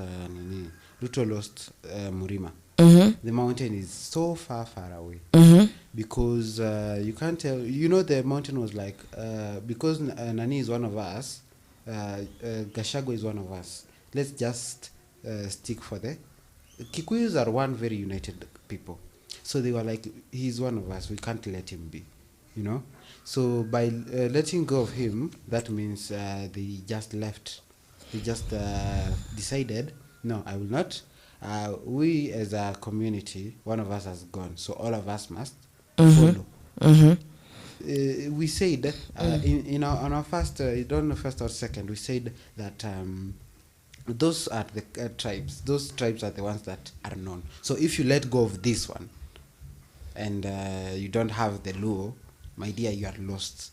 Yeah. So Nani is like, his efforts to try and get back the Kikuyu are about to be fertile if he will not get someone who is stronger. Fertile or futile? Oh, futile. Yes. So, but it is true, every statement ambayo umesema, because yesterday I was somewhere and I was with this guy. And this guy akaniambia, we are talking, you know, I love engaging people and learning about them. Na ni Mgikuyu. Akaniambia, acha venye ameenda huko. Hiyo ameenda kwa Uhuru. Uhuru ni kura moja. Yeah. But mlima ndio everything. Yeah. Na sisi we are not standing with this person. Yeah. Na tukiamua kufungia manini zetu kwa bank, pesa zetu na chakula yetu, because cabbage, because carrot, because tomatoes, a lot of cash crops zatoka huko. Yeah. You know, I don't know who advised him to do that. Ama he thought that is a superpower already peke yake. What was he thinking? You know, at first, do you know when he was selecting deputy? Do you remember the people who were nominated? Gachagua had a few percentage, just because, okay, not because he was a Kikuyu, but the few percentage was because Nani was his best friend, Kindiki. So you could imagine, it's like I saw this coming, because it's like it was just predicted. Kindiki was the second one. But unajua wakati wa maandamano, that was last year when maandamano ya sijui kubeba sufuria, sijui nini, Kindiki alikuwaga hapo ana support everything huyu mjamaa alikuwa anasema. Yeah. Like nini endeni mshike watu, sinawaga ni CS of security. Yeah. Endeni, you know, mpaka tuanza kusema wani right man and wake, like any, because whenever he says ashafanya, you know, the way it said, akikohoa unaitika. So Ruto anaitika. Like, yes, yeah. So but right now Nani was like, okay, yes, you are the president, but consider the feelings of your people. Consider what your people are talking about. Unaona? Yeah, but I think that is where the clash came on, because those Gen Z maandamano separated them. He was like, my children. You know, that statement till today makes me giggle, because he was like, my children. And then that is Gachagua. And when Ruto would stand, he would be like, how magaidi. So By do you know that thing really was those what you could see, those are two different people talking. Ni kama unaambia I know it's a proverb ama it's a saying inasemaga mtoto ni mzuri akiwa babake, ni mzuri akiwa mzuri mtoto ni wa babake, akiwa mbaya ni wa mamake. Yeah. So now Ruto was the father. He is like, achana na hao watu. Hao magaidi wafanyiwe, you know. Okay. So the thing is, leo ni Jamhuri Day, si ndio? Yeah. Na unajua obviously kuna watu watafika pale Uhuru Gardens. And the president obviously will have to address the nation. Because tulisema jana, I was saying, we as a Kenyan says tuko like, what is happening? Uhuru amerudi kwa ex wake, si Uhuru, Ruto amerudi kwa ex wake. That is Uhuru. Yeah. Why? And they didn't tell us about this meeting. It just happened. You know? Amerudi huko. What is happening? So but we want to know that. The second thing is we want to know how our lives. Na venye unajua kuna kitu tunaitwa Africa COG. Africa COG there's an African organization that inaangalia how you govern a country. So they look at walikuwa wanaangalia venye Ruto na govern, and they were like, hey, mali Kenya inaendelea. Even the people themselves wako like, no. Sawa? Yeah. So the question is, what do you think? What will he tell us today? Because me I want to know, like I want to hear him speak. I want to hear him kama anataka kutupea a lot of issues ambazo tuelewi. We shall get back to that. Sawa? Yeah. So tumesema kesi ya ufisadi ya Sonko. Sonko nakumbuka, baadaye Sonko alifanya getting impeached pia. Yeah, Sonko was impeached. Alikuwa governor Nairobi, Mike Sonko amepata pigo baada ya mahakama kuu kubatilisha kuachiliwa kwake katika kesi ya ufisadi ilihusisha 25 million karibuni miaka miwili iliyopita. Sawa? Yeah. Jaji Nixon Sifuna Jumatano alifutilia mbali kuachiliwa kwa bwana Sonko, akisema hakimu aliyesikiliza kesi alifanya makosa katika uamuzi aliotoa Disemba 21, 2022 kwa kutegemea karatasi ya mashtaka ambayo irekebishwa na mkurugenzi wa mashtaka ya umma DDP. Hakimu wa mahakama hiyo Douglas Ogothi alimwachilia bwana Sonko pamoja na ROG Security Limited na Anthony Otieno Ombok almaarufu Jamal. Unajua Jamal? Yeah. Is a very famous guy. Yeah, akisema karatasi ya mashtaka iliyowasilishwa na upande wa mashtaka ilikuwa na dosari. So now I remember that case. Yeah. And ikaenda hivi kabaki ameachiliwa. Yeah. What do you think about that? What do you think about these people? How they steal a lot of money? Ni kama ile story ya Waiguru. Yeah. Story ya watu wengine ambao hatuwajui, but inaishaga tu hivyo. Do you think hii kitu amesema eti imerudishwa, will it go through ama itende hivi usikie eti what do you think? According to me, in Kenya, the only crime, the only theft that is punishable is a small theft. The theft of chicken thief. Huyo mtu atapigwa, huyo mtu atafungwa. Lakini millionaire ameiba millions. Hata ibe 300 million. Hata ibe ngapi? Lakini mtu akuiba mahindi kwa duka hata ameiba kule. Imagine. So what is that? That is what does that say about people? It's not in Kenya alone. Okay, maybe Maju, because Maju tumeona at least squeeze wameanza kuwa accountable. Maju squeeze like wanangoja president akitoka tu hivi. Anauliza maswali zake. Kama ni deputy ikimalizika tu hivi inafunguliwa. Unaona?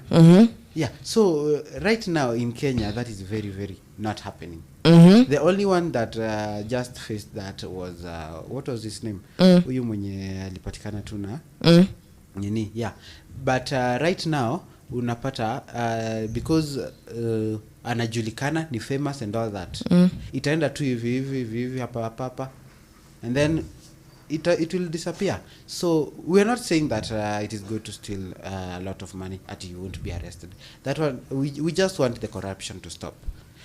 May these people set an example that those who will be found guilty of corruption, they will be they will pay, and they even their property confiscated. That one is one way of teaching people a lesson, you know. Yes, like upate hizi accessories of funds ambazo amechukua. Kila kitu ki get frozen, but they do that. Every of your account, kila kitu ina getting frozen, inachukuliwa by the government. Unapata I saw hata ukiavoid kulipa tax and then now you're back, they take everything and they bill it, and utakuwa hauna chochote. Maybe wakubakishia hata nyumba na upata hata nyumba hata haina chochote, wamechukua viti, wamechukua anything of value from that place. So that is how Kenya that is how Kenya should do their nini, because by dividing according to social standards and all that, it shows that the justice system is broken, and flawed and malfunctioning. So as a country we should know that we should have a justice system that haibagui ina kata katikati. Do you know that when that way is on one side, that is not justice, it is injustice. And injustice is what makes people reach to a point that they want to do some vengeance on themselves. No. So you just have to make sure that if someone is accounted or is responsible for any corruption, they should face the due diligence. And the law should not be at halfway because you know we need to famous and all that kind of stuff. Like when you're a Kenyan, you're a Kenyan. Whether you are a tycoon, whether you have $300 trillion dollars, you should be accountable for whatever you did. And when you're a thief, you're a thief. Hakuna cha huyu ni mwizi mkubwa hata urumiwa sijui nini, you know. Okay. So Sonko bado amemba narudi. Now let us go back to, I want us to go through this and then we go back to the Jamhuri thing, Wasema watalii wawili raia wa Uholanzi wa fariki dunia katika ajali ya pwani. Let us read that. Will you read that for me? Let me. Can you please read because haionekani hapa kwangu. Okay. Watalii wawili wafariki duniani baada ya kuhusika katika ajali ya barabarani iliyotokea katika eneo la maji ya chumvi huko Mariakani. Ajali hiyo iliyotokea Jumatano saa 1 asubuhi ilihusisha gari ya kuwasafirisha watalii na gari la mizigo la kusafirisha magari mapya. So why do you think these accidents happen like this? Because when I say ajali hiyo iliyotokea, let me read this so that I may tell you. Ilitokea Jumatano saa 1 asubuhi, ilishia gari ya kuwasafirisha watalii na gari la mzigo kusafirisha magari mapya.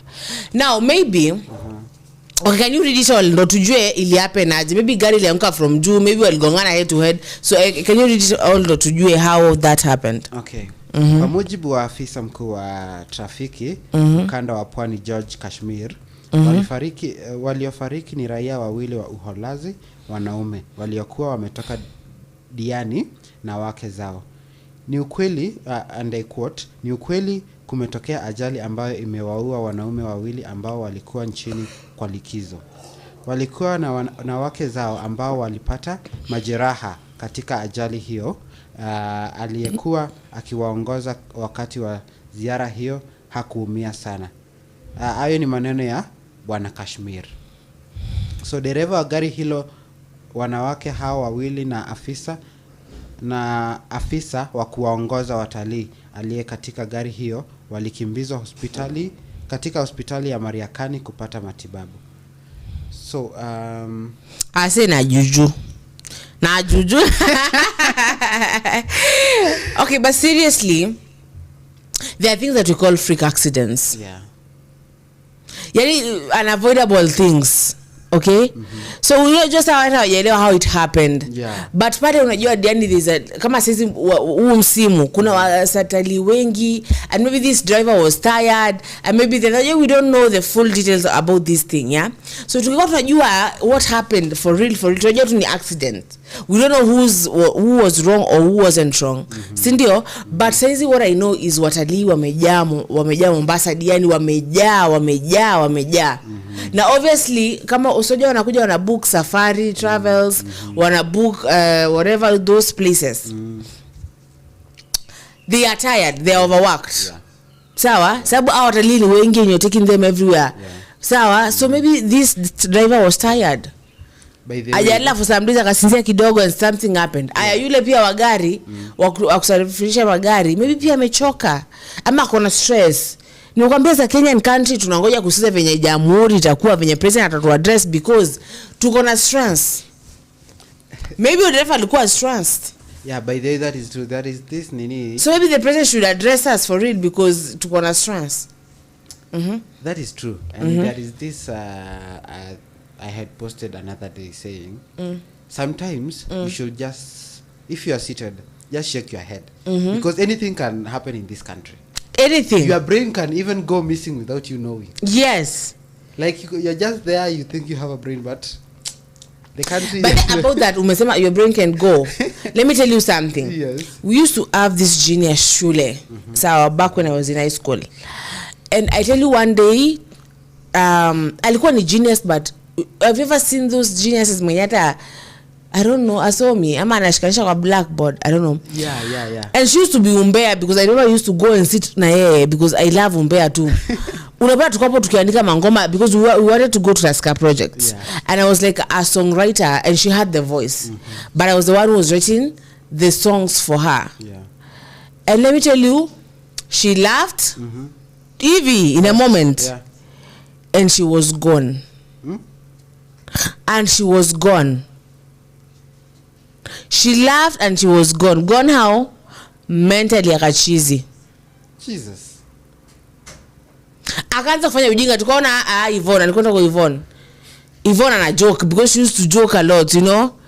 Ikakuwa sasa anza kupiga, akachukua demu anza kumpiganisha hivi kwa nini? That's when we ngoja, it is serious. So we screamed and the teachers came. And the teachers could not restrain. I don't know if it was possession, I don't know, it was akili hivyo ilipotea sababu ni genius na anashikanisha a lot. Yeah. Unaona? We never knew, but we know that alifungwa na kamba. Jesus. And that was that. I've never heard about Yvonne again. You see, yes, and when I say you should check your brain, people are like, yeah.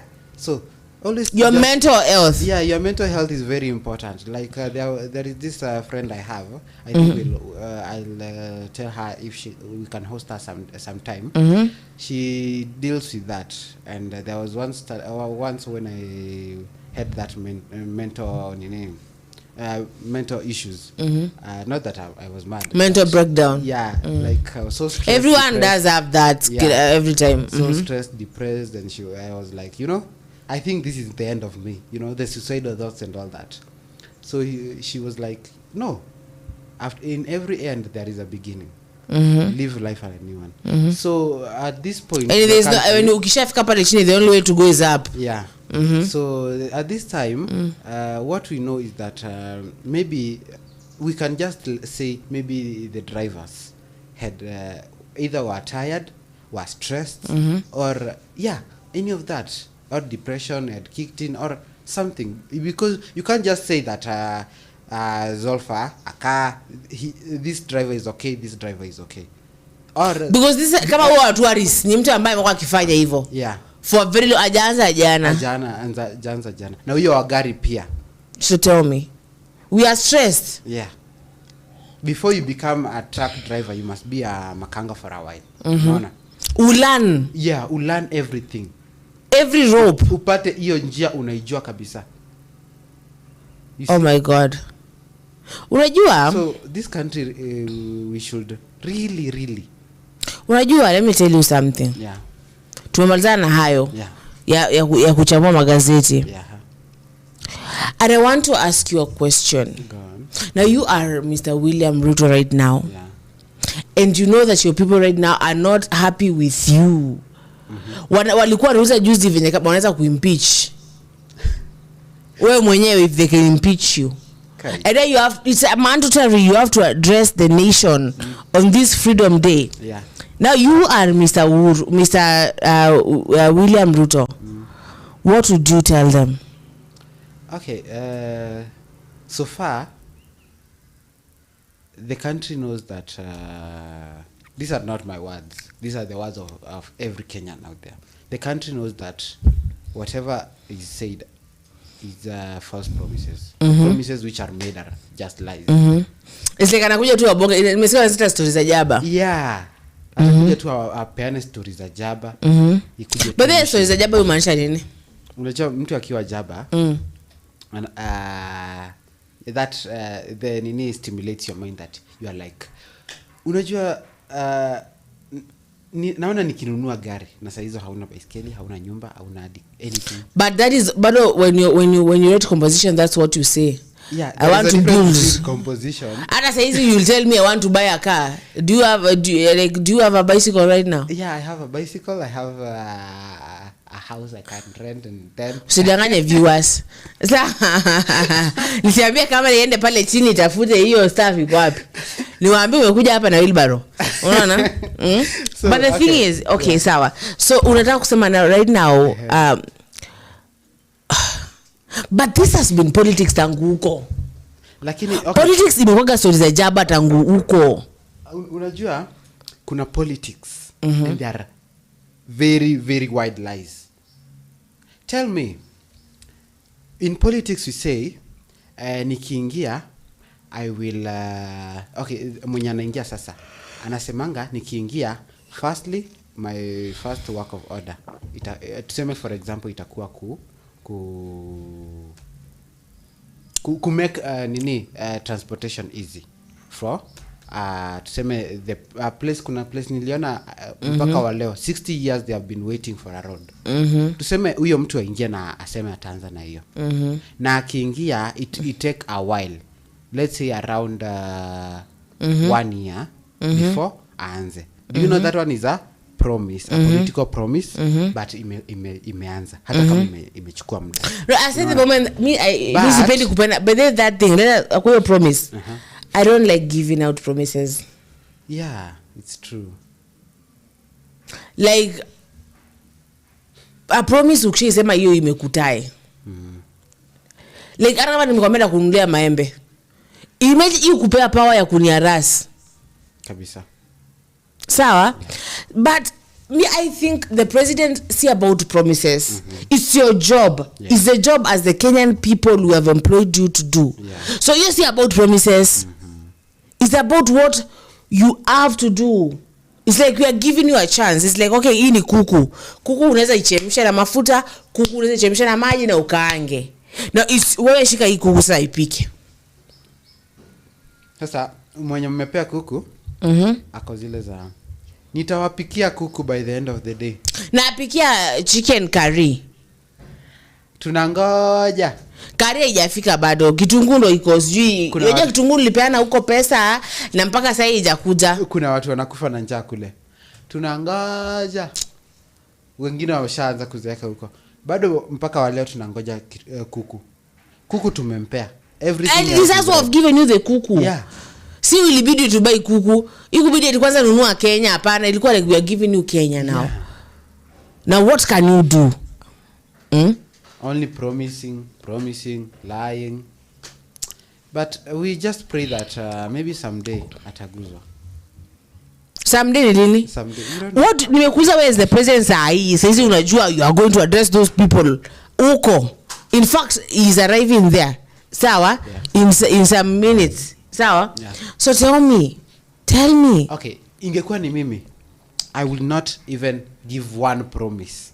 Ningeongelelea tu vitu zenye nimefanya. Singesema ati vitu zenye nitafanya. Unajua hata kujua vitu zenye umefanya, tunataka kujua vitu utafanya. Vitu nitafanya na nikiwaambia mnajua tu ni uongo. Will you believe? On a serious note. We believe, that's why we gave you the kuku. Ulisema acheki. Ushirule mjamanyo kwa okay, so my brother, sawa? My brother amekuja amesema tumekaa. Amesema tuko hivi tuko wote. I have like a lot of brothers and a lot of sisters. And then we are like, what are we going to eat? Tukasema wasee tupike mahamri. Tujize ndoo 3. Unaona? Na anajua kupika mahamri, akasema anajua. Cheki. Mimi ndo apike mahamri. Wewe nyitoeni unga, mimi napike hizi mahamri. Sawa? And we changad for unga. Sawa? Tukanunga unga 3. But amesema unga 3 unajaza ndoo vizuri, mahamri mtamu, mahamri nini sawa? Ingredients nini everything tukamwekea pale. Ndio alipika chapo 2 na akaacha unga hapo na akaenda. And you know what he said when he asked him? Alisema tulimpea pressure. Alifeel you made me feel so anxious. Anxiety kanishika mimi nikaenda. And it is you who said. Unajua cheki yeye alisema. Yeye ndio alisema. Alisema mkinipea hii Kenya, mkinipea hii kuku, kuna design fulani najua kupika ya Kihindi. Hata biriani ya kuku unaweza pika na hii kuku. Just give it to me. And then now you take your kuku and you give it to them. And that's what I said, ilikuwa uongo aje. We trusted you. You said that you're going to cook this kuku. And when I say kuku inasema Kenya, you said I'm going to do this for Kenya. Because siki najua nimekuwa kwa government anaona. Nimekuwa chef. Ole Sereni. So najua kukaanga kuku, najua kuku, najua. And then now sasa anaanza kuwaletea kuku ambayo imepikwa na masupu na waru na minji. And you're like, sasa what's happening here? Ako like said mnajua so akozile za kakapigwa cheki basi mkinipea kuku ingine ndo apikia vizuri. But now like Kenya wako like mmekuwa tukiwapea kuku na mnatuletea kuku ya machakura. We don't want that. So what did you say? We are like, we gave you our kuku, we gave you our land, we gave you our government, and you said you're capable of doing this, and you're not doing it. What tunakungoja sahi. Okay, so I'll just tell you that I might correct. I don't know. I might correct the mistakes. Ukikubali mistakes you're done. Yeah, sasa hiyo ndio ubaya politics. And as you have been seeing lately, anything any small mistake, I didn't say anything wrong. Hey, kila mtu ako. Ulisikia after maandamano aliyekuwa Twitter X that is X now. Yeah, ajibu maswali akatusiwa.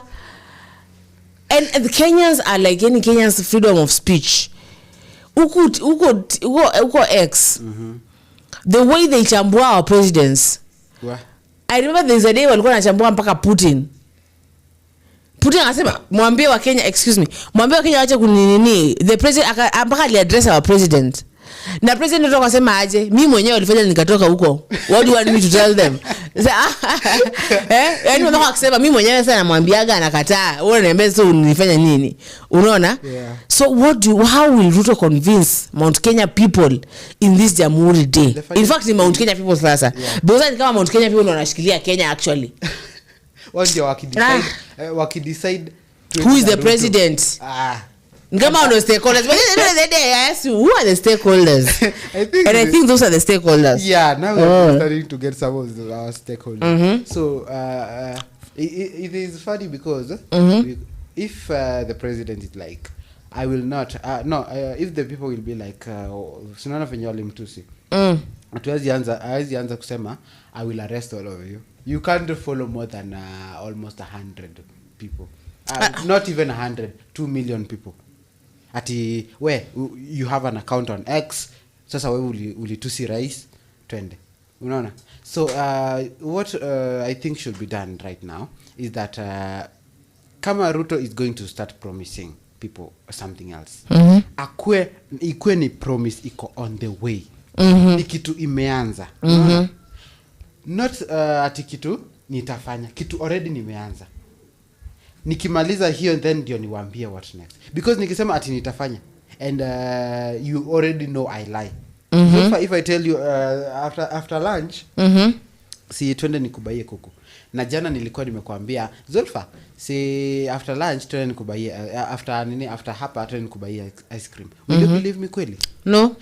Maybe nikuambie Zulfa shika hii kahawa and then after lunch, after show twende kununulie kuku. Unaona hapo utakubali, because umeona there is something I've already handed you, but not something that I'm thinking of handing you. But even though because of that is how we do, that is how elections work. Okay, elections, there is any when we're choosing our leaders, we don't choose them about kwani hii Kenya tumekuwa to choose watu because of what they have done ama what they are saying they're going to do. Okay, that's I think that's the thing that we should change. Ama what have you come Matiang'i, to Matiang'i, we have seen Matiang'i work. Yeah, we have seen him work and that is what I'm trying to say. We choose people not because of what they have done, because some have what they are saying they are going to do. Yeah, we choose them of what they are saying they are going to do and what they did, because we don't just choose any politician to become no, we do our president. We do. Kwani ukiangalia hebu angalia. Okay, tuanze na who? Okay, we chose Uhuru because of his father and all that. Unaona? Hereditary. Yeah. Chini ya maji. Yeah, hereditary chini ya maji. But when Kibaki was a politician. And by then, though I did not vote for, I was too young for that. By then, maybe the people who voted were like, when he was either an MP or when he was this kind of politician, this is what he did for his people. If we give him this chance, he will do it for us. So but what had Ruto done for his people? Okay, na nani alisema unajua kuna Ruto imekuwa ikiape, nani alisema ukishakuwa ati sasa president, kama for example me and you are vying for this thing, I'm the president or the vice president, sio eti nikitoka nasema wewe uingie. Who said that? That has never happened. Ruto is the first one. No, Ruto is the first one. No. In but Kenya. Is it that you know kwa story? Yes, the first one, but you know kwa story. Yeah. Eti nikishatoka yule anaingia. Yeah. Of which who said that? I don't, maybe the love of power. Okay, so guys, we're going to go on a short break and then we're going to come back. Na tujue kwa nini watu wa mlima wamekasirika.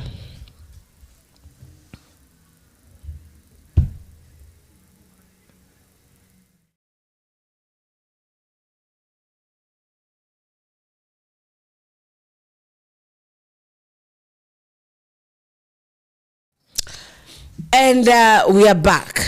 So the question is, how will Ruto convince Mount Kenya people in this Jamhuri Day? Sababu Mount Kenya inangoja, Mount Kenya region inangoja kusikiza. Utuambie why did you impeach? And how now do you expect us to support you kama mtu yote kwa ofisi? And you know we are the stakeholders of this country. Yeah. Sawa? Yeah. So mimi sijui anampeaga advice. But hapo alimfanyia ujinga. I told you that mwenye huwa anapea the president advice. There is ni kama mtaki. Wallahi. That is a word we say how nitaki. In short, because I don't know. Because how do you advise him to shoot like 100,000 people, unarmed people, just to say shoot? Hey. How do you advise him to go on to spend 500 million on a single trip? How do you advise him to use like 20 million which are not accountable for, and because he's the president, nothing of such will ever happen as long as he's president. You see, so mwenye huwa anamuadvise, anamdanganya. Yeah, anamdanganya na anamharibu. Because it has been a blunder after blunder. Anafaa wameshamfuta by now. Ama may have them executed. See, kama in the dragon in the whatever. Sindio, because it has been, unajua walikuwa nasema eti amepanda ndege in 2 years amepanda ndege mara zenye Kibaki in 10 years, ama alipanda ndege yeah, in 2 years. Ni tu ndege ameenda. So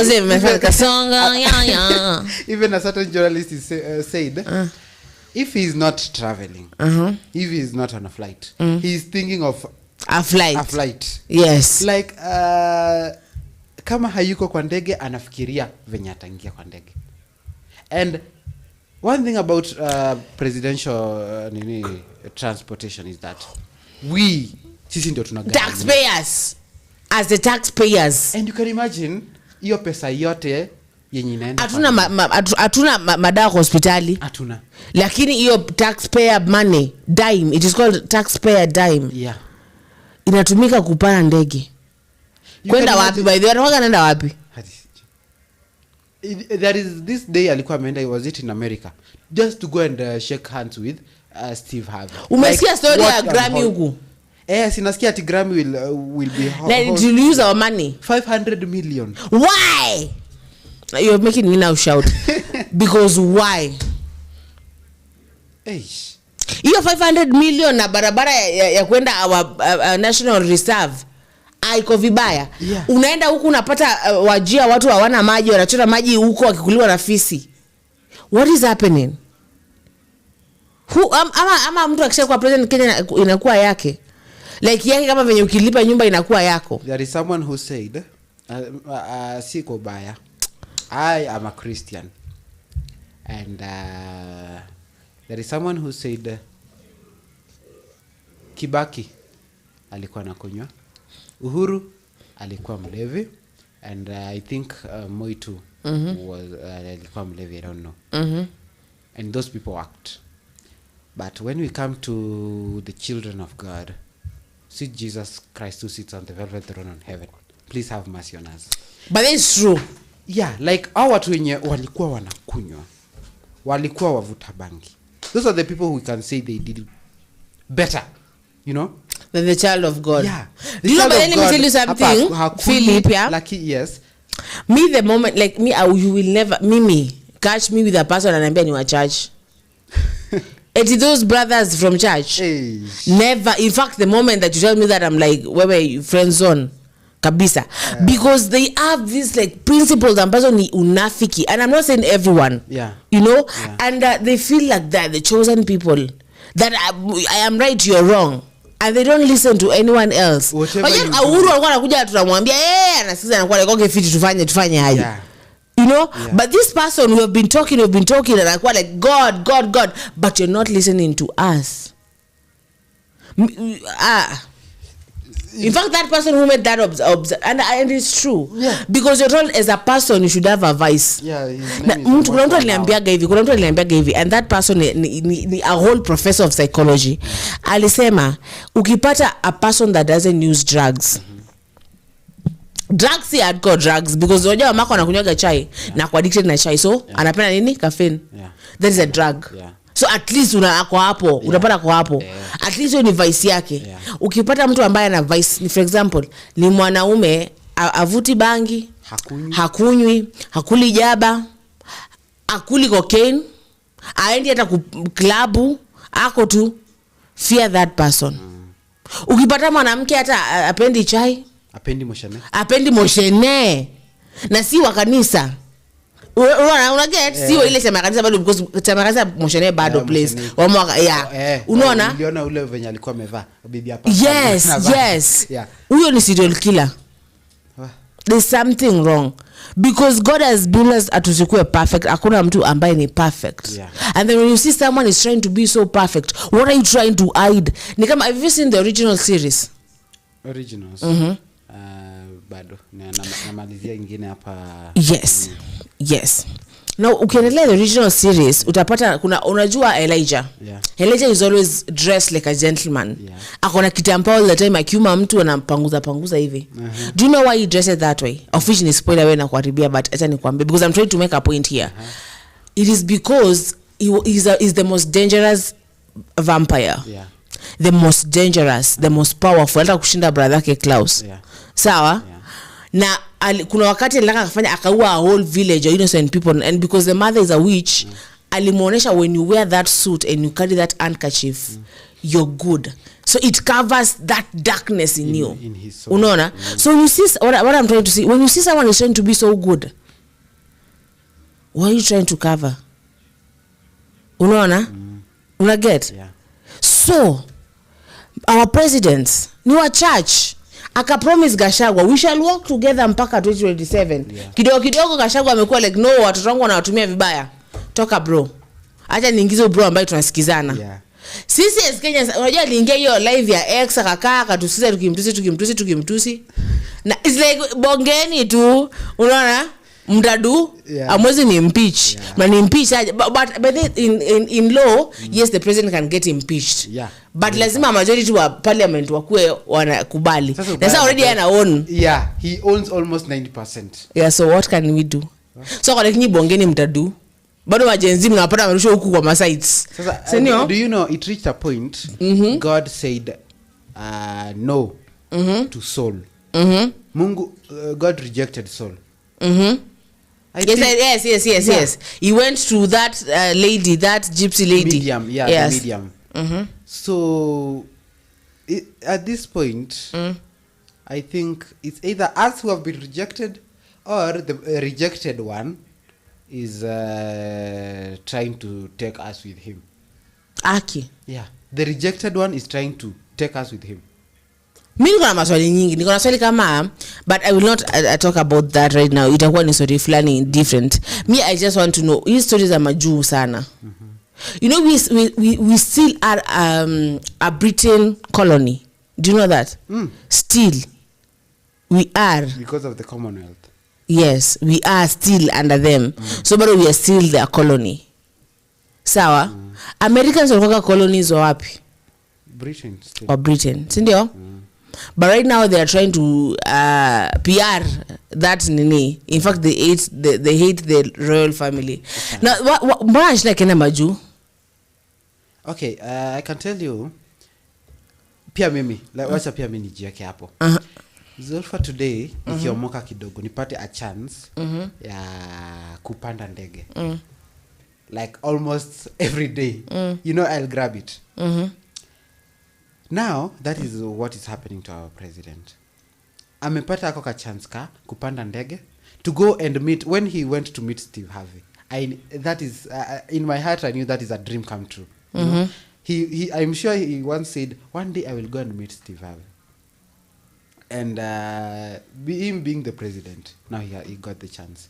So when somebody from let's say when somebody who is not from not so advantaged becomes advantaged, and when he's advantaged, he does not get advantaged by his own money. You know, he's using other people's money.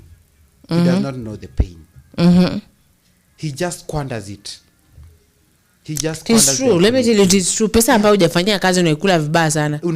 Nalo usiangi pay, nalo upoteza 10,000 kwa vizuri asikia hapa staff. But me shilingi ambayo unafanyia kazi I will cry. Saizi let's say somebody who nani. Wacha tuseme tu wewe. Wewe hebu nikuulize si yako job? Lakini hizi tumia no si yako job. Like alipagwa mshahara. Yeah, like 1.4 or something. Na afanyi kazi. Mbona mshahara basi sikatwe? He's the president. No. Unajua hiyo ndio kusema inatuharibu kusema he is the president, Mr. President. Wewe ukikosa kufanya kazi utalipwa? Hapana.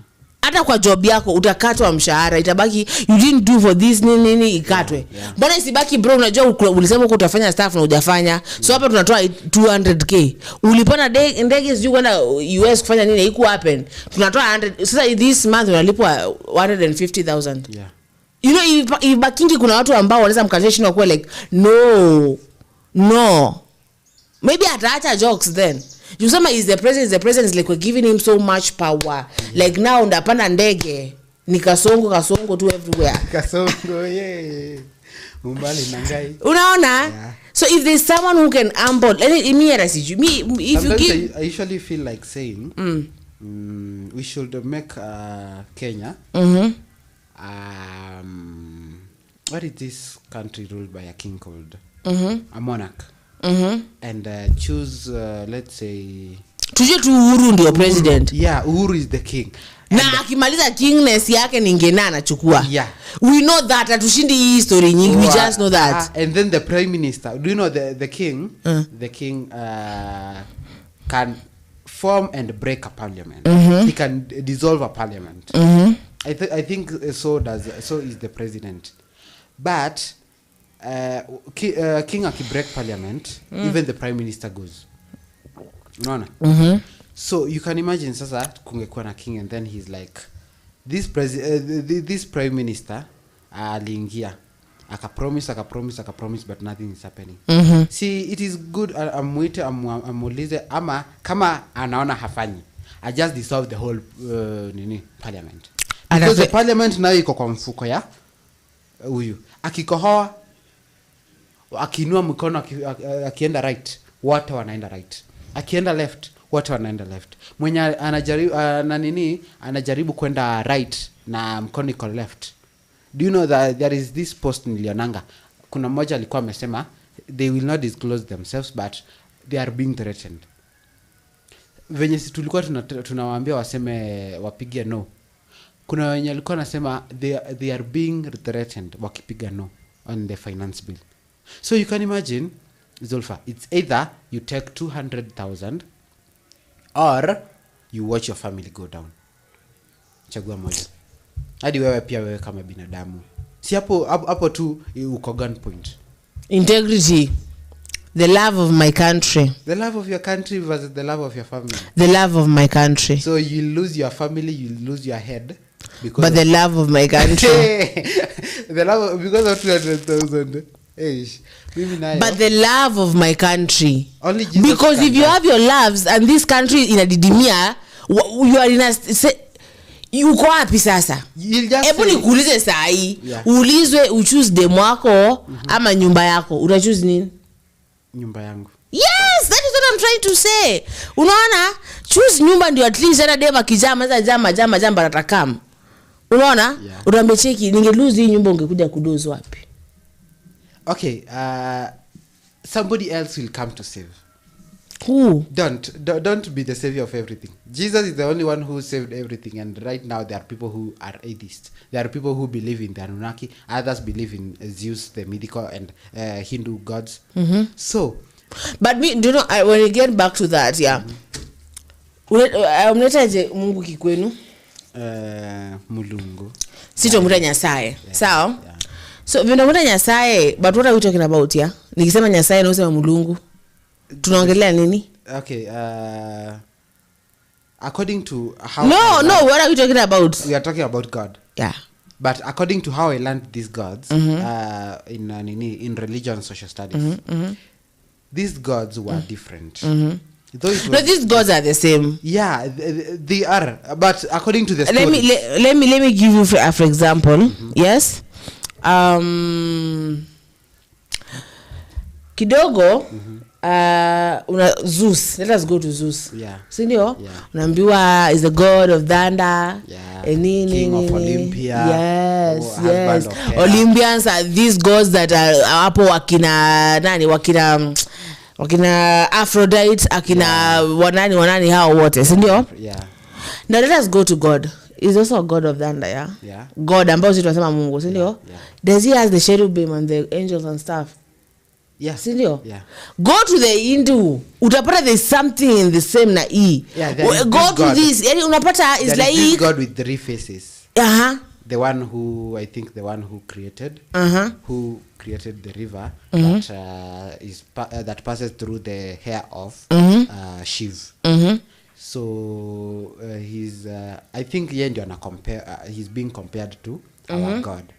Like he has 3 faces. Our God is one in Trinity. Kuna moja hapa, his side na his side. And then we speak of Yahweh, our God, who is in 3 trinities. And then there is Shiv, the destroyer, as we have Jesus, the savior. Unaona? From there, I think the rest to Hindu, to us, are angels, because there is the angel who stopped evils, the Lucifer, who fought Lucifer. That one is Angel Michael. And Hindu, they have goddess, they call him, is it Makali? The one who drank the blood of the demon. I don't know Kali what. Yeah, so so the point is religion is the same, but just the stories. Yani nimetu translate differently. Yeah. Sindio? Yeah. Okay, now the question of this day, pale nasoma comments mbili because muda unatupa kisogo and want to go live and know, we want to listen as he addresses us. But mostly maybe Mount Kenya region, because apparently on Kenya. Yeah. Sawa? Yeah. Naona let's go there to the comments. Naona kuna Chabiz anasema I want to listen to him aseme kitu anasema. From there we can know forward. Yeah. True. By the way. True. Aya. Namuona kuna nani anaitwa Irene Ndenge anasema miera this point TV yenyewe lazima. Zima too, by the way, if you don't want to listen, but the thing is we're skiza. Sawa? So guys, it's been lovely to have you in this show, and the question of this day is, how will Ruto convince Mount Kenya people in this Jamhuri Day? Atawaambia nini? Ile kitu, but I used to love that thing. I used to love to say, utaambia watu nini? Nitaambia watu nini? Nitaambia watu nini? You know? Mimi naulizanga watu. Sasa wewe unataka kufanya hivi, nitaambia watu wa kwenu nini? Yes. What will I tell your people, like he did this and so ataambia watu wa Murima nini? Yeah. Sasa ataambia watu wa nini? So guys, thank you for being with us. This has been kuna kitu nimesahau, by the way. A couple days back we went to Paradise Hub, and we had a really lovely day. And if you have anything that you want to advertise with us, anything at all, okay, there's a number pale kwa screen. Nenda pale, chukua ile number, communicate with our producers, with the executive producer, the team of K.N.A Alerts, and then we shall come to you. We have experts in advertisement and videos and a lot of things. So, but mtaongea na yule mkurugenzi, utasema unataka nini, and then we shall get back to you. Now, for now, because we want to go live, tujue Ruto ataambia watu wa Murima nini. There is somebody anauliza, do they mean what they are saying? Do they mean what they are saying? Yeah, really. Like those people, do they mean anything that they say? But there's a question mimi najiulizaga. Ama wanakuwa like wanabonga tu story ishe. Ushule mtu mwenye have you ever been in a situation where you just have to talk ishe? Yeah. Ile tu acha tu abonge mtoke, but yeye si kumtoka. Ongei kutoka. Yeye si kuwatoka, yeye ni kutupimia. Yeah. And they are like I will do this and this and this and then. You know, when you do psychology, sawa, you're taught tricks of talking. Yeah. Like, do you know, like, I could be talking to you, sawa, but hata sijui hata unasema nini? Yeah. But they will teach you that thing. Sawa? Yeah. I tell you, ebu niambie, ulikuwa wapi jana? For example, ulikuwa wapi jana? Okay. I ask you this a conversation, is a for example. Yeah. Improv. Yesterday nilikuwa Cost and all that. Then nikuwe like, you know, when unaniambia nikuwe like cost, yeah? Unasema aje? Yes. Why not? No. Unasema aje? Yes. For example, if I tell you unaniambia ulikuwa cost, nikuwe like, walai cost. Nilienda cost, nini. Useme ukaenda Diani kabisa. You see? So it's like wanatufanyia hivyo, they just doing it like watu wanataka kusikia. Akuja sema jua nilikosea sana, unajua bwana damu isuera nikimpeach nini, unajua, but let me tell you, if I could do this thing again, I would not do that. Speaking of impeachment, do you know, I think it was the Kenya people that that made the people of is it Pakistan ama ni wapi, the one who removed their prime minister from power, the female prime minister. So just that wakaingia huko kwa is it the palace ama wanaitaje huko, wakabeba vitu. Do you know ikifika hiyo stage in Kenya with the current economy tunakufa? Basi walienda. Si people went to the government wakakula food. Wakaiba mpaka vitu. Kuna watu wakaona post eti mtu anasema nimefurnish nyumba na ukaangalia kiti ni kiti ya parliament. Do you see that? Did you see that person kwamba ile ni ya Kenya? Yeah. That the government thing, in fact that is what symbolizes government. Kitu kama iko hakuna parliament. We are just tuko na mtaa fulani ndio Kenya. Kuna mtaa. Unaona hakuna government, si republic anymore, is just mtaa fulani. There is this meme I saw that if you search Kenya on Google, it will bring you Kenya is a small village found in East Africa where mad people get to choose what they want. So like so you're like, we are a country. Aki, we are a country, but at the point where we are, being normal is not questioned. You can't survive in Kenya being normal. Yes, mimi nasemanga mimi. Human, we have to survive. Yeah. Human, because this is machizi. Because if we start being normal, my dear. So I want us to tumalize hii show, imebamba sana. Anasema hivyo ndizi mbuzi. Anasema imebamba sana. Yeah. So guys, thank you for joining us. Sawa. Yeah. Tutakuwa hapa some hours here with government and history. Yeah. We shall be talking about Jomo Kenyatta. So mkue tumewaandalia stuff mzuri. But for now tutaenda live tujue what is Ruto ataambia watu wa Mlima nini. You know? Okay. So this has been Kenya News Alert Morning Tea Show with your host House of Zulfa and that guest that I keeps on coming. Anaitwaje? I am Lewis Philip. Okay. Bye bye. And adios.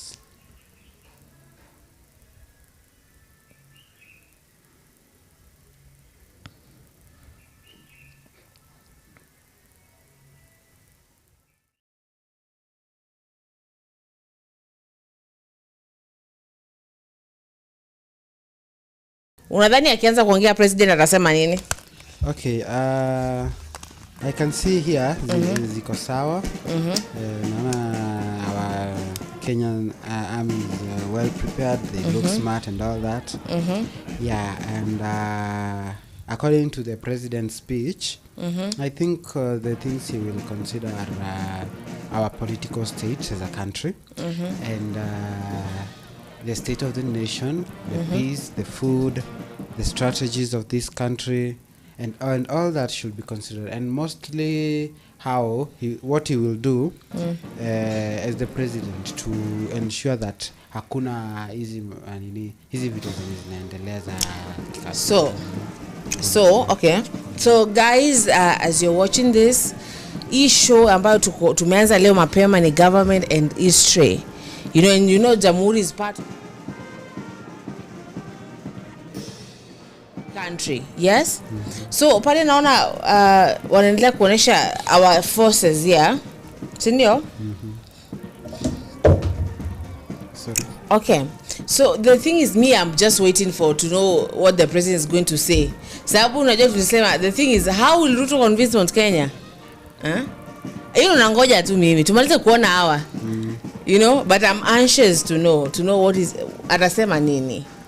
What do you think about this ukiangalia? And these forces tumeonyeshwa the navy, tumeonyeshwa the angani. What do you think about that? Okay, as I said, they look smart, they look demure. So the president here should even consider. It's long since I last heard that wanaongezewa mshahara. Unaona? Yeah, they should be considered at least waongezewe kama mshahara kidogo. Yeah, they have been doing a lot, and their hard work should be at least noticed. So, the president should at least consider not just the hard work of this, the hard work of everyone who even participated in Jamhuri Day, and he should those who have not yet gotten their rewards as the Jamhuri Day heroes, and those who and their families too, they should be given the recognition they deserve. You know, there are people who are unsung heroes and are recognized. They should be recognized at this day. Yeah, at this day. Okay, that is true. You make a very genuine point. But do you think that every day is Jamhuri Day? Every day? I think every day should be Jamhuri Day. You know, every day is. Yeah, okay, any easy kuhusu your point. Kwa sababu your point yako yes, it makes sense. Hii siku ambao ni yote ule on the 12th of 12th. You know? Yeah, people who are those unsung heroes should be recognized. Ndio? But I'm thinking tangu tupiganiwe uhuru, tukapata uhuru, every day is uhuru. Yeah. Sindio? So that's what I'm saying. Maybe every day is Jamhuri Day. And do you know, today's date is 12th. In history, it was the first on 12th. Is it 1963? It was the first time that His late Excellency Jomo Kenyatta came out wearing the full armor of the with his wife. Yeah, commander in chief with his wife, hand to hand. So yeah, by then I think this that day, and everyone should be looking. What do you think it meant? Yani alikuwa anataka kukunini kuonyesha picha gani? Okay, wearing the suit of the commander in chief meant that now that Kenya can now live to its best, you know, to a point that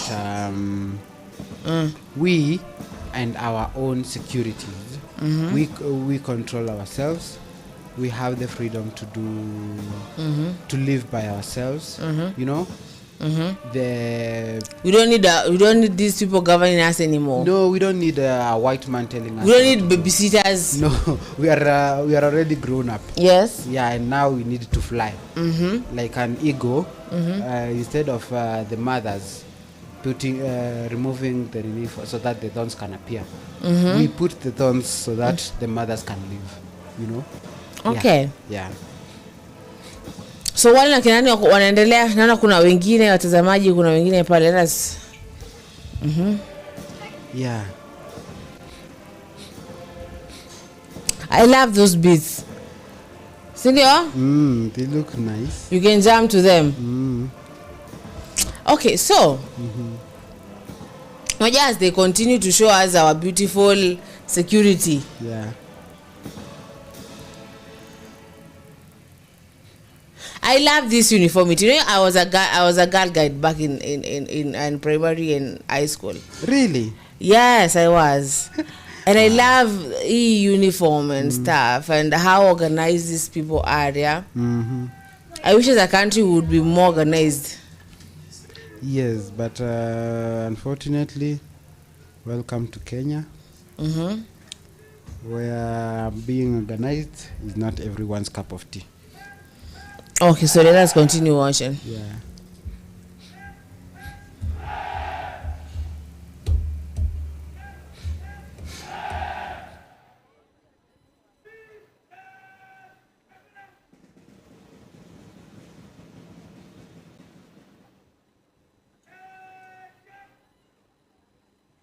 Mkuu wa gwaride hili sasa akija kumwomba kwa heshima Rais wa Jamhuri ya Kenya na Amiri Jeshi Mkuu ruhusa ya kuweza kuondoa gwaride hili uwanjani baada ya kuwa na onyesho ya bendera hizi suti wamevaa. Wanakaa nazo nyumbani ama wanachukua kwa ofisi asubuhi? Wanakaa nazo nyumbani. Yes? Wanakaa nazo nyumbani. Umeweka kwa sanduku? Yeah. Sababu you only wear it once. Kwa national holidays. Yeah.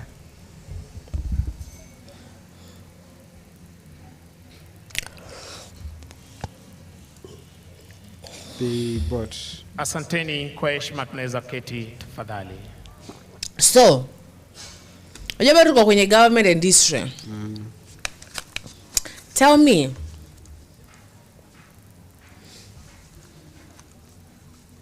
You know, the last day we were talking about a person who fought for our independence. And yesterday we were talking about Syokimau. Syokimau aliforetell about the coming of these people who made Dedan Kimathi the person that he is today. Sindio? Unadhani ili impact aje jamhuri? How wao kupigania wapate uhuru wa country and stuff? How does it impact? How does it affect and impact us now? It's a question, yeah. I want to figure the answer. Yeah. Okay, so their impact on or the role they played as the colonialists in this country. Is that Mheshimiwa Rais, gwaride likiweza kugawanya hivi sasa kwa takriban vikundi 12 things happen ili kuweza kuondoka hapa uwanjani, na kwa desturi za kijeshi shati bendera ya kikosi kuwa mbele ya gwaride unavyoshuhudia kutoka kwao kama officers wakichukua nafasi zao rasmi tayari kutuaga hapa uwanjani. What is her name? Syokimau. Ati unasema Syokimau? Ati no one knows where she came from. She was from Ukambani, ama? Yes, but hakuna mtu anajua alitoka wapi specifically. Hawezi kuambia ati this is her brother. This sasa tunajua watoto wa Dedan Kimathi wajukuu wake tunawajua. No one knows. How? Hakuna any blood relatives hata hiyo time hakuna wajui. I'll continue. That is the point I want to tell you. Okay, so Syokimau, the one who predicted. Do you know after her prediction? I think it was after her prediction that 1920 came. So they were like, what is a NATO snake? Have you ever seen a NATO snake? So and now the white clad person. I think her first one was there. Excuse me, kidogo. Her first one was the white clad person, and it was kind of unfamiliar because they had never seen any white clad Mheshimiwa Rais, kwa amri hiyo wanajeshi hawa wanaondoka moja kwa moja na bendera hizi ulizowakabidhi siku ya leo hadi kituo cha anga cha Wajia kupata kujiunga na wenzao and kuzidi kudumisha ulinzi wa taifa letu la Kenya, kuhakikisha kwamba anga letu liko salama, mipaka yetu iko salama. When the Kenyans came to find out about what had been spoken, we were like, okay, this is what she's saying, but where will they come from? You see? And the role of those was she a prophet? Yeah, her role to prophesy and her role, the role of Kimathi to fight are too significant, very significant in this country. If it was not for them, we would not be having this freedom sitting here, and we will not be celebrating this day today. So yes, they played a very big role as freedom fighters. Do you know she talked about that you shall build houses on top of houses, and I want you to know that she was born back then in the 1800s. Yeah. Then watu wanajenga nyumba za matope. Akasema generation ambayo inakuja itakataa itakuwa disrespectful. Yeah. Uko and it is happening right now. Yeah. So okay, let us go back there to skate nini endelea pale wana kidogo some moment. Okay.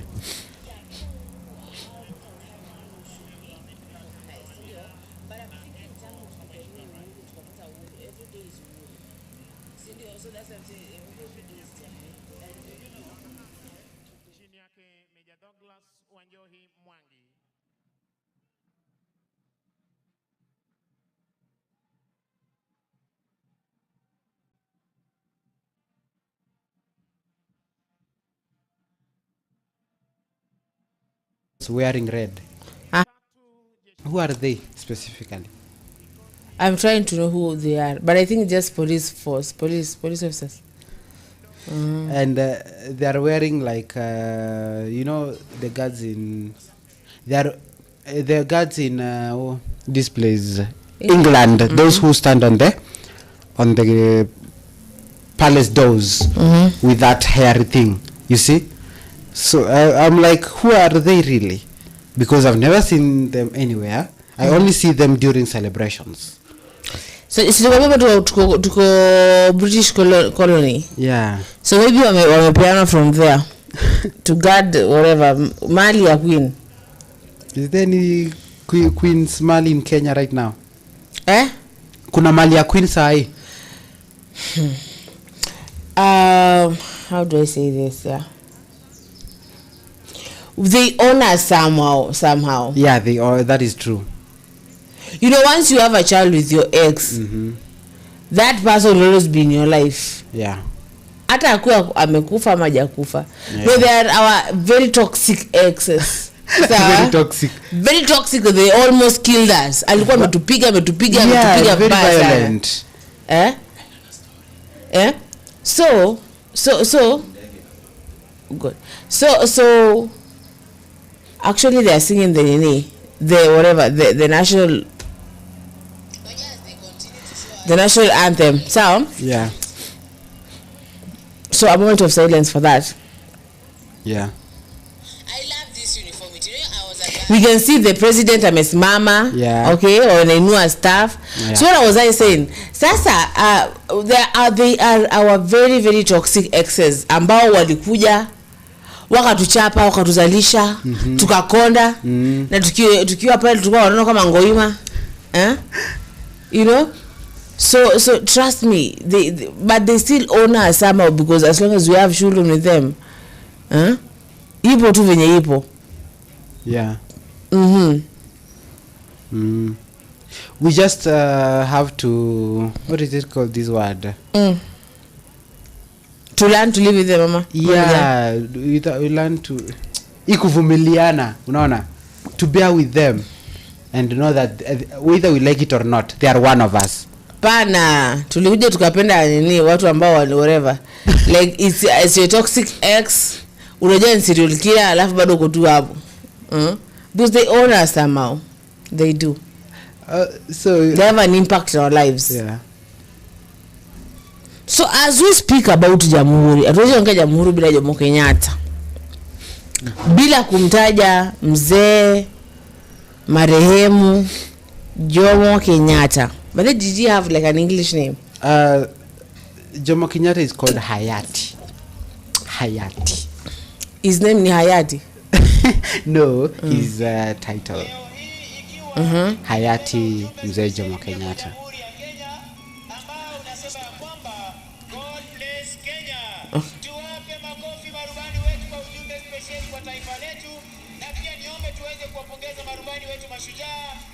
So that pale lakini si we have been nimpishe mwenzangu Sergeant Misango ambaye aweze kukamilisha vipindi vya kijeshi kwa ujumla. Asante sana mwenzangu kwa kuweza kuletea tamasha za ndege zetu za kijeshi kuletewa na jeshi la wanaanga na hali kadhalika jeshi la nchi kavu. Mheshimiwa Rais, na huo ndio utakuwa mwisho wa tamasha zetu za kijeshi kwa pamoja. Ningependa kuwashukuru flag staff wetu, maafisa walioweza kuletea ndege hizi. Kenya Army Sergeant Major Warrant Officer 1 Joel Mrage, Kenya Air Force Sergeant Major Warrant Officer 1 Dennis Namunyu Oletalengo, na bila kumsahau Naval Sergeant Major Warrant Officer 1 Adan Musa. Ni washukuru pia wakurugenzi wa sherehe katika majeshi ya ulinzi ya Kenya, Brigadier Elijah Ndegwa Gatere, Brigadier Collins Mitoko, Kanali Ali Ibrahim Boru, Kanali Luke Nandasa. Yeah. So maybe okay, one thing about I love about Jomo Kenyatta, he was smart. How smart was he? He was smart to the point that he held the fasts. Do you know, you just I don't know if it is just a story or it is because I used to hear a story that they were seated with the governor then, the one who led Kenya, the one who represented Her Majesty, the Queen, the late Queen in Kenya. So they were told that they were given a bowl in water and told that when that water should touch everyone without them using their hands or dipping it twice. You see? Yes. In that table. So everyone like almost tried, and they should not raise the bowl. So everyone tried. So is it like a test, Ama? Yeah, it was a test. So because Kenya would not just be left in the hands of anybody. Okay. It needed a great leader. So Jomo Kenyatta took his ile nini mkia ya ng'ombe. And as he dipped it in the water, and you know how he used to do arambe. And then he just did, and everyone got that water, got a drop of that water. And that is now who say even though alichaguliwa. Yeah, and that is how he became president, according to, I don't know if it is true or just nini showing sifa za kuonyesha how nilisikia hiyo stuff ilikuwa ni zake Dumba. Well, we know different stories from that thing. Yeah. So mimi najua that the story niliambiwa ni that is how smart he was chosen, that is how clever he was. But he was, that's why. But that's true, because kuna KC ilikuwa ni it was led by a man called Arithuku. It was about learned Mau fighters, that were fighting for the country to be free. Sawa? And they took him to London, where he got married, and he had a baby boy. And that really angered those people. Tumekutuma huko wajue the ways of the enemy. Now let me tell you a story. There's this, nataka wakianza kuaddress nation tusikize. Yeah, I think there is this president. Bado ule mtu tunataka kuatuambia hajaanza. Sawa? Sababu ndo tunangoja tuambie rada. Ndo tusikie venye address au. So and he alikuwa ni CID. Na akatumwa mahali Kitui. Na kwenda Kitui alikuwa ameenda it was like a very big catch. Ile unajua ukienda undercover na win, you know you're set, you know you're promoted, you know money is going to flow. Akaenda akaandikwa mahali home, like a home kama enda waje wale tunakulisha house boy. Alivyoandikwa kama house boy, akakaa. Unajua tunaweza kushtuka if you're a man umari. Ara umeandikwa kama house boy. Shida una bibi ni kijana. So he had to marry a daughter from that family. And then he married a daughter from that family. Akakuja akashika mtu alikuwa ni mwizi sugu, amesumbua for a very long time. Akamshika. Now that is kukua CID, si ndio? But now Jomo Kenyatta, of which sasa ndo tunaongelea leo, because you can't talk about Jamhuri without Jomo Kenyatta, si ndio? So that is the person that we're going to talk about today, as we wait for the president address nini, si ndio? So tell me, niambie. Okay. Everyone has their own IQ level. No. Why did he marry that white woman? And he was sent there because we as the people who are fighting to get those people out of our country, and then you go and marry them and have children with them. What is that? My dear, let me tell you one thing. Ama if you go to them, keep your friends close, but your enemies closer. But does he have like other sons? I think. And then why don't mmoja tu mmoja? Nani Uhuru. Tunajua zaidi ya mimi sijua wengine. Ujua wengine? Unawajua buni Amerika? Kwa wapi sasa? Okay. Kuna huyu mmoja. I think mimi najua watatu. So there is Jaden. There is is it Muigai or something. And huyu kuna huyu mmoja simkumbuki vizuri. Yeah, so wako. Yeah, so they are I don't think they are that much into politics like their brother. And if they are, well, it's not that much, you know. Yeah, so ni wengi, and the conspiracies are out there that we try to overlook, you know, because he's great, and great people like just like all rich people, we don't tend to see their mistakes, unaona. And if someone mtu akijitokeza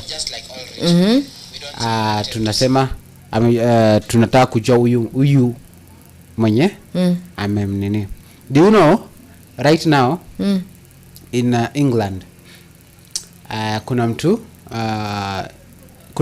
ajui watoto wote wa Queen Elizabeth. They just know King Charles and the only girl princess I think Princess is it Charlene or who? Yeah, so they know King Charles and her sister because hao ndio wanakuanga famous. But so they don't others don't even want to know the rest, as long as they know those two, or they know the king and queen. Wao wametosheka. Same as, and then they wanajua Prince William, unaona. Same as Kenya. In Kenya we tukijua Jomo Kenyatta na tujue mwenye alikuja kumrithi, like sisi tunatosheka roho, unaona. So it's very hard to tell me that we will start knowing someone who is not who has not yet played any political nini yet, unaona. They like being living their own lives. Yeah, so as the former president had several sons, and we are here, and we don't know many, we just know Uhuru alone. Okay, but don't you think that you need to know these people? Because unajua tulikuwa tunasema kwa K.N.A, yeah, this thing that happened zilikuwa zina affect mamake, zilikuwa zina affect babake, babake alimpata ameshaaga, zilikuwa zina affect familia, because when it happens to you it will happen to your sister. Yeah, it affects them. Si ndio? Yeah, kabisa.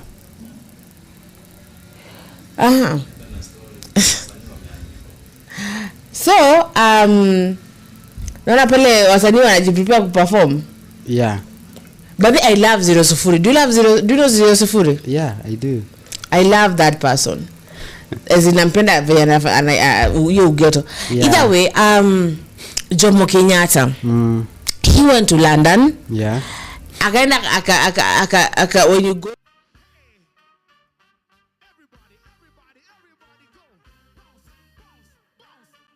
pale, let us see that msanii, let us see that.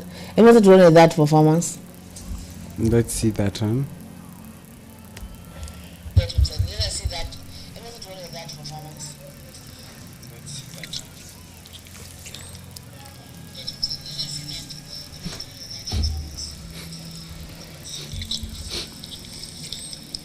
Who is that? Who nana perform?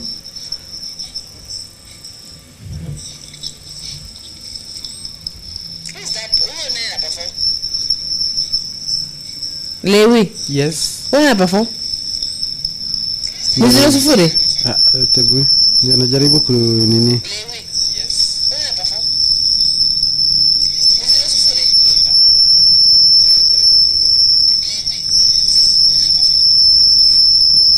Tebu acha tusikie. Tumsikie kiasi.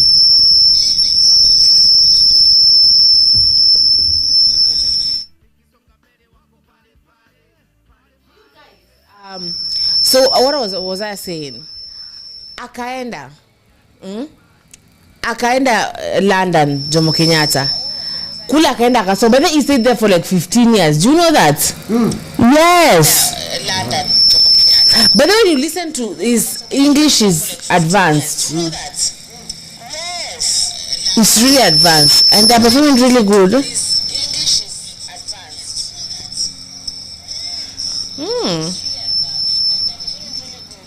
Hao ni kina nani?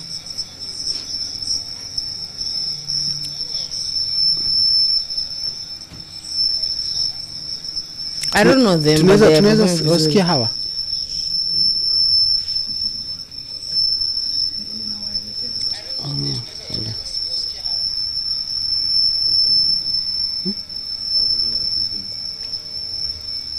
Si nilikuwa naenda sikia. Si ndesema.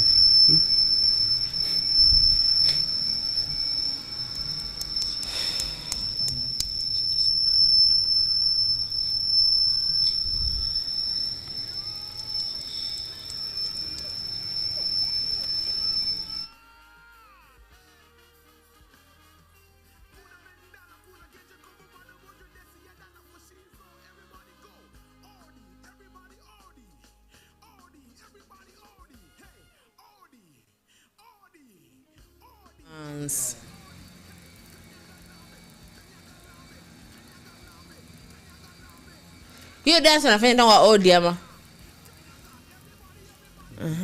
Yes.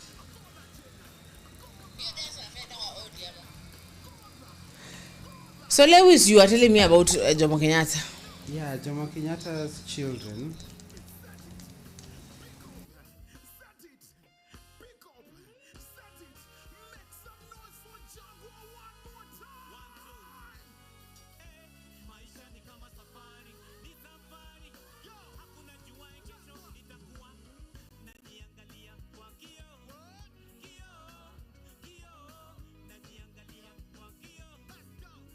Peter is a former BBC producer who now lives in London. BBC producer? Yeah. So there is Peter Magana? Yeah.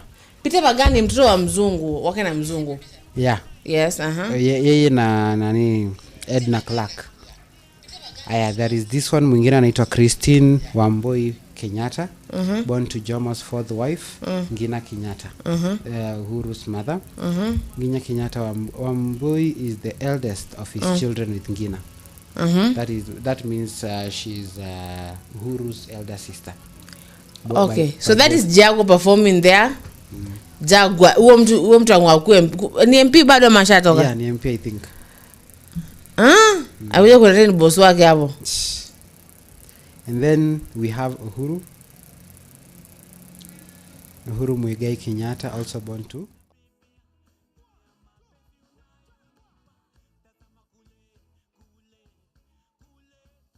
the Koinanges. Yeah. You've heard of the Koinanges. Unajua ule Koinange ule Jeff Koinange. Yeah. So when Jomo Kenyatta came back from London, he came and he got married to, I think, a daughter of Chief Koinange. And the Mau fathers were really upset with Jomo Kenyatta for marrying a daughter of a sellout. That is what they used to call them. Watu ambao washakubali the colonial rule. Yeah. Because alikuwa ni chief wa Koinange, Chief Koinange. Yeah. So tell me now, this person, kama for example tukutume a Citizen. Sawa? Citizen TV. Wende uka infiltrate. Kidogo tunasikia wewe na nani? Lulu Hassan ameolewa. Wewe na mtu fulani mwingine hapo. Then when you come here, unakuta unaolewa na mtu ambaye ni wa Radio Maisha, of which it is bado Royal Media. How will we feel us as the other media? How would we feel? Ni sisi tumekupeleka shule uende kasome huko. Ujue everything, and now you're here marrying people from there and coming back doing it in our face. How would you feel? Dearest, there is something called battle strategics. And as I started by saying, Jomo was a very smart guy. Very smart. So ulikuwa unapata, he did not do anything without thinking very well and knowing the consequences. In everything you do, you should weigh the positive and both the positive and negative. So unapata, he knew he would be attacked for firstly marrying Mzungu and then marrying and coming to marry a daughter of a colonial chief. Yeah. That is Chief Koinange. Yeah. So he did that with the part of him that knew that they will need them. Study everything you have to know about your enemy. And it is said that the friend of your enemy is your enemy. Yeah, is your friend. The enemy of your enemy is your enemy. But the friend of your enemy is your enemy. So ulikuwa fa upate, he wanted to know everything in and out, all the strategies of the whites, the strategies, all the kind of, you know, their livelihood, their strongholds, their weaknesses, you know. So I don't think he did anything. I don't think he did anything that he did not know what he was doing. Okay. So to me, it was a battle strategy, and in one way or the other, it came to pay. Now you said it was a battle strategy. Yeah.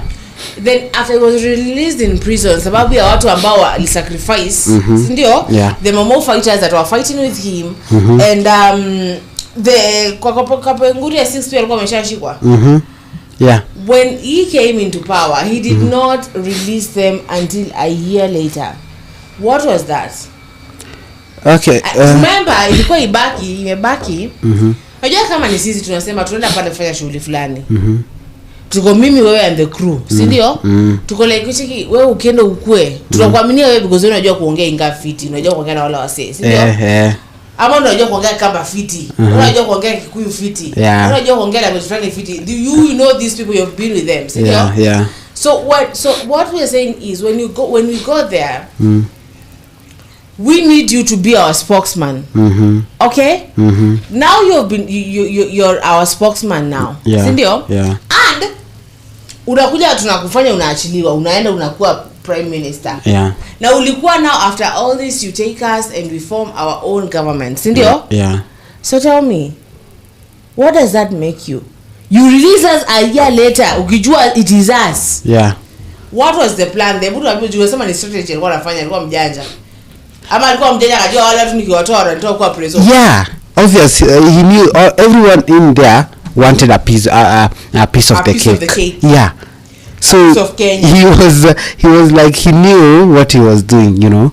He was like, okay, sawa basi nitawatoa, lakini nikiwatoa saa hizi si will grumble. I'm still weak in this. Let me be stronger. Yeah. Give me like around 365 days, then I will be stronger. And now I can know. See, I told you battle strategy.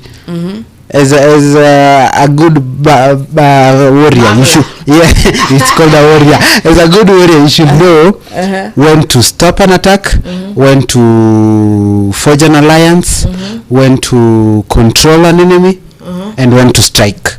You know, he knew when to control the enemy. And who was the enemy now in this case? The enemy was power. The Momo fighter. No, the enemy was power.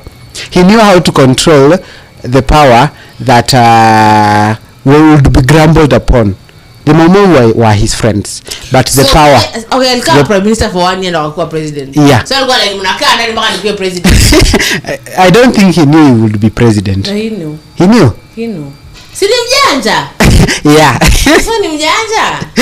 Like I think he was like but when he was still prime minister, I think it was still he used to receive orders from above, from the crown. From the crown. Yeah. So I think the crown had not permitted. Can I tell you something? Have you seen the movie Crown? Yeah, ndio naendelea nayo. The Crown, yeah? Do you know that my grandfather, my great grandfather was the guard that was told to go tell the queen that the king has died? Yeah. That black you see going there. Yeah, that black. It represents my great grandfather. The father to my grandmom. Wow. Yeah, I come from royalty. So you want to say that celebrity is not just... It's not... It is something in the blood, eh? Yeah, yes.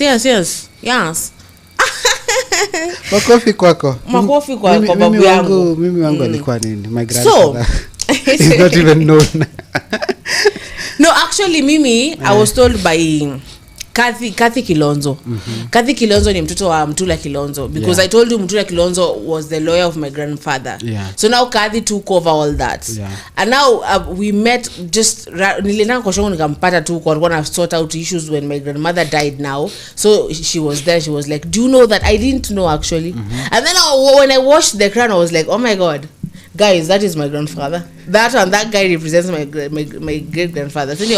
So Jomo Kenyatta, umesema he was a really wise guy, sindio? Yeah, very wise. Akona yenyewe hii karata lazima ujue kuicheza. Ndio maana Mrima inajua kucheza hii karata tangu huko.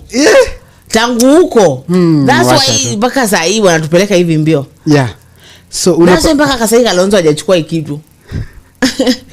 We want to know there are no Kambas who know how to cheza this game. Kambas. Our Kalonzo is called a watermelon, so you can imagine what a watermelon does. Is watery. It's just ulilanga ile mimi fulani ati wakishikisha yeye anaendea mafegi. Anaambia anaendea mafegi anaenda kiberiti. Yani mali imefika now this time you Kenyans itabidi sasa sisi Wakamba tuhame vizuri because we should hama. Hata tunasema wakisiwa wafukuzwe. Hapana, wakisiwa kae. Sisi tunafaa tutuame.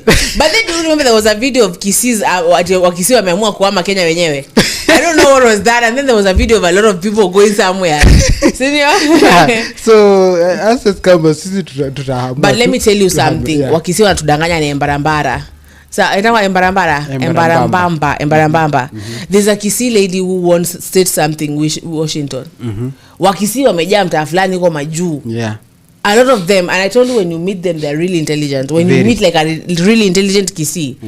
So maybe they are just wacheza tu chini alafu wakuja wachukue Matiang'i akishashika ibaki sasa jishikanishe na Wakisii ndio ukue president. Ukisha. And even and those people have egos. And pride. Atuwezi. But I hear that these days even the Kambas are rising. In England the last election ni kuna Mkamba alikuwa ana vie for I don't know, it was seat of commoners. Is it the parliament of commoners?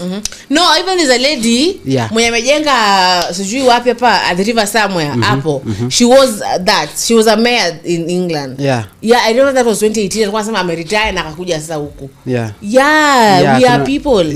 Kwanza I think leading is in our blood. Beauty. If beauty and leading and hard work. If we can go and lead. Na ulisikia billionaire alisema aje? Billionaire alisema aje? If you want a good wife, nenda wapi? Ukambani. So government needs to pale let us continue. Tunangoja the thing that tunangoja hapa ni kusikia president awaambia ni watu wa mlima. That one we love to like sit. Nataka nikae attentively nikisikiza what the president is going to be saying, But for the time being tuendelee kuongelea Jomo Kenyatta because tumesema hakuna jamhuri bila nani? Kenyatta. Okay, let's see. So tumefika kwa Uhuru. Uhuru is supposedly he is the most well known of Jomo's children. Next there is Anna Nyokabi. Mudhama Kenyatta. Another child of Jomo and Ngina. But this Ngina is a Kamba. From actually somewhere there in Masi. Yes. Wow. I don't know, in Kawa. You know Kawa? Is it Kawa? Yes, Kawa, somewhere there. Wow. So Mudhama Kenyatta. That one is she's a businesswoman and a philanthropist. I don't know what to go in the royal family unakuwa nini? Businesswoman. Kabisa. Ni kutravel to catch flights. The youngest is Muhoho. Muhoho Kenyatta. He is the child of Jomo and Ngina.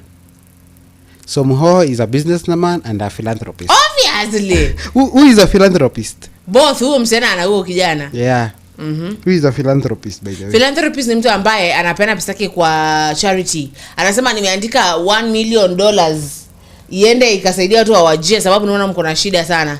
Then hivyo philanthropists, there are people who give help to those in need. Yeah. Yes. Someone who seeks to promote welfare of others. Wow. So I think one day I think they know. How do you choose kwa watoto wako? Because hata tukikataa, I think this Kenyan thing ni hereditary. Kidogo kunarudi mtu wa Jomo Kenyatta kuwa president. Yeah. Down the line utasikia Ngina, but then Ngina was being groomed to be the presidentess. The president is the president. Joking, yeah. She was being groomed. But maybe wakona bado hajafikisha miaka, so tulieni.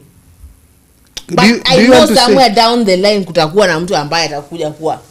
It is hereditary, hata tukikataa aje. Tunachanganya tu kidogo. Ngina is Ngina granddaughter, now the daughter of Uhuru. Now the question is, how do you choose? Sababu Kenyatta alikuwa na watoto wengi. He was aqua firstborn. Uhuru was not the firstborn. Yeah. But there's this video you trend. Walikuwa watazanga kitambo kwa KBC. Wakati wa hii tu jamhuri. Yeah. Kenyatta kiwa Uhuru akiwa mtoto mdogo, babake amemshika mkono anapita kwenye gwaride. Have you ever seen that video? No. So how do you choose? Put yourself. Now here I am. I am the queen of Africa. So you know? Yeah. And now I have like 20 children because uzawa watoto wengi zione uzawa watoto wengi. Kabisa. Like I think they want that blood. And you know those people marry from that blood. Yeah. It's what using Meghan Markle ametuharibia your blood. They marry cousins. Yes, because blood needs to get diffused. Yeah. Amo tafuatlia pata Meghan Markle ni bado your blood. Meghan Markle? Yes, I hear she's ni wambali. Meghan ni huyu mwenye ametoka US. Ametoka majue. Huyu alikuwa na act suits. Yeah. Huyo si wa your blood. Unaona vile ameharibu sahi hadi hata aishi kwao, ameshaenda huko kuishi majuu kuteseka. There's animation of Friend of the Prince. So I was saying, how do you choose when Jomo Kenyatta sahi? How do you choose from your 20 children that this one is going to be the president? You look, okay, firstly you look who looks the smartest, who is interested in what you're doing. You know, you can't just wake up and decide I will select you just because you are the tallest. No, the smartest, somebody who is interested in you. Zulfa, if for example you own K.N.A, you can't tell me that you'll just leave K.N.A to any of your children. And maybe kuna moja mvuta bangi akivuta wewe anavuta bangi lakini ako fiti. Si mambo na kuvuta bangi peke yake. Akivuta unamsikia anaokota huko kwa mtaro.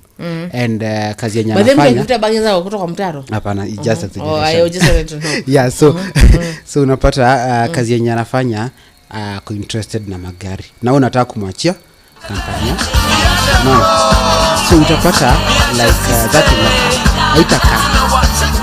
So that is what I think that of all my children, maybe this one is the one who is most interested in what I'm doing. But he was a child then. Yeah, but he saw that he's always with him when maybe wengine wanakataa, maybe so you want to tell me, hebu nikuze swali. You know me and Jericho Rosales are going to have children in future.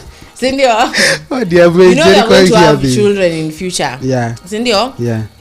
And maybe upate our beautiful babies. Sisi wote ni master. Unaona, maybe now I'm a global actress, you know. Yeah. And will I force someone to be in this? In that nini? In being what you are. Ukumbuki mara ya kwanza Uhuru. Do you remember Uhuru akiwa MP ama kwa minister of finance? Yeah. Alikuwa amelewa all the time, ako tu hivi. All the time. Yeah. Huyo mtu ni mtu ambaye kwa interest na kitu watu is because he was told to do that. Okay, he was interested. He was groomed for that. Now you tell me I need to groom my children, me na Jericho Rosales, because tutazaa msichana moja mwingine. Sawa? Naanza ku groom nani? Okay, actually we shall have children forever. I shall attend the baby showers. So with Jericho. So Uhuru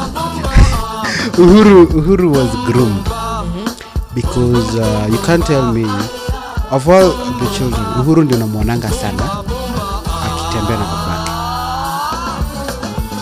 Uhuru is like he was almost everywhere. His father was most of the places. So you are groomed to be. And that doesn't make you hate each other as a family. No. Because mwana mzaili kuchagua wewe, maybe mimi ningekuwa president mzuri. Kusema there's a tricky thing. Okay. We won't get into it because we are talking about Jomo Kenyatta. Yeah. But either way, it is tricky. It is tricky. You just have to. I want something like minimal. Yeah, father chose you. You are the one. You are the chosen one. So you are the chosen one. Let's go with that. It is a difficult. I don't know, maybe there's a benevolent spirit that comes to choose for them. Maybe you can never know. You can never know. So sasa nikuambie kitu moja. Tuko tunaenda na Jomo Kenyatta. Jomo Kenyatta ni huyo kuja ametoka majuu, amekuwa mwalimu kwa shule ambayo ina wazungu. Yeah. Ina wazungu ambao Maumau ambao akina Dena Kimanzi saa hii wao kwa fore wanapigana sababu hawataki hiyo shule. Wanataka watoto wao pia wasome. Na wataki wazungu. No, yani what is your point here? I'm trying to explain the story of Nini. You know, I did my research yesterday, yeah? Mm-hmm. Yes. And I'm explaining, Now Jomo Kenyatta comes from Maju ambao alipelekwa na hii place. Yeah. Akakuja akajoin wazungu. Ama he saw this and he was like, you know, it is a losing battle. Yeah. So I must play this people's game. And see, he knew how he was playing it. He knew he was playing it.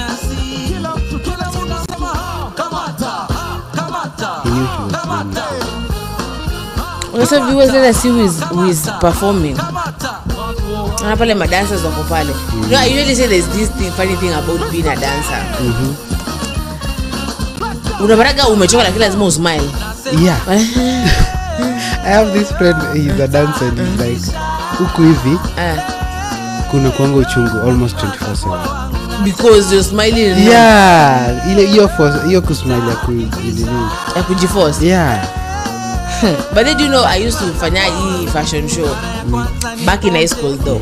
So competing for those means something because I just want to go for funky and stuff. Yeah. So I used to compete for Africa. And I remember unaambua tu smile all the time. Ushinde hivi. So my teacher Miss Dakar. Na alikuwa ndo Dakar, alikuwa anapenda kujita Dakar. So Dakar used to say smile until it hurts. It hurts. Because you're just like, it's like, and then unafeel huku umeganda.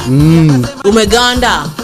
Umeshikilia kitambi. That is one thing that the queen, when you watch The Crown, the queen hated. You know, like, she once asked, is it a must I put a false face so that everyone can love you? And she was told, nobody cares about how you slept. Nobody cares about how sad you are. Everyone wants to know. Everyone wants to know that even if they are sad, your smile will make them smile. So maybe Zulfa.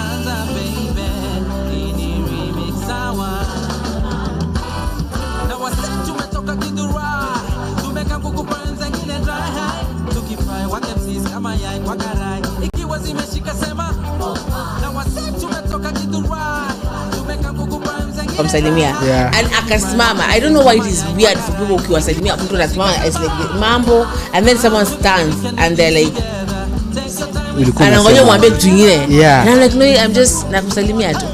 Nakusalimia tu sina nini. Pia mimi nakuanga na hiyo nini ya kusalimia almost kila mtu and although others will not return your greeting. Let me tell you something.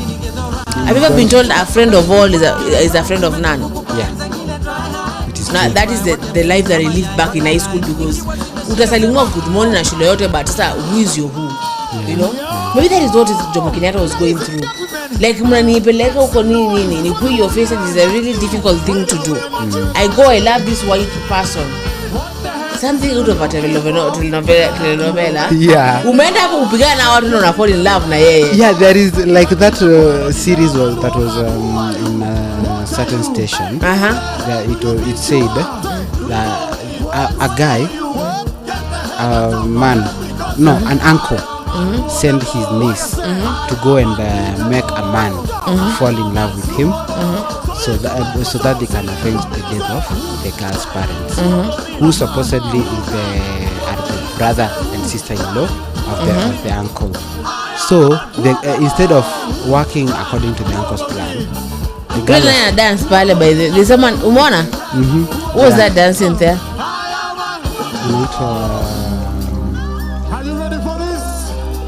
We shall know later. We shall know later. So unapata, instead of the girl falling in love with the guy, it's the other way around. The guy falls in love with the girl? No, instead of the guy falling in love with the girl falls in love with the guy, and she falls deep. So that you can say that is what happened. Yeah, that is what happened. And then you go and fall in love with the person. There are people with golden hearts. Mine is one golden heart. Anyway, so you find that there are people who are irresistible, kindness, and as you know, from Kenya, the people then lacked kindness in their hearts. So if somebody shows you kindness, they show you they care. But sometimes even you may show that you care, but it is really bad. But then let me tell you something that tumepata a chance ya kuiongelea sasa. Jamhuri Day tuongelee leo. You're kind to someone, you're caring to someone, and then they mistake it for something else. It's like when you shouldn't be kind to someone, you shouldn't be good to someone, because obviously it gets interpreted to something else. Like if you smile to me a lot, Lewis kidogo go like anytime. Yeah, that is not good. Rafa kufunza different things. Okay, there is someone. I think it was something I heard somewhere, and I started using on people. You should not just assume everyone who says hi to you, everyone who smiles at you, likes you. There are people who are born out of Esther kindness. Wahome after and I perform kuna dawa ama na perform nini? Let us hear.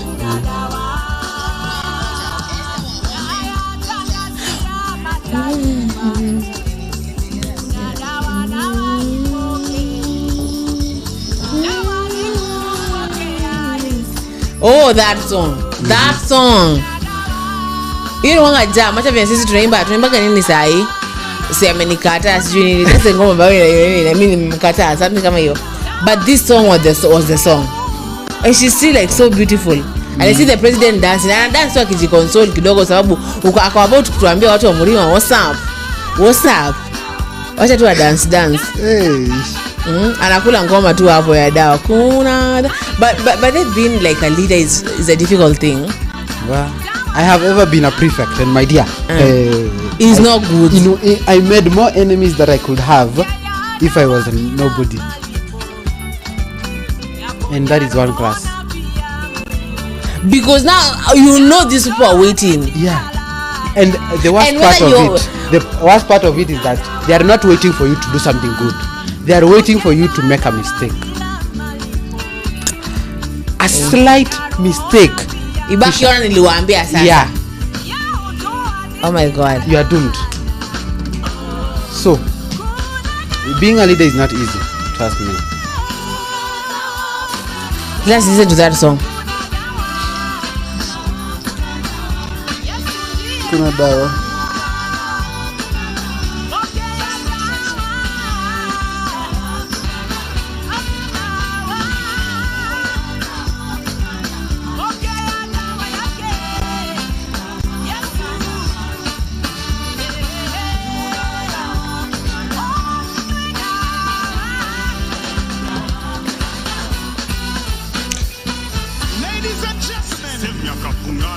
And I'm waiting for how Kenyans are going to interpret that song.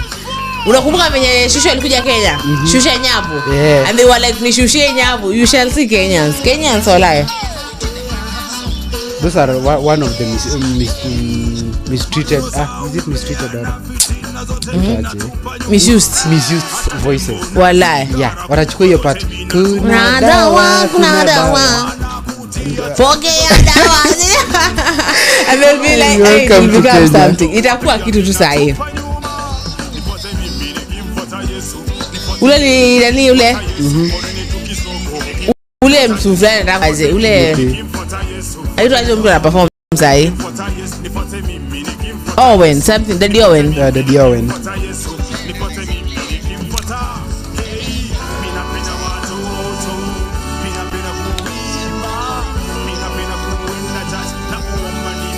There's a time that kwa ndani atakuwa mtoto wa Ruto. Do you remember that? Nani?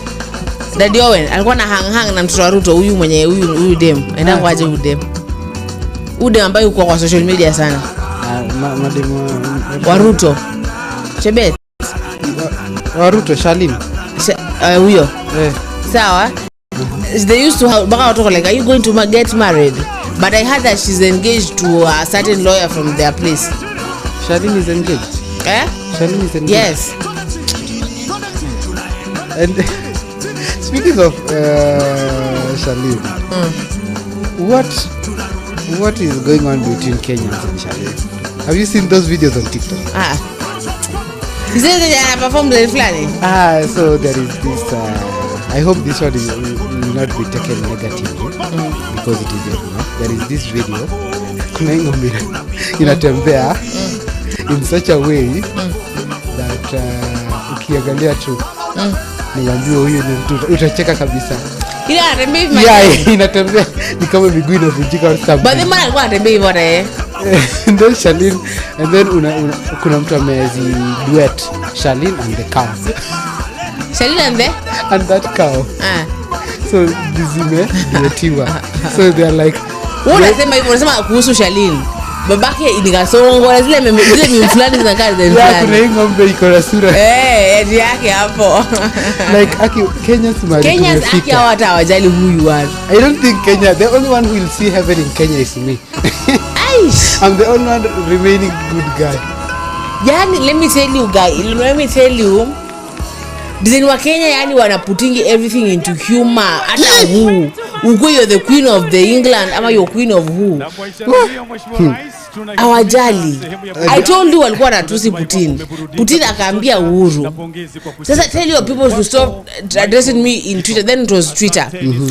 And he was like, sasa mimi waniambia na wao walinifukuza mpaka walifanya nitoke hiyo Twitter. Acha hivyo. Sasa watu wenye wanasema Joseph aligongewa na Holy Spirit au utawapeleka wapi? People daring God. All do you know in X kuna Judas, kuna Jesus, kuna God, kuna Mary, kuna Holy Spirit, kuna nini? And we all have a conversation. Like unashangaa, what in holy God's name are you going to do this? Ati sijui eti kuna moja, this is what I saw eti mnasema eti mnainama na mmenona, and that was Jesus saying sawa, eti mnasema mnainama time ya lunch mmenona, and then someone was there like eti mkuu hapana huyo ni mtu wa catering na kula supplies. And you're like what? Okay, so I kuna kitu nimesahau kufanya.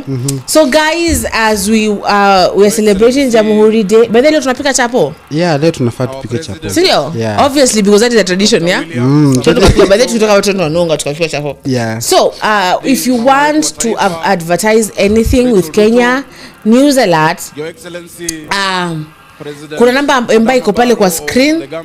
Nenda pale, text it, call it, and then you shall speak to our producers and in fact our team. Yeah. Na mta discuss on the terms of that advertisement. But it is anything. Hata ukitaka tukuje to advertise shamba yako ya mahindi, you know, we shall come. The thing is you have to take that number, save it, and SMS WhatsApp. Sawa? Naona pale governor mwenye nyumba ameamka ongee. Mwenye nyumba na Nairobi. Yeah, wa Nairobi Sakaja. Yeah. Such a cute. But then, do you remember Sakaja akiitisha akivaa ilikuwa sema ni single. Yeah. And the moment that he won, akapost dem wake. Ni dem ama ni bibi? Ni bibi. Yeah. members of parliament present, Niki wife. principal Yeah. secretaries, the members of the diplomatic corps, distinguished ni mtu guests, miawaka. ladies and Na gentlemen. mbona hakutuambia? Wananchi wa K.N.A. And ladies were really upset with that. Yeah, they were ladies- like, you gave us hope. You gave us hope. Ladies wanted to be Asanteni first sana. lady bana. But walisema game inafaa kuchezwa. Yeah, it's called politics, my But dear. it's politics. I remember I once opened like a eatery place with some person back then. And then ladies used to storm there, and I used to be like, me, no, I don't know this person. You know, ndo achukue chakula ndo ikam, sindio? Because at the end of the day ndo inakuja kwetu. I see he's speaking. Acha tusikie nasema aje. That defines us as Kenyans. This has been quite a wonderful celebration. There truly must be something about 60. And I'm sure President Adama Barrow of the Gambia, who turns 60 in February next year, will tell us what that is about. Your Excellency, you have only one more year in your 50s. You'll also tell us what happens when you turn 60. This year's theme, jobs, and entrepreneurship, speaks to the core of our aspirations and the path that we must tread to secure a prosperous future for our people. Your Excellency, our young people, our youth are the heartbeat of our country. The youth are the trustees of our country's posterity, and they embody immense potential and ambition. However, Your Excellency, the challenge of unemployment persists in our country, and I know that you're working hard to address this in many ways that you will address today. As the Nairobi County Government, in the past 28 months, we have employed over 6,000 young people, majority who are young, majority who are in their 20s. We have 3,500 young people in the Green Army who have been instrumental in trying to clean our city, 98 drivers, 1,500 constables, 140 new doctors, nurses, around 400, including 50 dentists. Your Excellency, for the first time in every sub-county in Nairobi, we have dentists offering much-needed services to Mwananchi. This has also enabled us to open up specialized clinics and increase health services, and many, many others that we can speak about. In Nairobi County, Your Excellency, we're grateful to you because you've employed 20,000 young people under the Climate Works program. Many of them are also here to tell you thank you for the opportunity to earn a livelihood as we restore the rivers of Nairobi County. Are you listening? Yeah. As you have seen today, Nairobi stands as a creative and cultural hub in this region. Our artists, our musicians, and performers not only enrich our lives, but also drive economic growth. I would like to ask us all to applaud the young people who have performed here today because they have done a great, great job. Tuwapigeni makofi tafadhali. Wasanii wa Kenya, wasanii wa Nairobi. Your Excellency, fellow Kenyans, we're committed to nurturing this sector by providing platforms for talent development and market access. We have seen this sector grow in the past couple of years, and Nairobi is now able to attract major artists locally and internationally. We shall be honoring our artists by renaming some of the roads, and I've spoken to Mheshimiwa Jalas. Our county assembly has dealt with it. For instance, Isa, one of the roads in South Sea, shall be renamed after the great hero Isa, whose brother has performed here today. One of the areas we have also seen growth, Your Excellency, is social media and entertainment apps. We want to thank you because you have led from the front. You have engaged YouTube, you have engaged TikTok, you have gone Do you know Isa? to Hollywood, you have gone to the US to engage many of these people. Isa, and our young Isa people was can now monetize Isa. Hey, their talent. It is with this understanding, Isa, Your Excellency, that we as Nairobi County continue to allow was our young one people of the greatest to artists produce back their then. Mi content simjui nilikuja kupata ngoma zake. Ule Oh, wa yeah. boom ba. Yeah. in the Boom. CBD. Me, I Gone was are the told by days my when brothers you because I needed have a like permit big brothers. They were like, to shoot content in Isa the was the city. thing until he And died. with this, we've seen an exponential growth Yeah. in this area, and I would like You to know, invite Isa any of and, us to visit the Caesar. CBD on a Sunday Isa or on a and Saturday. Caesars. You'll see hundreds Caesars of hit young one people song that I creating know content for ile Telegram, for TikTok, for Instagram, and earning a living Tuma out of it. kunzo. Kupa. No. Yeah. Entrepreneurship, Ni ngoma nani? Excellency, I which think remains ni a ya cornerstone If- for Sijui though. economic Was it strategy. Caesars? Hapana. We are Hii fostering yenye a alikuwa shule. environment where No, entrepreneurship huo kijana thrives, alipoteaga. Si where nani innovation Blue? thrives, Mr. because Blue. this No, si Mr. is Blue. the No. Silicon Savannah, the home of talent. alipoteaga inabakingi the last place alitokaga alikuwa ameenda kufanya exam and that was that alipoteaga hivyo alipotea. Yeah, you don't know. Mimi nasikianga sijua nikufanga mani nini. No, he lost. Hakuna mwili, hakuna kitu, he just lost. Watu wanasema kitambo ati akona mama mahali, but that ni kama after 20 years tangu apotee. Yeah, because the last song alipiga ilikuwa tu that song 03. I hate it was 03 and by then ilikuwa I think 1 year hivi. We're increasing movement and easing mobility in our city, and we want to thank you so that for your means partnership 21 years by addressing infrastructure within the capital city with the national government. Such a beautiful talent That have been left dilapidated for many years. Your Excellency, just this Monday, some people would have been Highway, Wayaki Way, and Mombasa Road with the Cabinet Secretary for Roads, Honorable Davis Chirchir, to make sure that that undercarriage also is restored. You know, we're working with you on many other roads because Nairobians do not care whether it's a national road or a no county road. I prefer. Do you prefer that someone you love, like for example today your mom? yeah Sindio? Ukuje tu ati upate uliambiwa alienda kwa shamba na hajaonekana tena. Ama uambiwe tuenda kwa shamba akagongwa na ng'ombe akakufa. Which one do you prefer?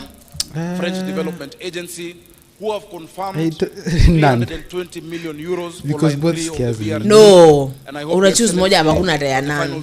Okay, ni choose moja. Lazima u choose moja. Which comes from Dandora. Tuseme tu ya kupotea. All the way. No, because maybe she. Let me tell you something. Have you ever had an ex mwenye ghost kabisa hivyo? Ujielenda wapi? Yeah. And how does it feel?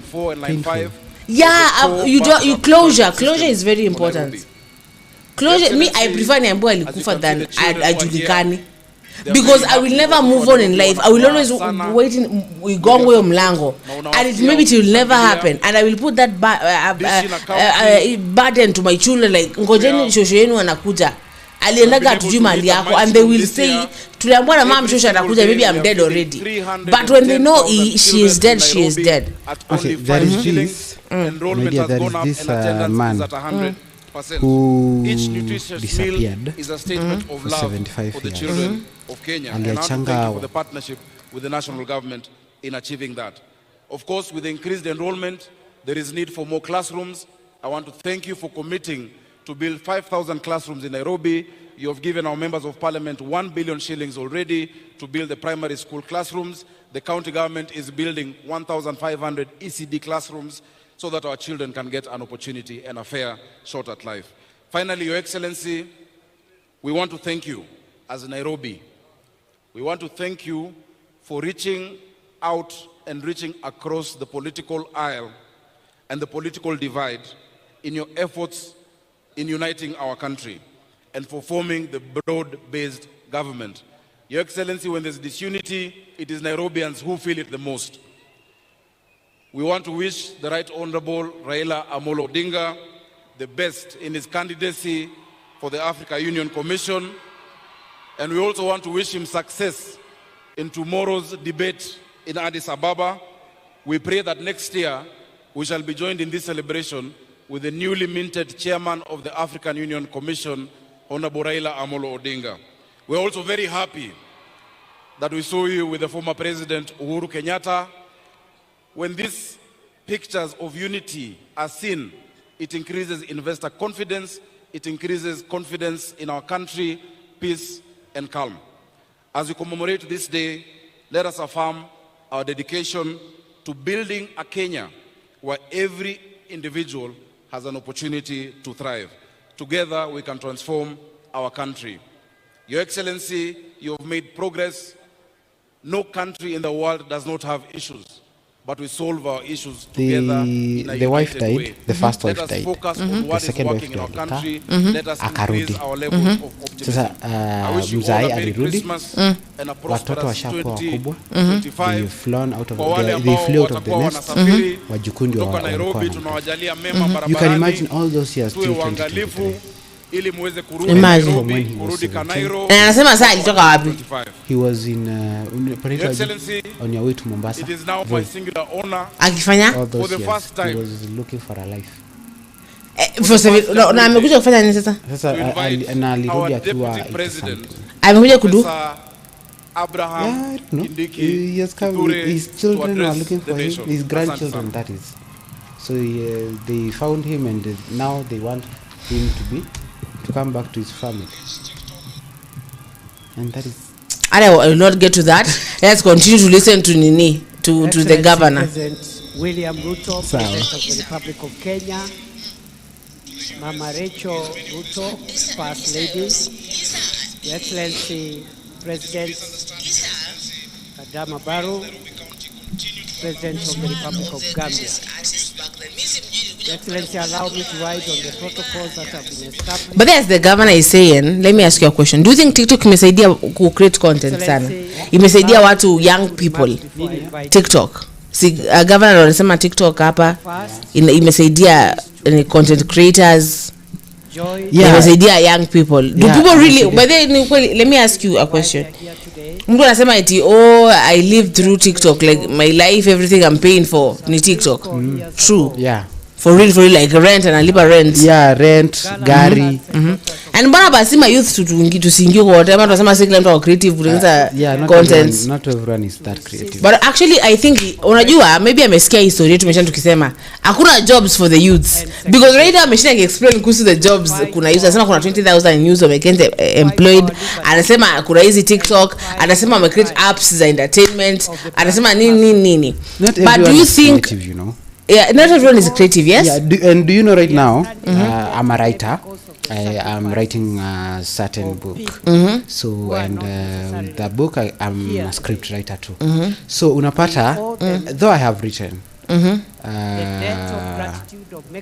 my creativity izitoshana na ya mwingine. Maybe chenye naona I've done my best. Kuna mwingine amefanya better.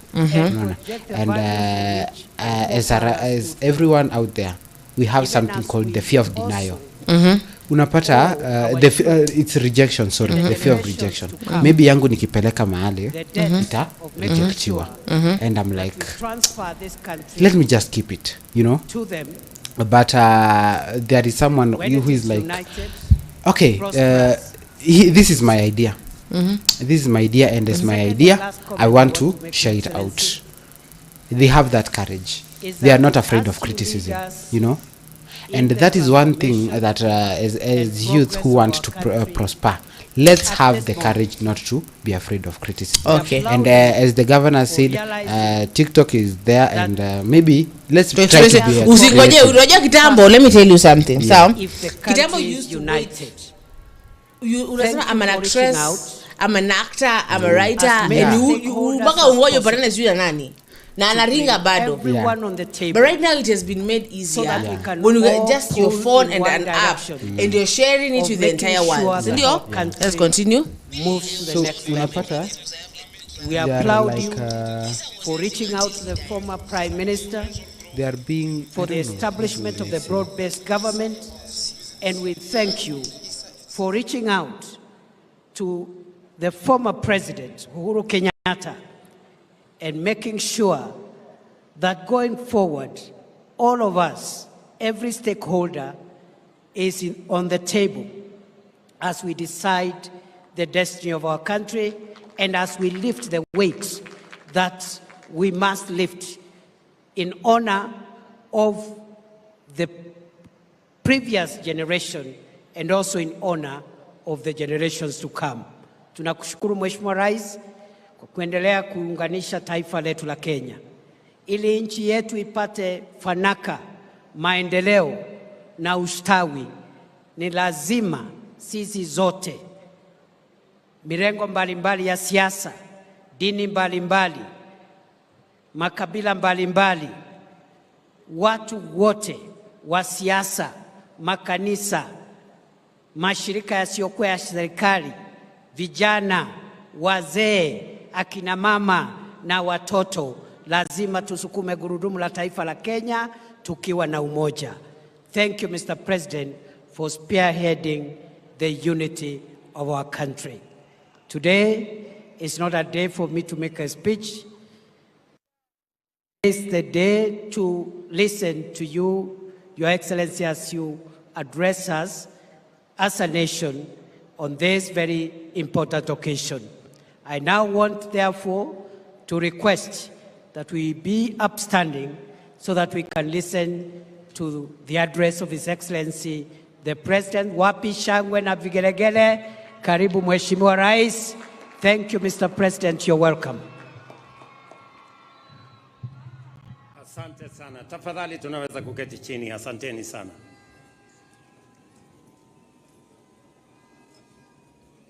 Ndugu wa Kenya, Happy Jamhuri Day. Hamjambo. Jamhuri hoye. Kanairo hoye.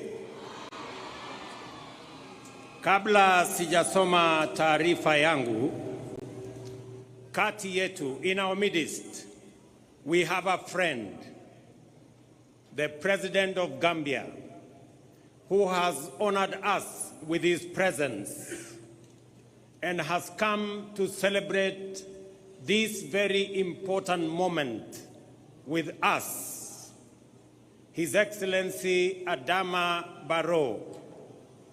Your Excellency, on behalf of the people and government of Kenya, I want to very sincerely thank you and the people of Gambia for agreeing to come and share with us this celebration as we commemorate 60 years of a republic. Mr. President, before I make my statement, let me request you to speak to these great people because they want to hear from you. Mr. President. Tumkaribishe jameni na vigelegele.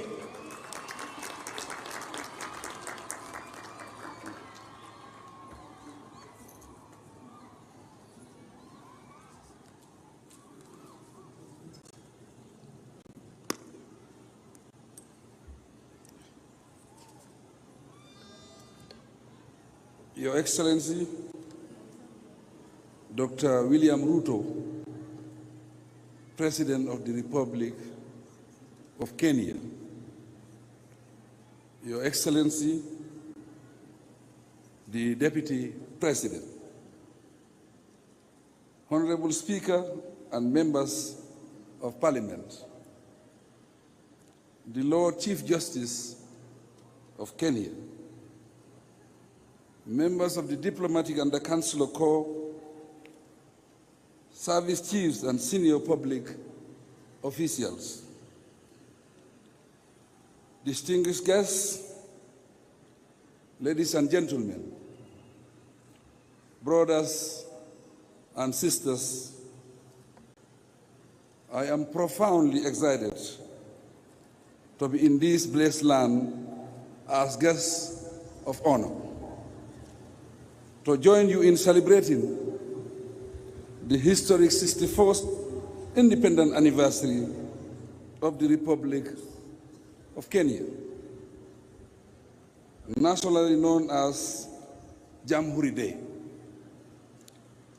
On behalf of the Gambian people, I congratulate you all on this auspicious occasion and convey to you our sincere wishes of sustained progress, peace, and stability.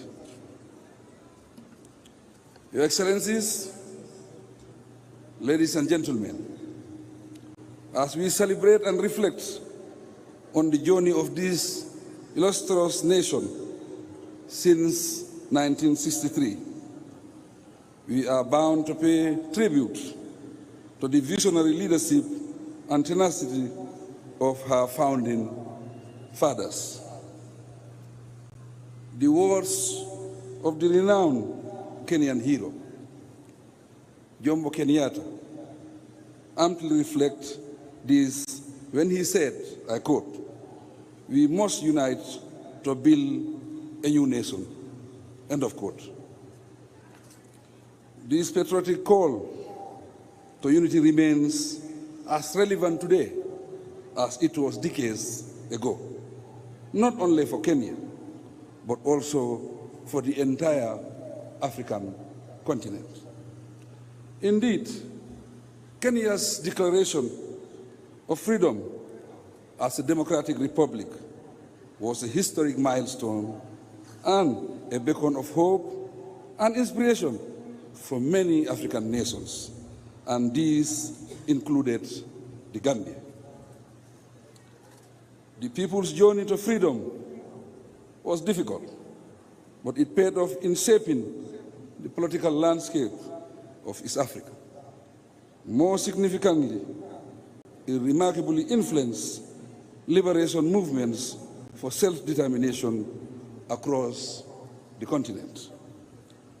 Since attaining political independence, the Republic of Kenya has continued to take giant steps on democratic governance, peace, and security in the region.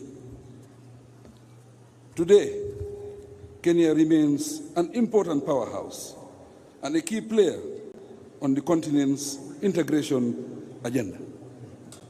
The lesson is that Africa has to be similarly determined to rise and shine as a towering global force.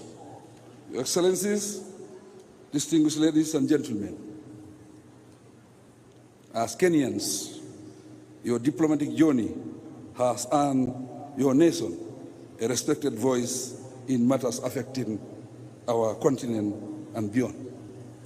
The strive you have made in addressing issues of climate change, trade, peace, security, and development have set an acknowledged precedent for emulation. On economic collaboration and integration, the trade relations between Kenya and various African nations exemplified the spirit of Pan-Africanism we all cherish. Kenya's dedication to peacekeeping in Africa and other parts of the world, as demonstrated by your current peacekeeping mission in Haiti and the fight against terrorism, are a testament to the nation's commitment to peace and stability for a prosperous and integrated Africa. Your Excellency, distinguished guests, ladies and gentlemen, culturally, Kenya has contributed significantly to the African unity. The beautiful cultural diversity and traditions of Kenya have enriched African society, while fostering understanding and respect among various ethnic groups on the continent. All this corresponds with the aspirations of the founding fathers of Pan-Africanism in Africa. We must admit, however, that those aspirations are still unattained. The question then remains, what else must we do collectively so that future generations would absolve us like the heroic leaders of the past? Frankly, our challenge lies in finding a solution to the persistent paradox of underdevelopment within an enabling context of enormous resources and potential for rapid advancement. Mr. President and dear brother, the Republic of Kenya and the Gambia have much in common in terms of history, culture, and colonial experience. It is little wonder, therefore, that we are celebrating together the National Day of this great nation, the pride of Africa. Looking forward, there is ample scope for our two countries to explore and deepen our bilateral relations in the mutual interest of both countries. There is also much to learn from each other's experiences and mutually leverage and our respective strengths to our advantage. Specifically, numerous opportunities exist for broader collaboration that will result in shared growth, marked by advancement, for example, in innovation, technology, agriculture, and education. The Gambia is committed to good governance, which makes us open and able to collaborate and cooperate closely with the Republic of Kenya and other African countries. Your Excellency, President Ruto, distinguished ladies and gentlemen, the occasion offers us the opportunity to reaffirm our collective commitment to the ideals of Africa's Pan-Africanist founding fathers. Unity, solidarity, and cooperation. Together, let us work towards a better future, characterized by economic prosperity within our uniquely peaceful, stable, and socially diverse but harmonious communities. While the day allows for testaments on Kenya's glorious contribution to the geopolitical landscape of Africa, it also requires us to look into the future with stronger determination to reposition the continent better and work for global peace. The African context and its structures, resources, and people amid the urgent need for transformative action make this goal attainable. To suffice, to inspire us further with these relations, being more constructive and productive will serve us best. If you remember that civil and legal ways of settling differences are much better alternatives than disunity and act of destruction. Once again, I heartily congratulate you on the 61st anniversary celebration of your well-deserved National Day. Be assured that you are not only observing a significant day in your history, but also honoring the enduring spirit of a nation that continues to inspire, uplift, and strengthen Africa. We encourage you to move on united. Long live Kenya-Gambia relations. Long live African solidarity. Asante Sana, and God bless the Republic of Kenya.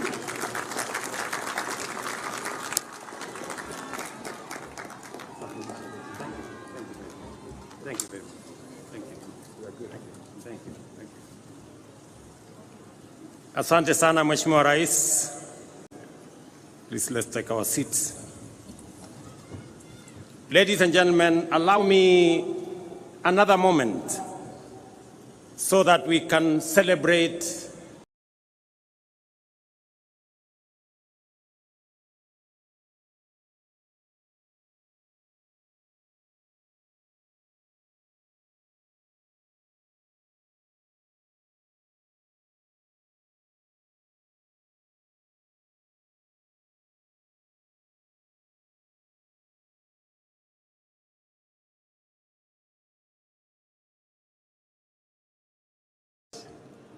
there is an important point worth emphasizing. In our time, our generation must never focus so much on the present that we forget where we were only 6 decades ago. We must not ignore the fact that our freedom, democracy, and development were achieved through the contributions of millions of determined patriots, nor should we underestimate the time and patience it took for them and for these small progressive efforts to accumulate into an unstoppable momentum towards freedom and nation building. It may have been easy to despise individual freedom fighters as they ventured into a forest of uncertainty and to underestimate their ambition to free Kenya from colonialism. Yet, that is precisely how we gained our independence. Courage and hard work, determination and patience, and the confidence that we are not alone are always what it takes to make meaningful strides as a nation. Today, I want to encourage my fellow countrymen to keep this perspective in mind. As we aspire for more and better, we must not give way to despair, pessimism, or skepticism when faced with challenges, but instead forge our path forward with courage, hope, determination, and ambition. I declare my unswerving faith in the ability of our people to interrogate policies and hold the government to account. This is the essence of democratic freedom, a civic duty for citizens, a responsibility for leaders, and a necessary imperative for our success and progress.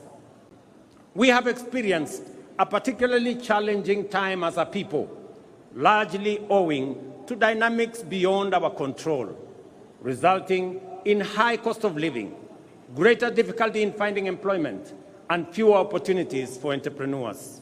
Consequently, there was widespread anxiety about the economic stability of our nation, demanding urgent and appropriate interventions and effective solutions.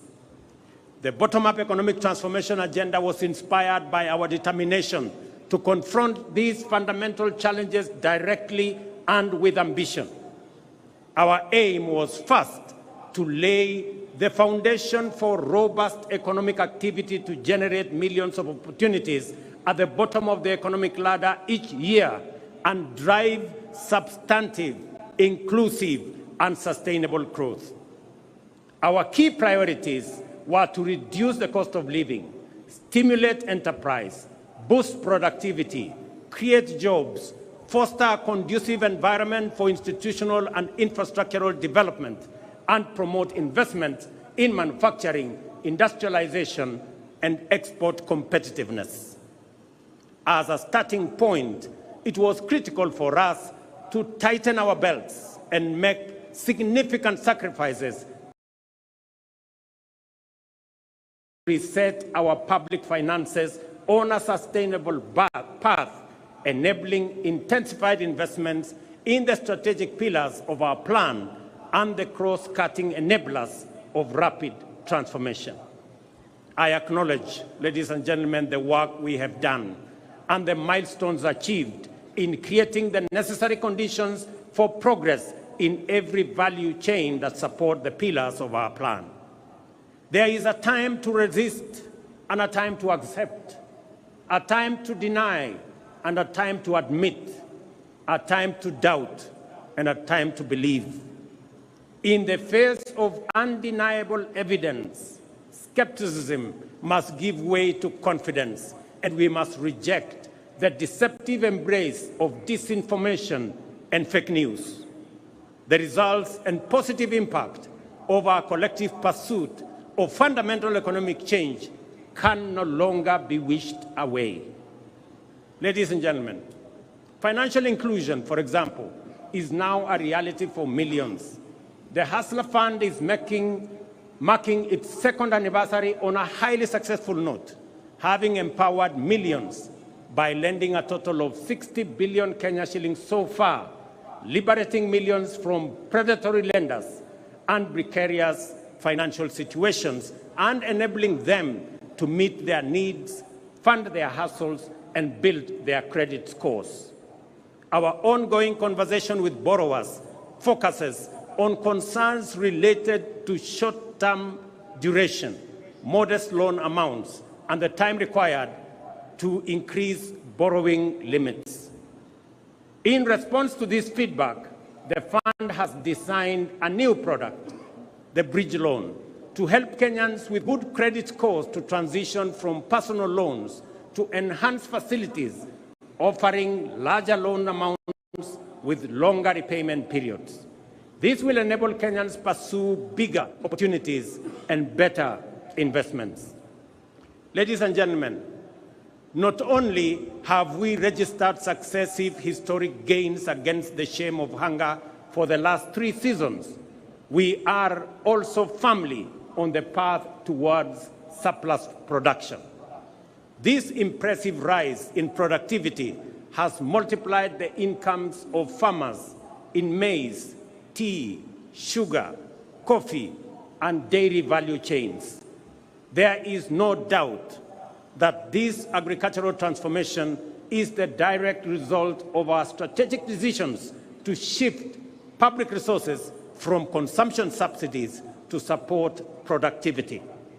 Food is now more accessible to households than before, and as I stated in the State of the Nation address, our country now boasts substantial national food stocks: 95 million 50-kilogram bags of maize, 9 million bags of beans, 10 million bags of wheat, and 2 million bags of rice.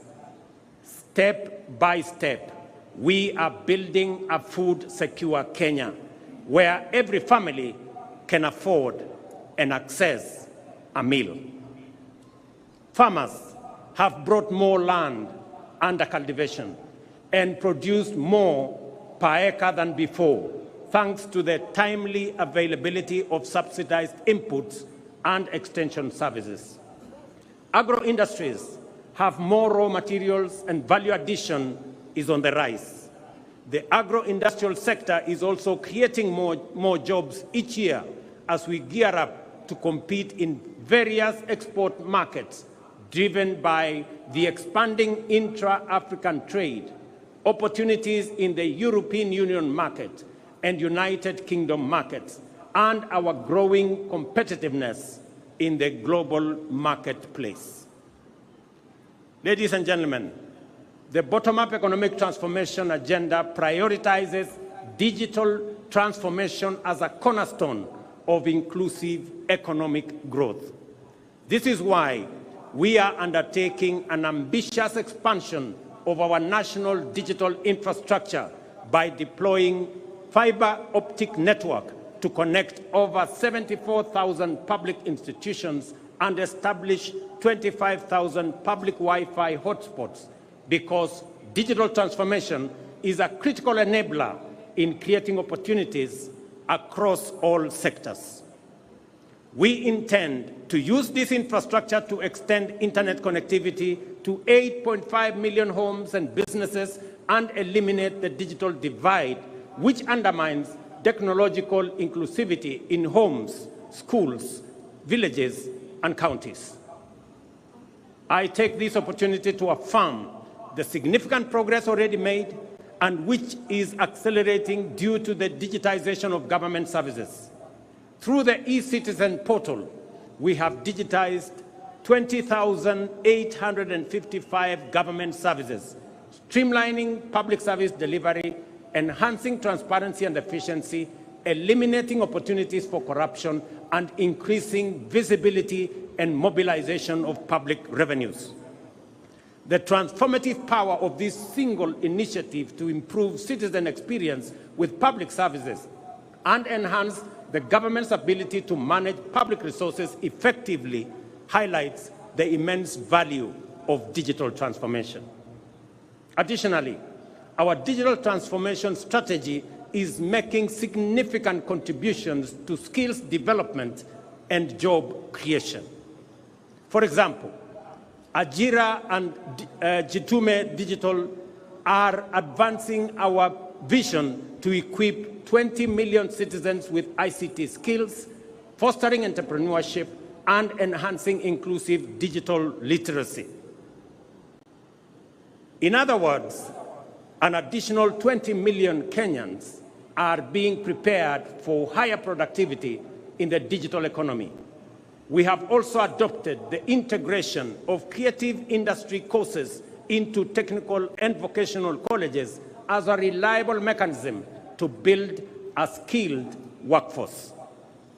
These robust measures form the foundation of our strategy to promote the emergence of a fully fledged digital economy, leveraging Kenya's position as a regional hub for software development and digital exports.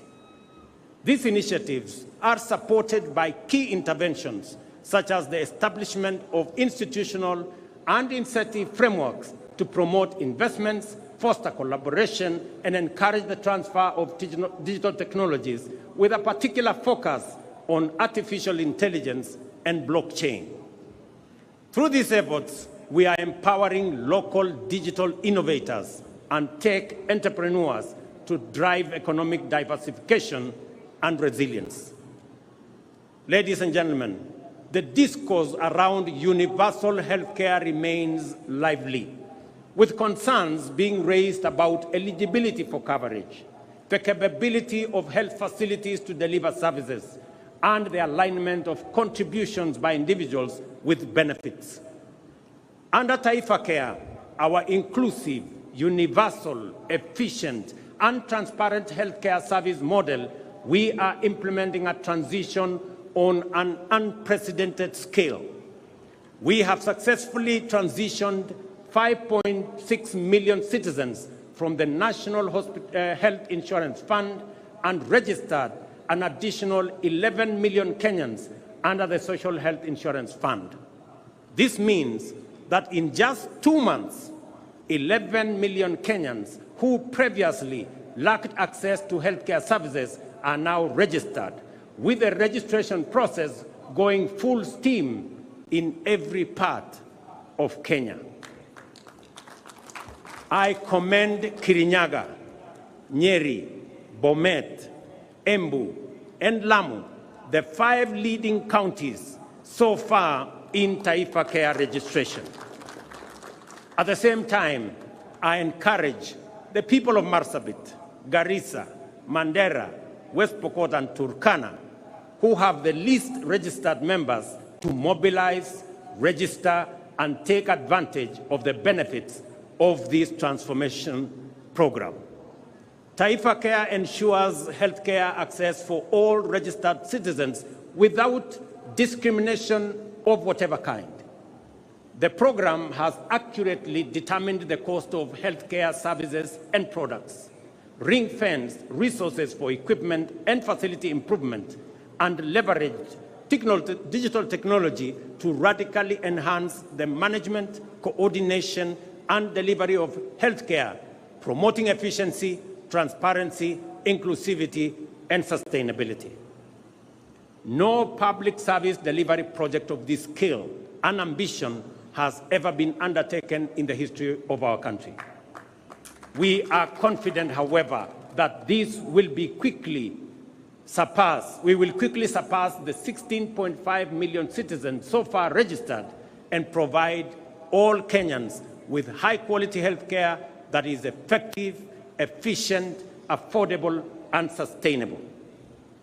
Having said this, I wish to ask you this important question, each and every Kenyan. Have you registered? Nyinyi mmejisajili? Mumejiandikisha? Those who have registered often find that many of the issues, concerns, fears, and questions are fully addressed to their satisfaction in the registration process. I therefore encourage every Kenyan to register and enjoy the fundamental constitutional right to health care that is being rolled out. Ladies and gentlemen, after 2.25 years, the decent, durable, dignified, and affordable houses we promised Kenyans are finally here. Since September this year, 1,200 affordable housing units have been completed. Additionally, the State Department of Housing has advertised 4,888 units available for sale to the public through the Boma Yangu platform as we talk.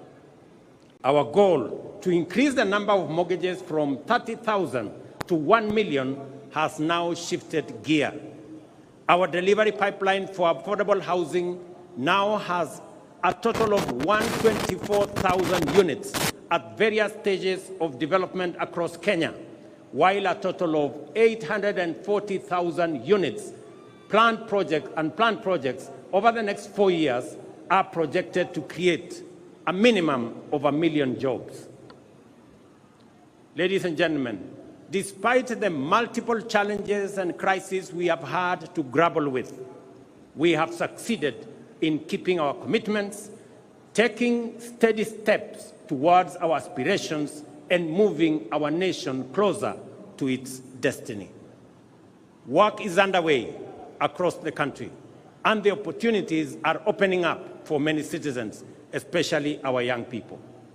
Over the past 2 years, the number of employment opportunities has increased with new jobs for teachers, agricultural sector workers, healthcare professionals, building and construction, seafarers, and outside Kenya under our labor mobility program.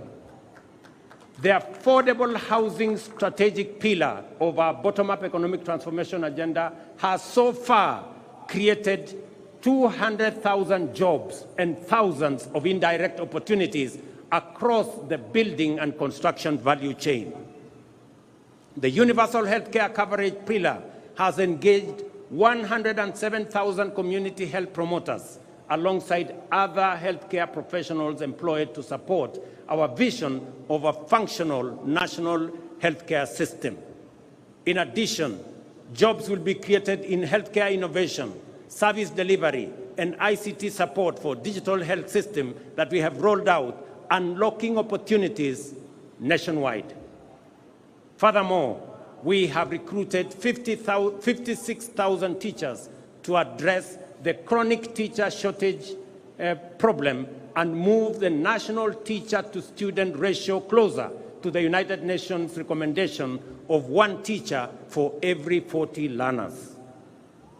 This December, we are hiring an additional 20,000 teachers, while our rejuvenated micro, small, and medium enterprise sector has generated 840,000 jobs this year. To address the urgent need to create opportunities for the hundreds of thousands of young men and women entering the labor market annually, we have expanded the employment opportunity spectrum and implemented strategies to secure jobs abroad to facilitate mobility and placement of suitably qualified Kenyans. Since September 2022, more than 243,000 Kenyans have secured international job opportunities in healthcare, in agriculture, and construction sectors, among other sectors. In the last 2 months alone, 12,000 have secured jobs abroad. So far, we have completed bilateral labor frameworks with 7 countries, while agreements with 2 more countries are awaiting signature. Additionally, agreements with 13 other countries are at various stages of negotiations, and we project to connect up to 2 million Kenyans with jobs abroad once this exercise is completed. Our digital superhighway and creative economy program, which involves laying 100,000 kilometers of last-mile fiber optic infrastructure and establishing digital hubs nationwide, is designed to create digital jobs at the grassroots. To date, 690,000 citizens have been trained in digital skills through their Jira and Jitume programs in various learning institutions, including TVETs and constituency innovation hubs, out of which 180,000 young people have already been linked to online job opportunities, well on track to creating 1 million jobs through this program. Our special economic zones and export processing areas are boosting investment, manufacturing, exports, creating jobs, and increasing national wealth. In the past 2 years, we have licensed over 80 companies within these zones, creating 14,000 jobs. The 6 export processing zone flagship projects in Busia, Kirinyaga, Murang'a, Eldoret, Kwale, and Nakuru are now being developed are set to generate another 30,000 more jobs. Additionally, the ongoing operationalization of Dongo Kundu and Naivasha special economic zones will create an additional 26,000 jobs, facilitating private sector special economic zones investments and supporting county and public special economic zones operations. At the same time, young people are actively contributing to climate action, urban neighborhood improvements, and landscape restoration through the Kenya Urban Resilience or Climate Works program. Recognizing the urgency, scale, and importance of these efforts, Climate Works is designed to be ambitious. So far, 21,560 Kenyans have been engaged in Nairobi, with nearly 48% being women, reflecting a strong commitment to gender parity. The program will soon be expanded nationwide to engage 200,000 young men and women in critical infrastructure and environmental projects within our towns, cities, and communities.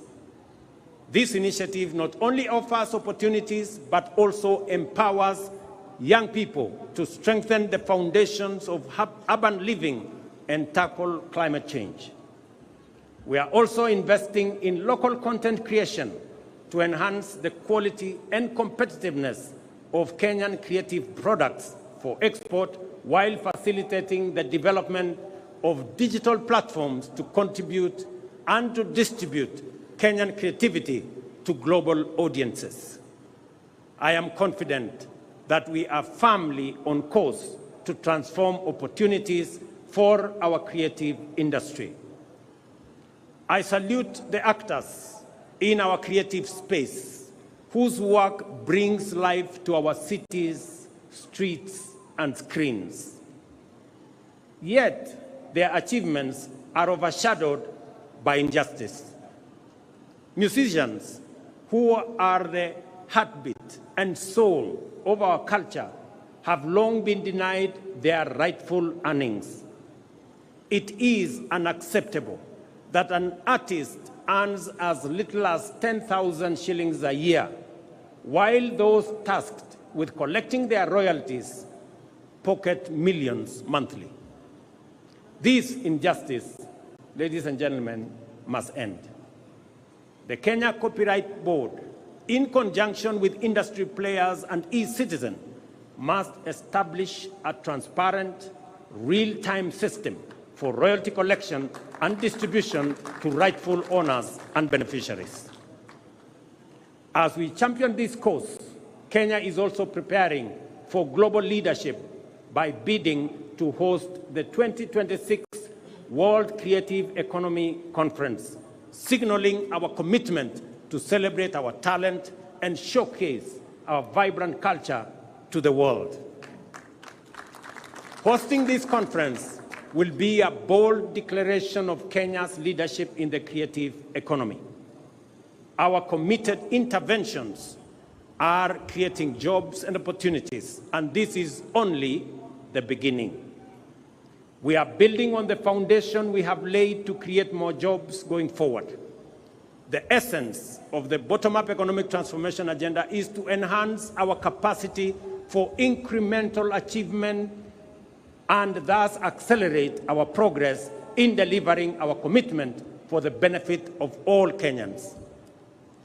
What I wish to emphasize on this Jamhuri Day is that regardless of our difficult circumstances and despite obstacles, resistance, and anxiety, it remains the mandate of leadership to keep true to their word and the duty of government to deliver.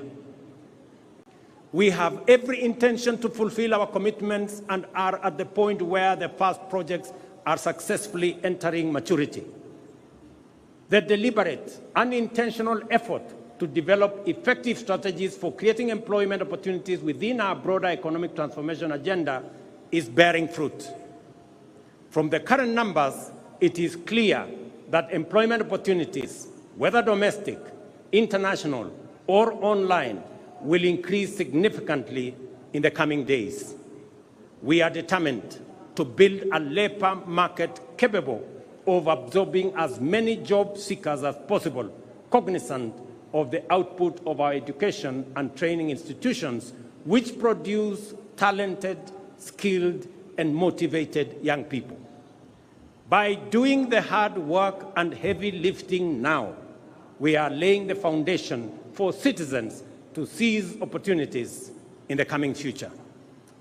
As we do this, let us reflect on the lessons of history and rise above our political differences to deliver for Kenya. Those who came before us overcame far more turbulent divisions to score a historic victory whose everlasting legacy benefits us today and will endure for posterity. As they fought hard to reclaim our sovereignty, the enemies of our freedom deployed state-of-the-art technologies of the time, the radio, and the aeroplane to disseminate disinformation and propaganda. This was meant to discourage, trick, and deceive people that freedom fighters had been defeated and their leaders been captured and neutralized. Our heroes and heroines were not deterred and inspired by the righteousness of their cause and the transformational moment they were in, soldiered on courageously. On 12th December, therefore, every Kenyan witnessed their vindication as our majestic flag rose and collectively we reclaimed our proud Jamhuri. Jamhuri Day is also a moment for Kenyans to expose the fake news aimed at discrediting our ambition, sabotaging our hope, and seeking to dampen our resolve. I have no doubt that the National Economic Transformation Agenda will succeed and deliver for the people of Kenya. I have no problem with discourse, criticism, and alternative proposals. In fact, I welcome them and listen to feedback in order to learn, improve, and become better. At the same time, I see clearly that a lot of what passes for fact are actually falsehood, and that most opposition is based on inaccurate representations and sometimes outright disinformation. We are at the stage in our social development when digital technologies have immense capacity to amplify disinformation, magnify fake news, and distort facts beyond all recognition. If we give in to these emerging negative trends, we shall pay with our freedom, democracy, and development. I therefore urge all Kenyans to participate fully in our democratic discourse, even as we work hard in nation building. At all times, let us endeavor to engage on the basis of truth. Failure to do so will take us down the path of negativity, tear us away from the values we cherish, and turn us into a people estranged from unity, who sabotage development, undermine democracy, and destroy our republic in pursuit of political expediency. When we say that the cost of basic commodities has come down, it is a fact. When we say that inflation has come down, it is a fact. When we say that our farmers are producing more and better, it is a fact. When we say that Kenyans who have registered for Taifa Care are receiving better services than before, it is a fact. We encourage everyone, including our critics, to engage on the basis of facts and the truth. If some of us persist in the culture of reckless negativity, for how long will cynics mobilize Kenyans to deny facts that they can feel, that they can touch, and they can see? What will they say in a few weeks' time when we begin to give keys to new homeowners of our affordable housing units? What will they say at the thousands of plumbers, electricians, teachers, health workers, building and construction workers, digital workers, and many more who are already at work, including the 300 young men and women who yesterday were flagged off by my deputy to go and work abroad, joining thousands who are already abroad. Ladies and gentlemen, I am confident in the future of our nation and the capacity of our national transformation agenda to deliver, because I appreciate the strategies we have put in place, the work underway, and the commitment of our people and their motivation to make their contribution. I count myself as one of the many millions of Kenyans who want the best for our nation and all its people, and are committed to putting in the effort required to make our dreams come true. We are driven by strong hope and unwavering optimism, as well as unfailing desire to reach for a better tomorrow. It is confidence based on understanding, hope built on truth, and optimism that stands on the firm foundation of facts.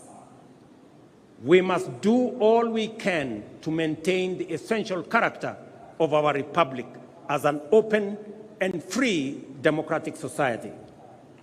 This implies that we must also do all we can to ensure that our political competition and rivalry never degenerates into contest to assault democracy, oppose development, and demoralize the people. We must remember that whatever else sets us apart, we are united by a desire to achieve the best for Kenya and its people. With this in mind, we must promote inclusion and broaden our platform for collective engagement to allow articulation of diverse viewpoints and the expression of fresh, new, and bold approaches. To be transformational, we must be ready to transform ourselves and our strategies on a continuous basis. I will continue to reach out to Kenyans of all walks of life, regardless of the ideological persuasion, to maximize the cross-pollination of the flower of our republic and guarantee robust seeds for future seasons. You must never underestimate your power as citizens and your ability to create positive change individually and all of us collectively. Over time, we have made gradual and steady changes to many of the economic development strategies in order to take on board feedback from the people. In fact, the bottom-up economic transformation agenda has inbuilt mechanisms to improve on the basis of this feedback, because we recognize that as leaders, every day of work is a day of learning from the people, and that every good idea must always give way to a better one. Listening, therefore, is a primary component of effective leadership, and national transformation is a collective enterprise of all citizens. I am grateful to distinguished patriots who have demonstrated outstanding leadership across the political aisle for the spirit of goodwill in which we have engaged to address critical national issues, including resolving the inclusivity challenge by formulating the broad-based government. I also appreciate the good wishes, encouragement, and support from leaders with whom I continue to discuss matters of importance to our nation. I am persuaded that together we can achieve much more and much sooner for Kenya, and that the future of our dreams is now within sight. I readily concede that we are yet to reach the destination of our aspirations because we have not yet delivered fully on our commitments. But having said that, it is also a fact that we are no longer where we were a year, let alone 2 years ago. We have moved beyond pledges and commitments and are now making progress in our implementation strategies. There is now sufficient evidence of undeniable character that together the people of Kenya are hard at work to achieve their shared vision of a nation transformed. Our ability to feed the people and to keep them healthy, to empower them and connect them to opportunities, to keep them safe and protect their freedom is improving by leaps and bounds. When we all unite, inspired by a shared aspiration to undertake national building, we shall make our nation great, and our collective legacy will inspire present and future generations. Ndugu wa Kenya, wacha nimalizie kwa kuwauliza, mumesikia yale mambo tunafanya kuhusiana na mambo ya afya. Na wauliza wazazi wote, pale Januari watoto wetu wakirudi shuleni, sasa Taifa Care inataka kila mtoto wa Kenya awe na bima ya afya. Wakati wazazi mtarudisha watoto wenu shuleni, tunataka kila mzazi aandamane na mtoto wake, ndio tuweze kusajili watoto wote wa Kenya, ili watoto wote wa Kenya tuwapangie mambo yao ya afya. Vile nimesema, tutazidi na kujenga daraja ya umoja na ushirikiano kati ya Wakenya wote kutoka sehemu zote, dini zote, vyama zote. Tuungane ndio tuweze kushughulikia mahitaji na mipango na maendeleo ya taifa letu la Kenya. Ndugu wa Kenya, nawatakia Krismasi njema na mwaka wenye mafanikio makubwa sana wa 2025. God bless you all. God bless our great country Kenya. Asanteni sana. Asante sana Mheshimiwa Rais. Niombe kwa heshima sote tuweze kusimama kwa wimbo wa taifa.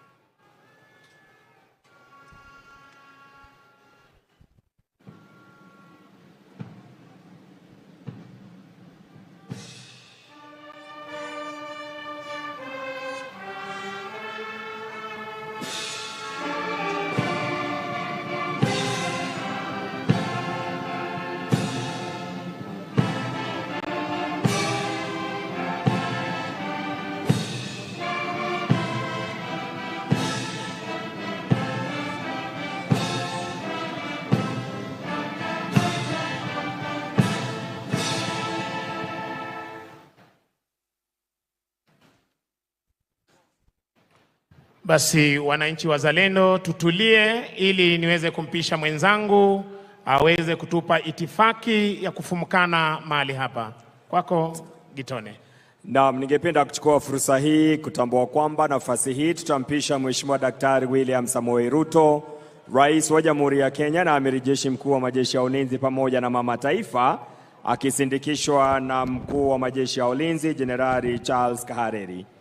Nafasi hii kwa heshima kuu tampisha Mheshimiwa Rais kuweza kuondoka pamoja na mgeni wake Mheshimiwa Rais wa Jamhuri ya nchi ya Gambia Mheshimiwa Adama Barrow, ili kuweza kuingia katika sehemu ya pili maamkuli ya mchana. We announce the exit procedures. We will give an opportunity for His Excellency the President of the Republic of Kenya and the Commander-in-Chief of the Defense Forces to leave, escorted by the CDF, and also our visiting head of state, His Excellency Adama Barrow, the President of the Republic of the Gambia. Ataondoka sasa Mheshimiwa Daktari William Ruto, rais wetu, pamoja na Mama Taifa, wakisindikishwa na Mkuu wa Majeshi ya Ulinzi. Baada ya hapo mgeni wetu atakapoondoka, kisha nitampisha naibu wa rais kuweza kuondoka pamoja na ujumbe wake.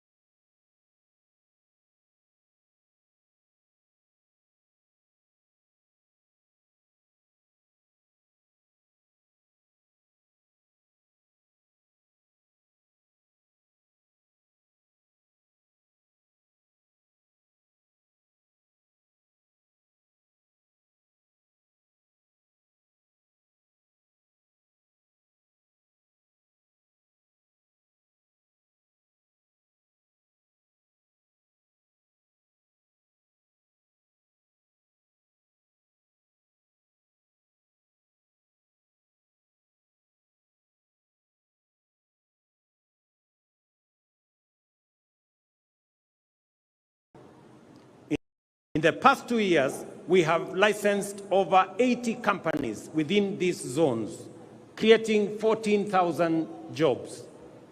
The 6 export processing zone flagship projects in Busia, Kirinyaga, Muranga, Eldoret, Kwale, and Nakuru are now being developed are set to generate another 30,000 more jobs. Additionally, the ongoing operationalization of Dongo Kundu and Naivasha special economic zones will create an additional 26,000 jobs, facilitating private sector special economic zones investments and supporting county and public special economic zones operations. At the same time, young people are actively contributing to climate action, urban neighborhood improvements, and landscape restoration through the Kenya Urban Resilience or Climate Works program. Recognizing the urgency, scale, and importance of these efforts, Climate Works is designed to be ambitious. So far, 21,560 Kenyans have been engaged in Nairobi, with nearly 48% being women, reflecting a strong commitment to gender parity. The program will soon be expanded nationwide to engage 200,000 young men and women in critical infrastructure and environmental projects within our towns, cities, and communities. This initiative not only offers opportunities, but also empowers young people to strengthen the foundations of urban living and tackle climate change. We are also investing in local content creation to enhance the quality and competitiveness of Kenyan creative products for export, while facilitating the development of digital platforms to contribute and to distribute Kenyan creativity to global audiences. I am confident that we are firmly on course to transform opportunities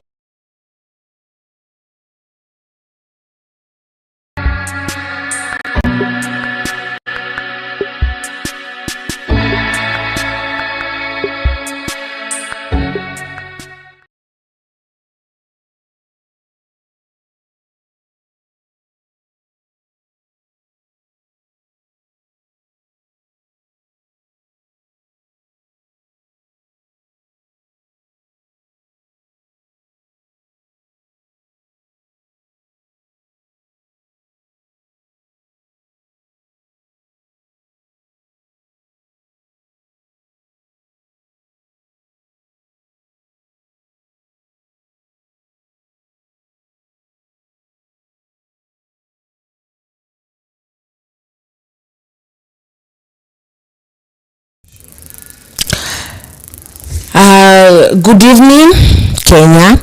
This is Kenya News Alert, and I'm your host, House of Zulfa.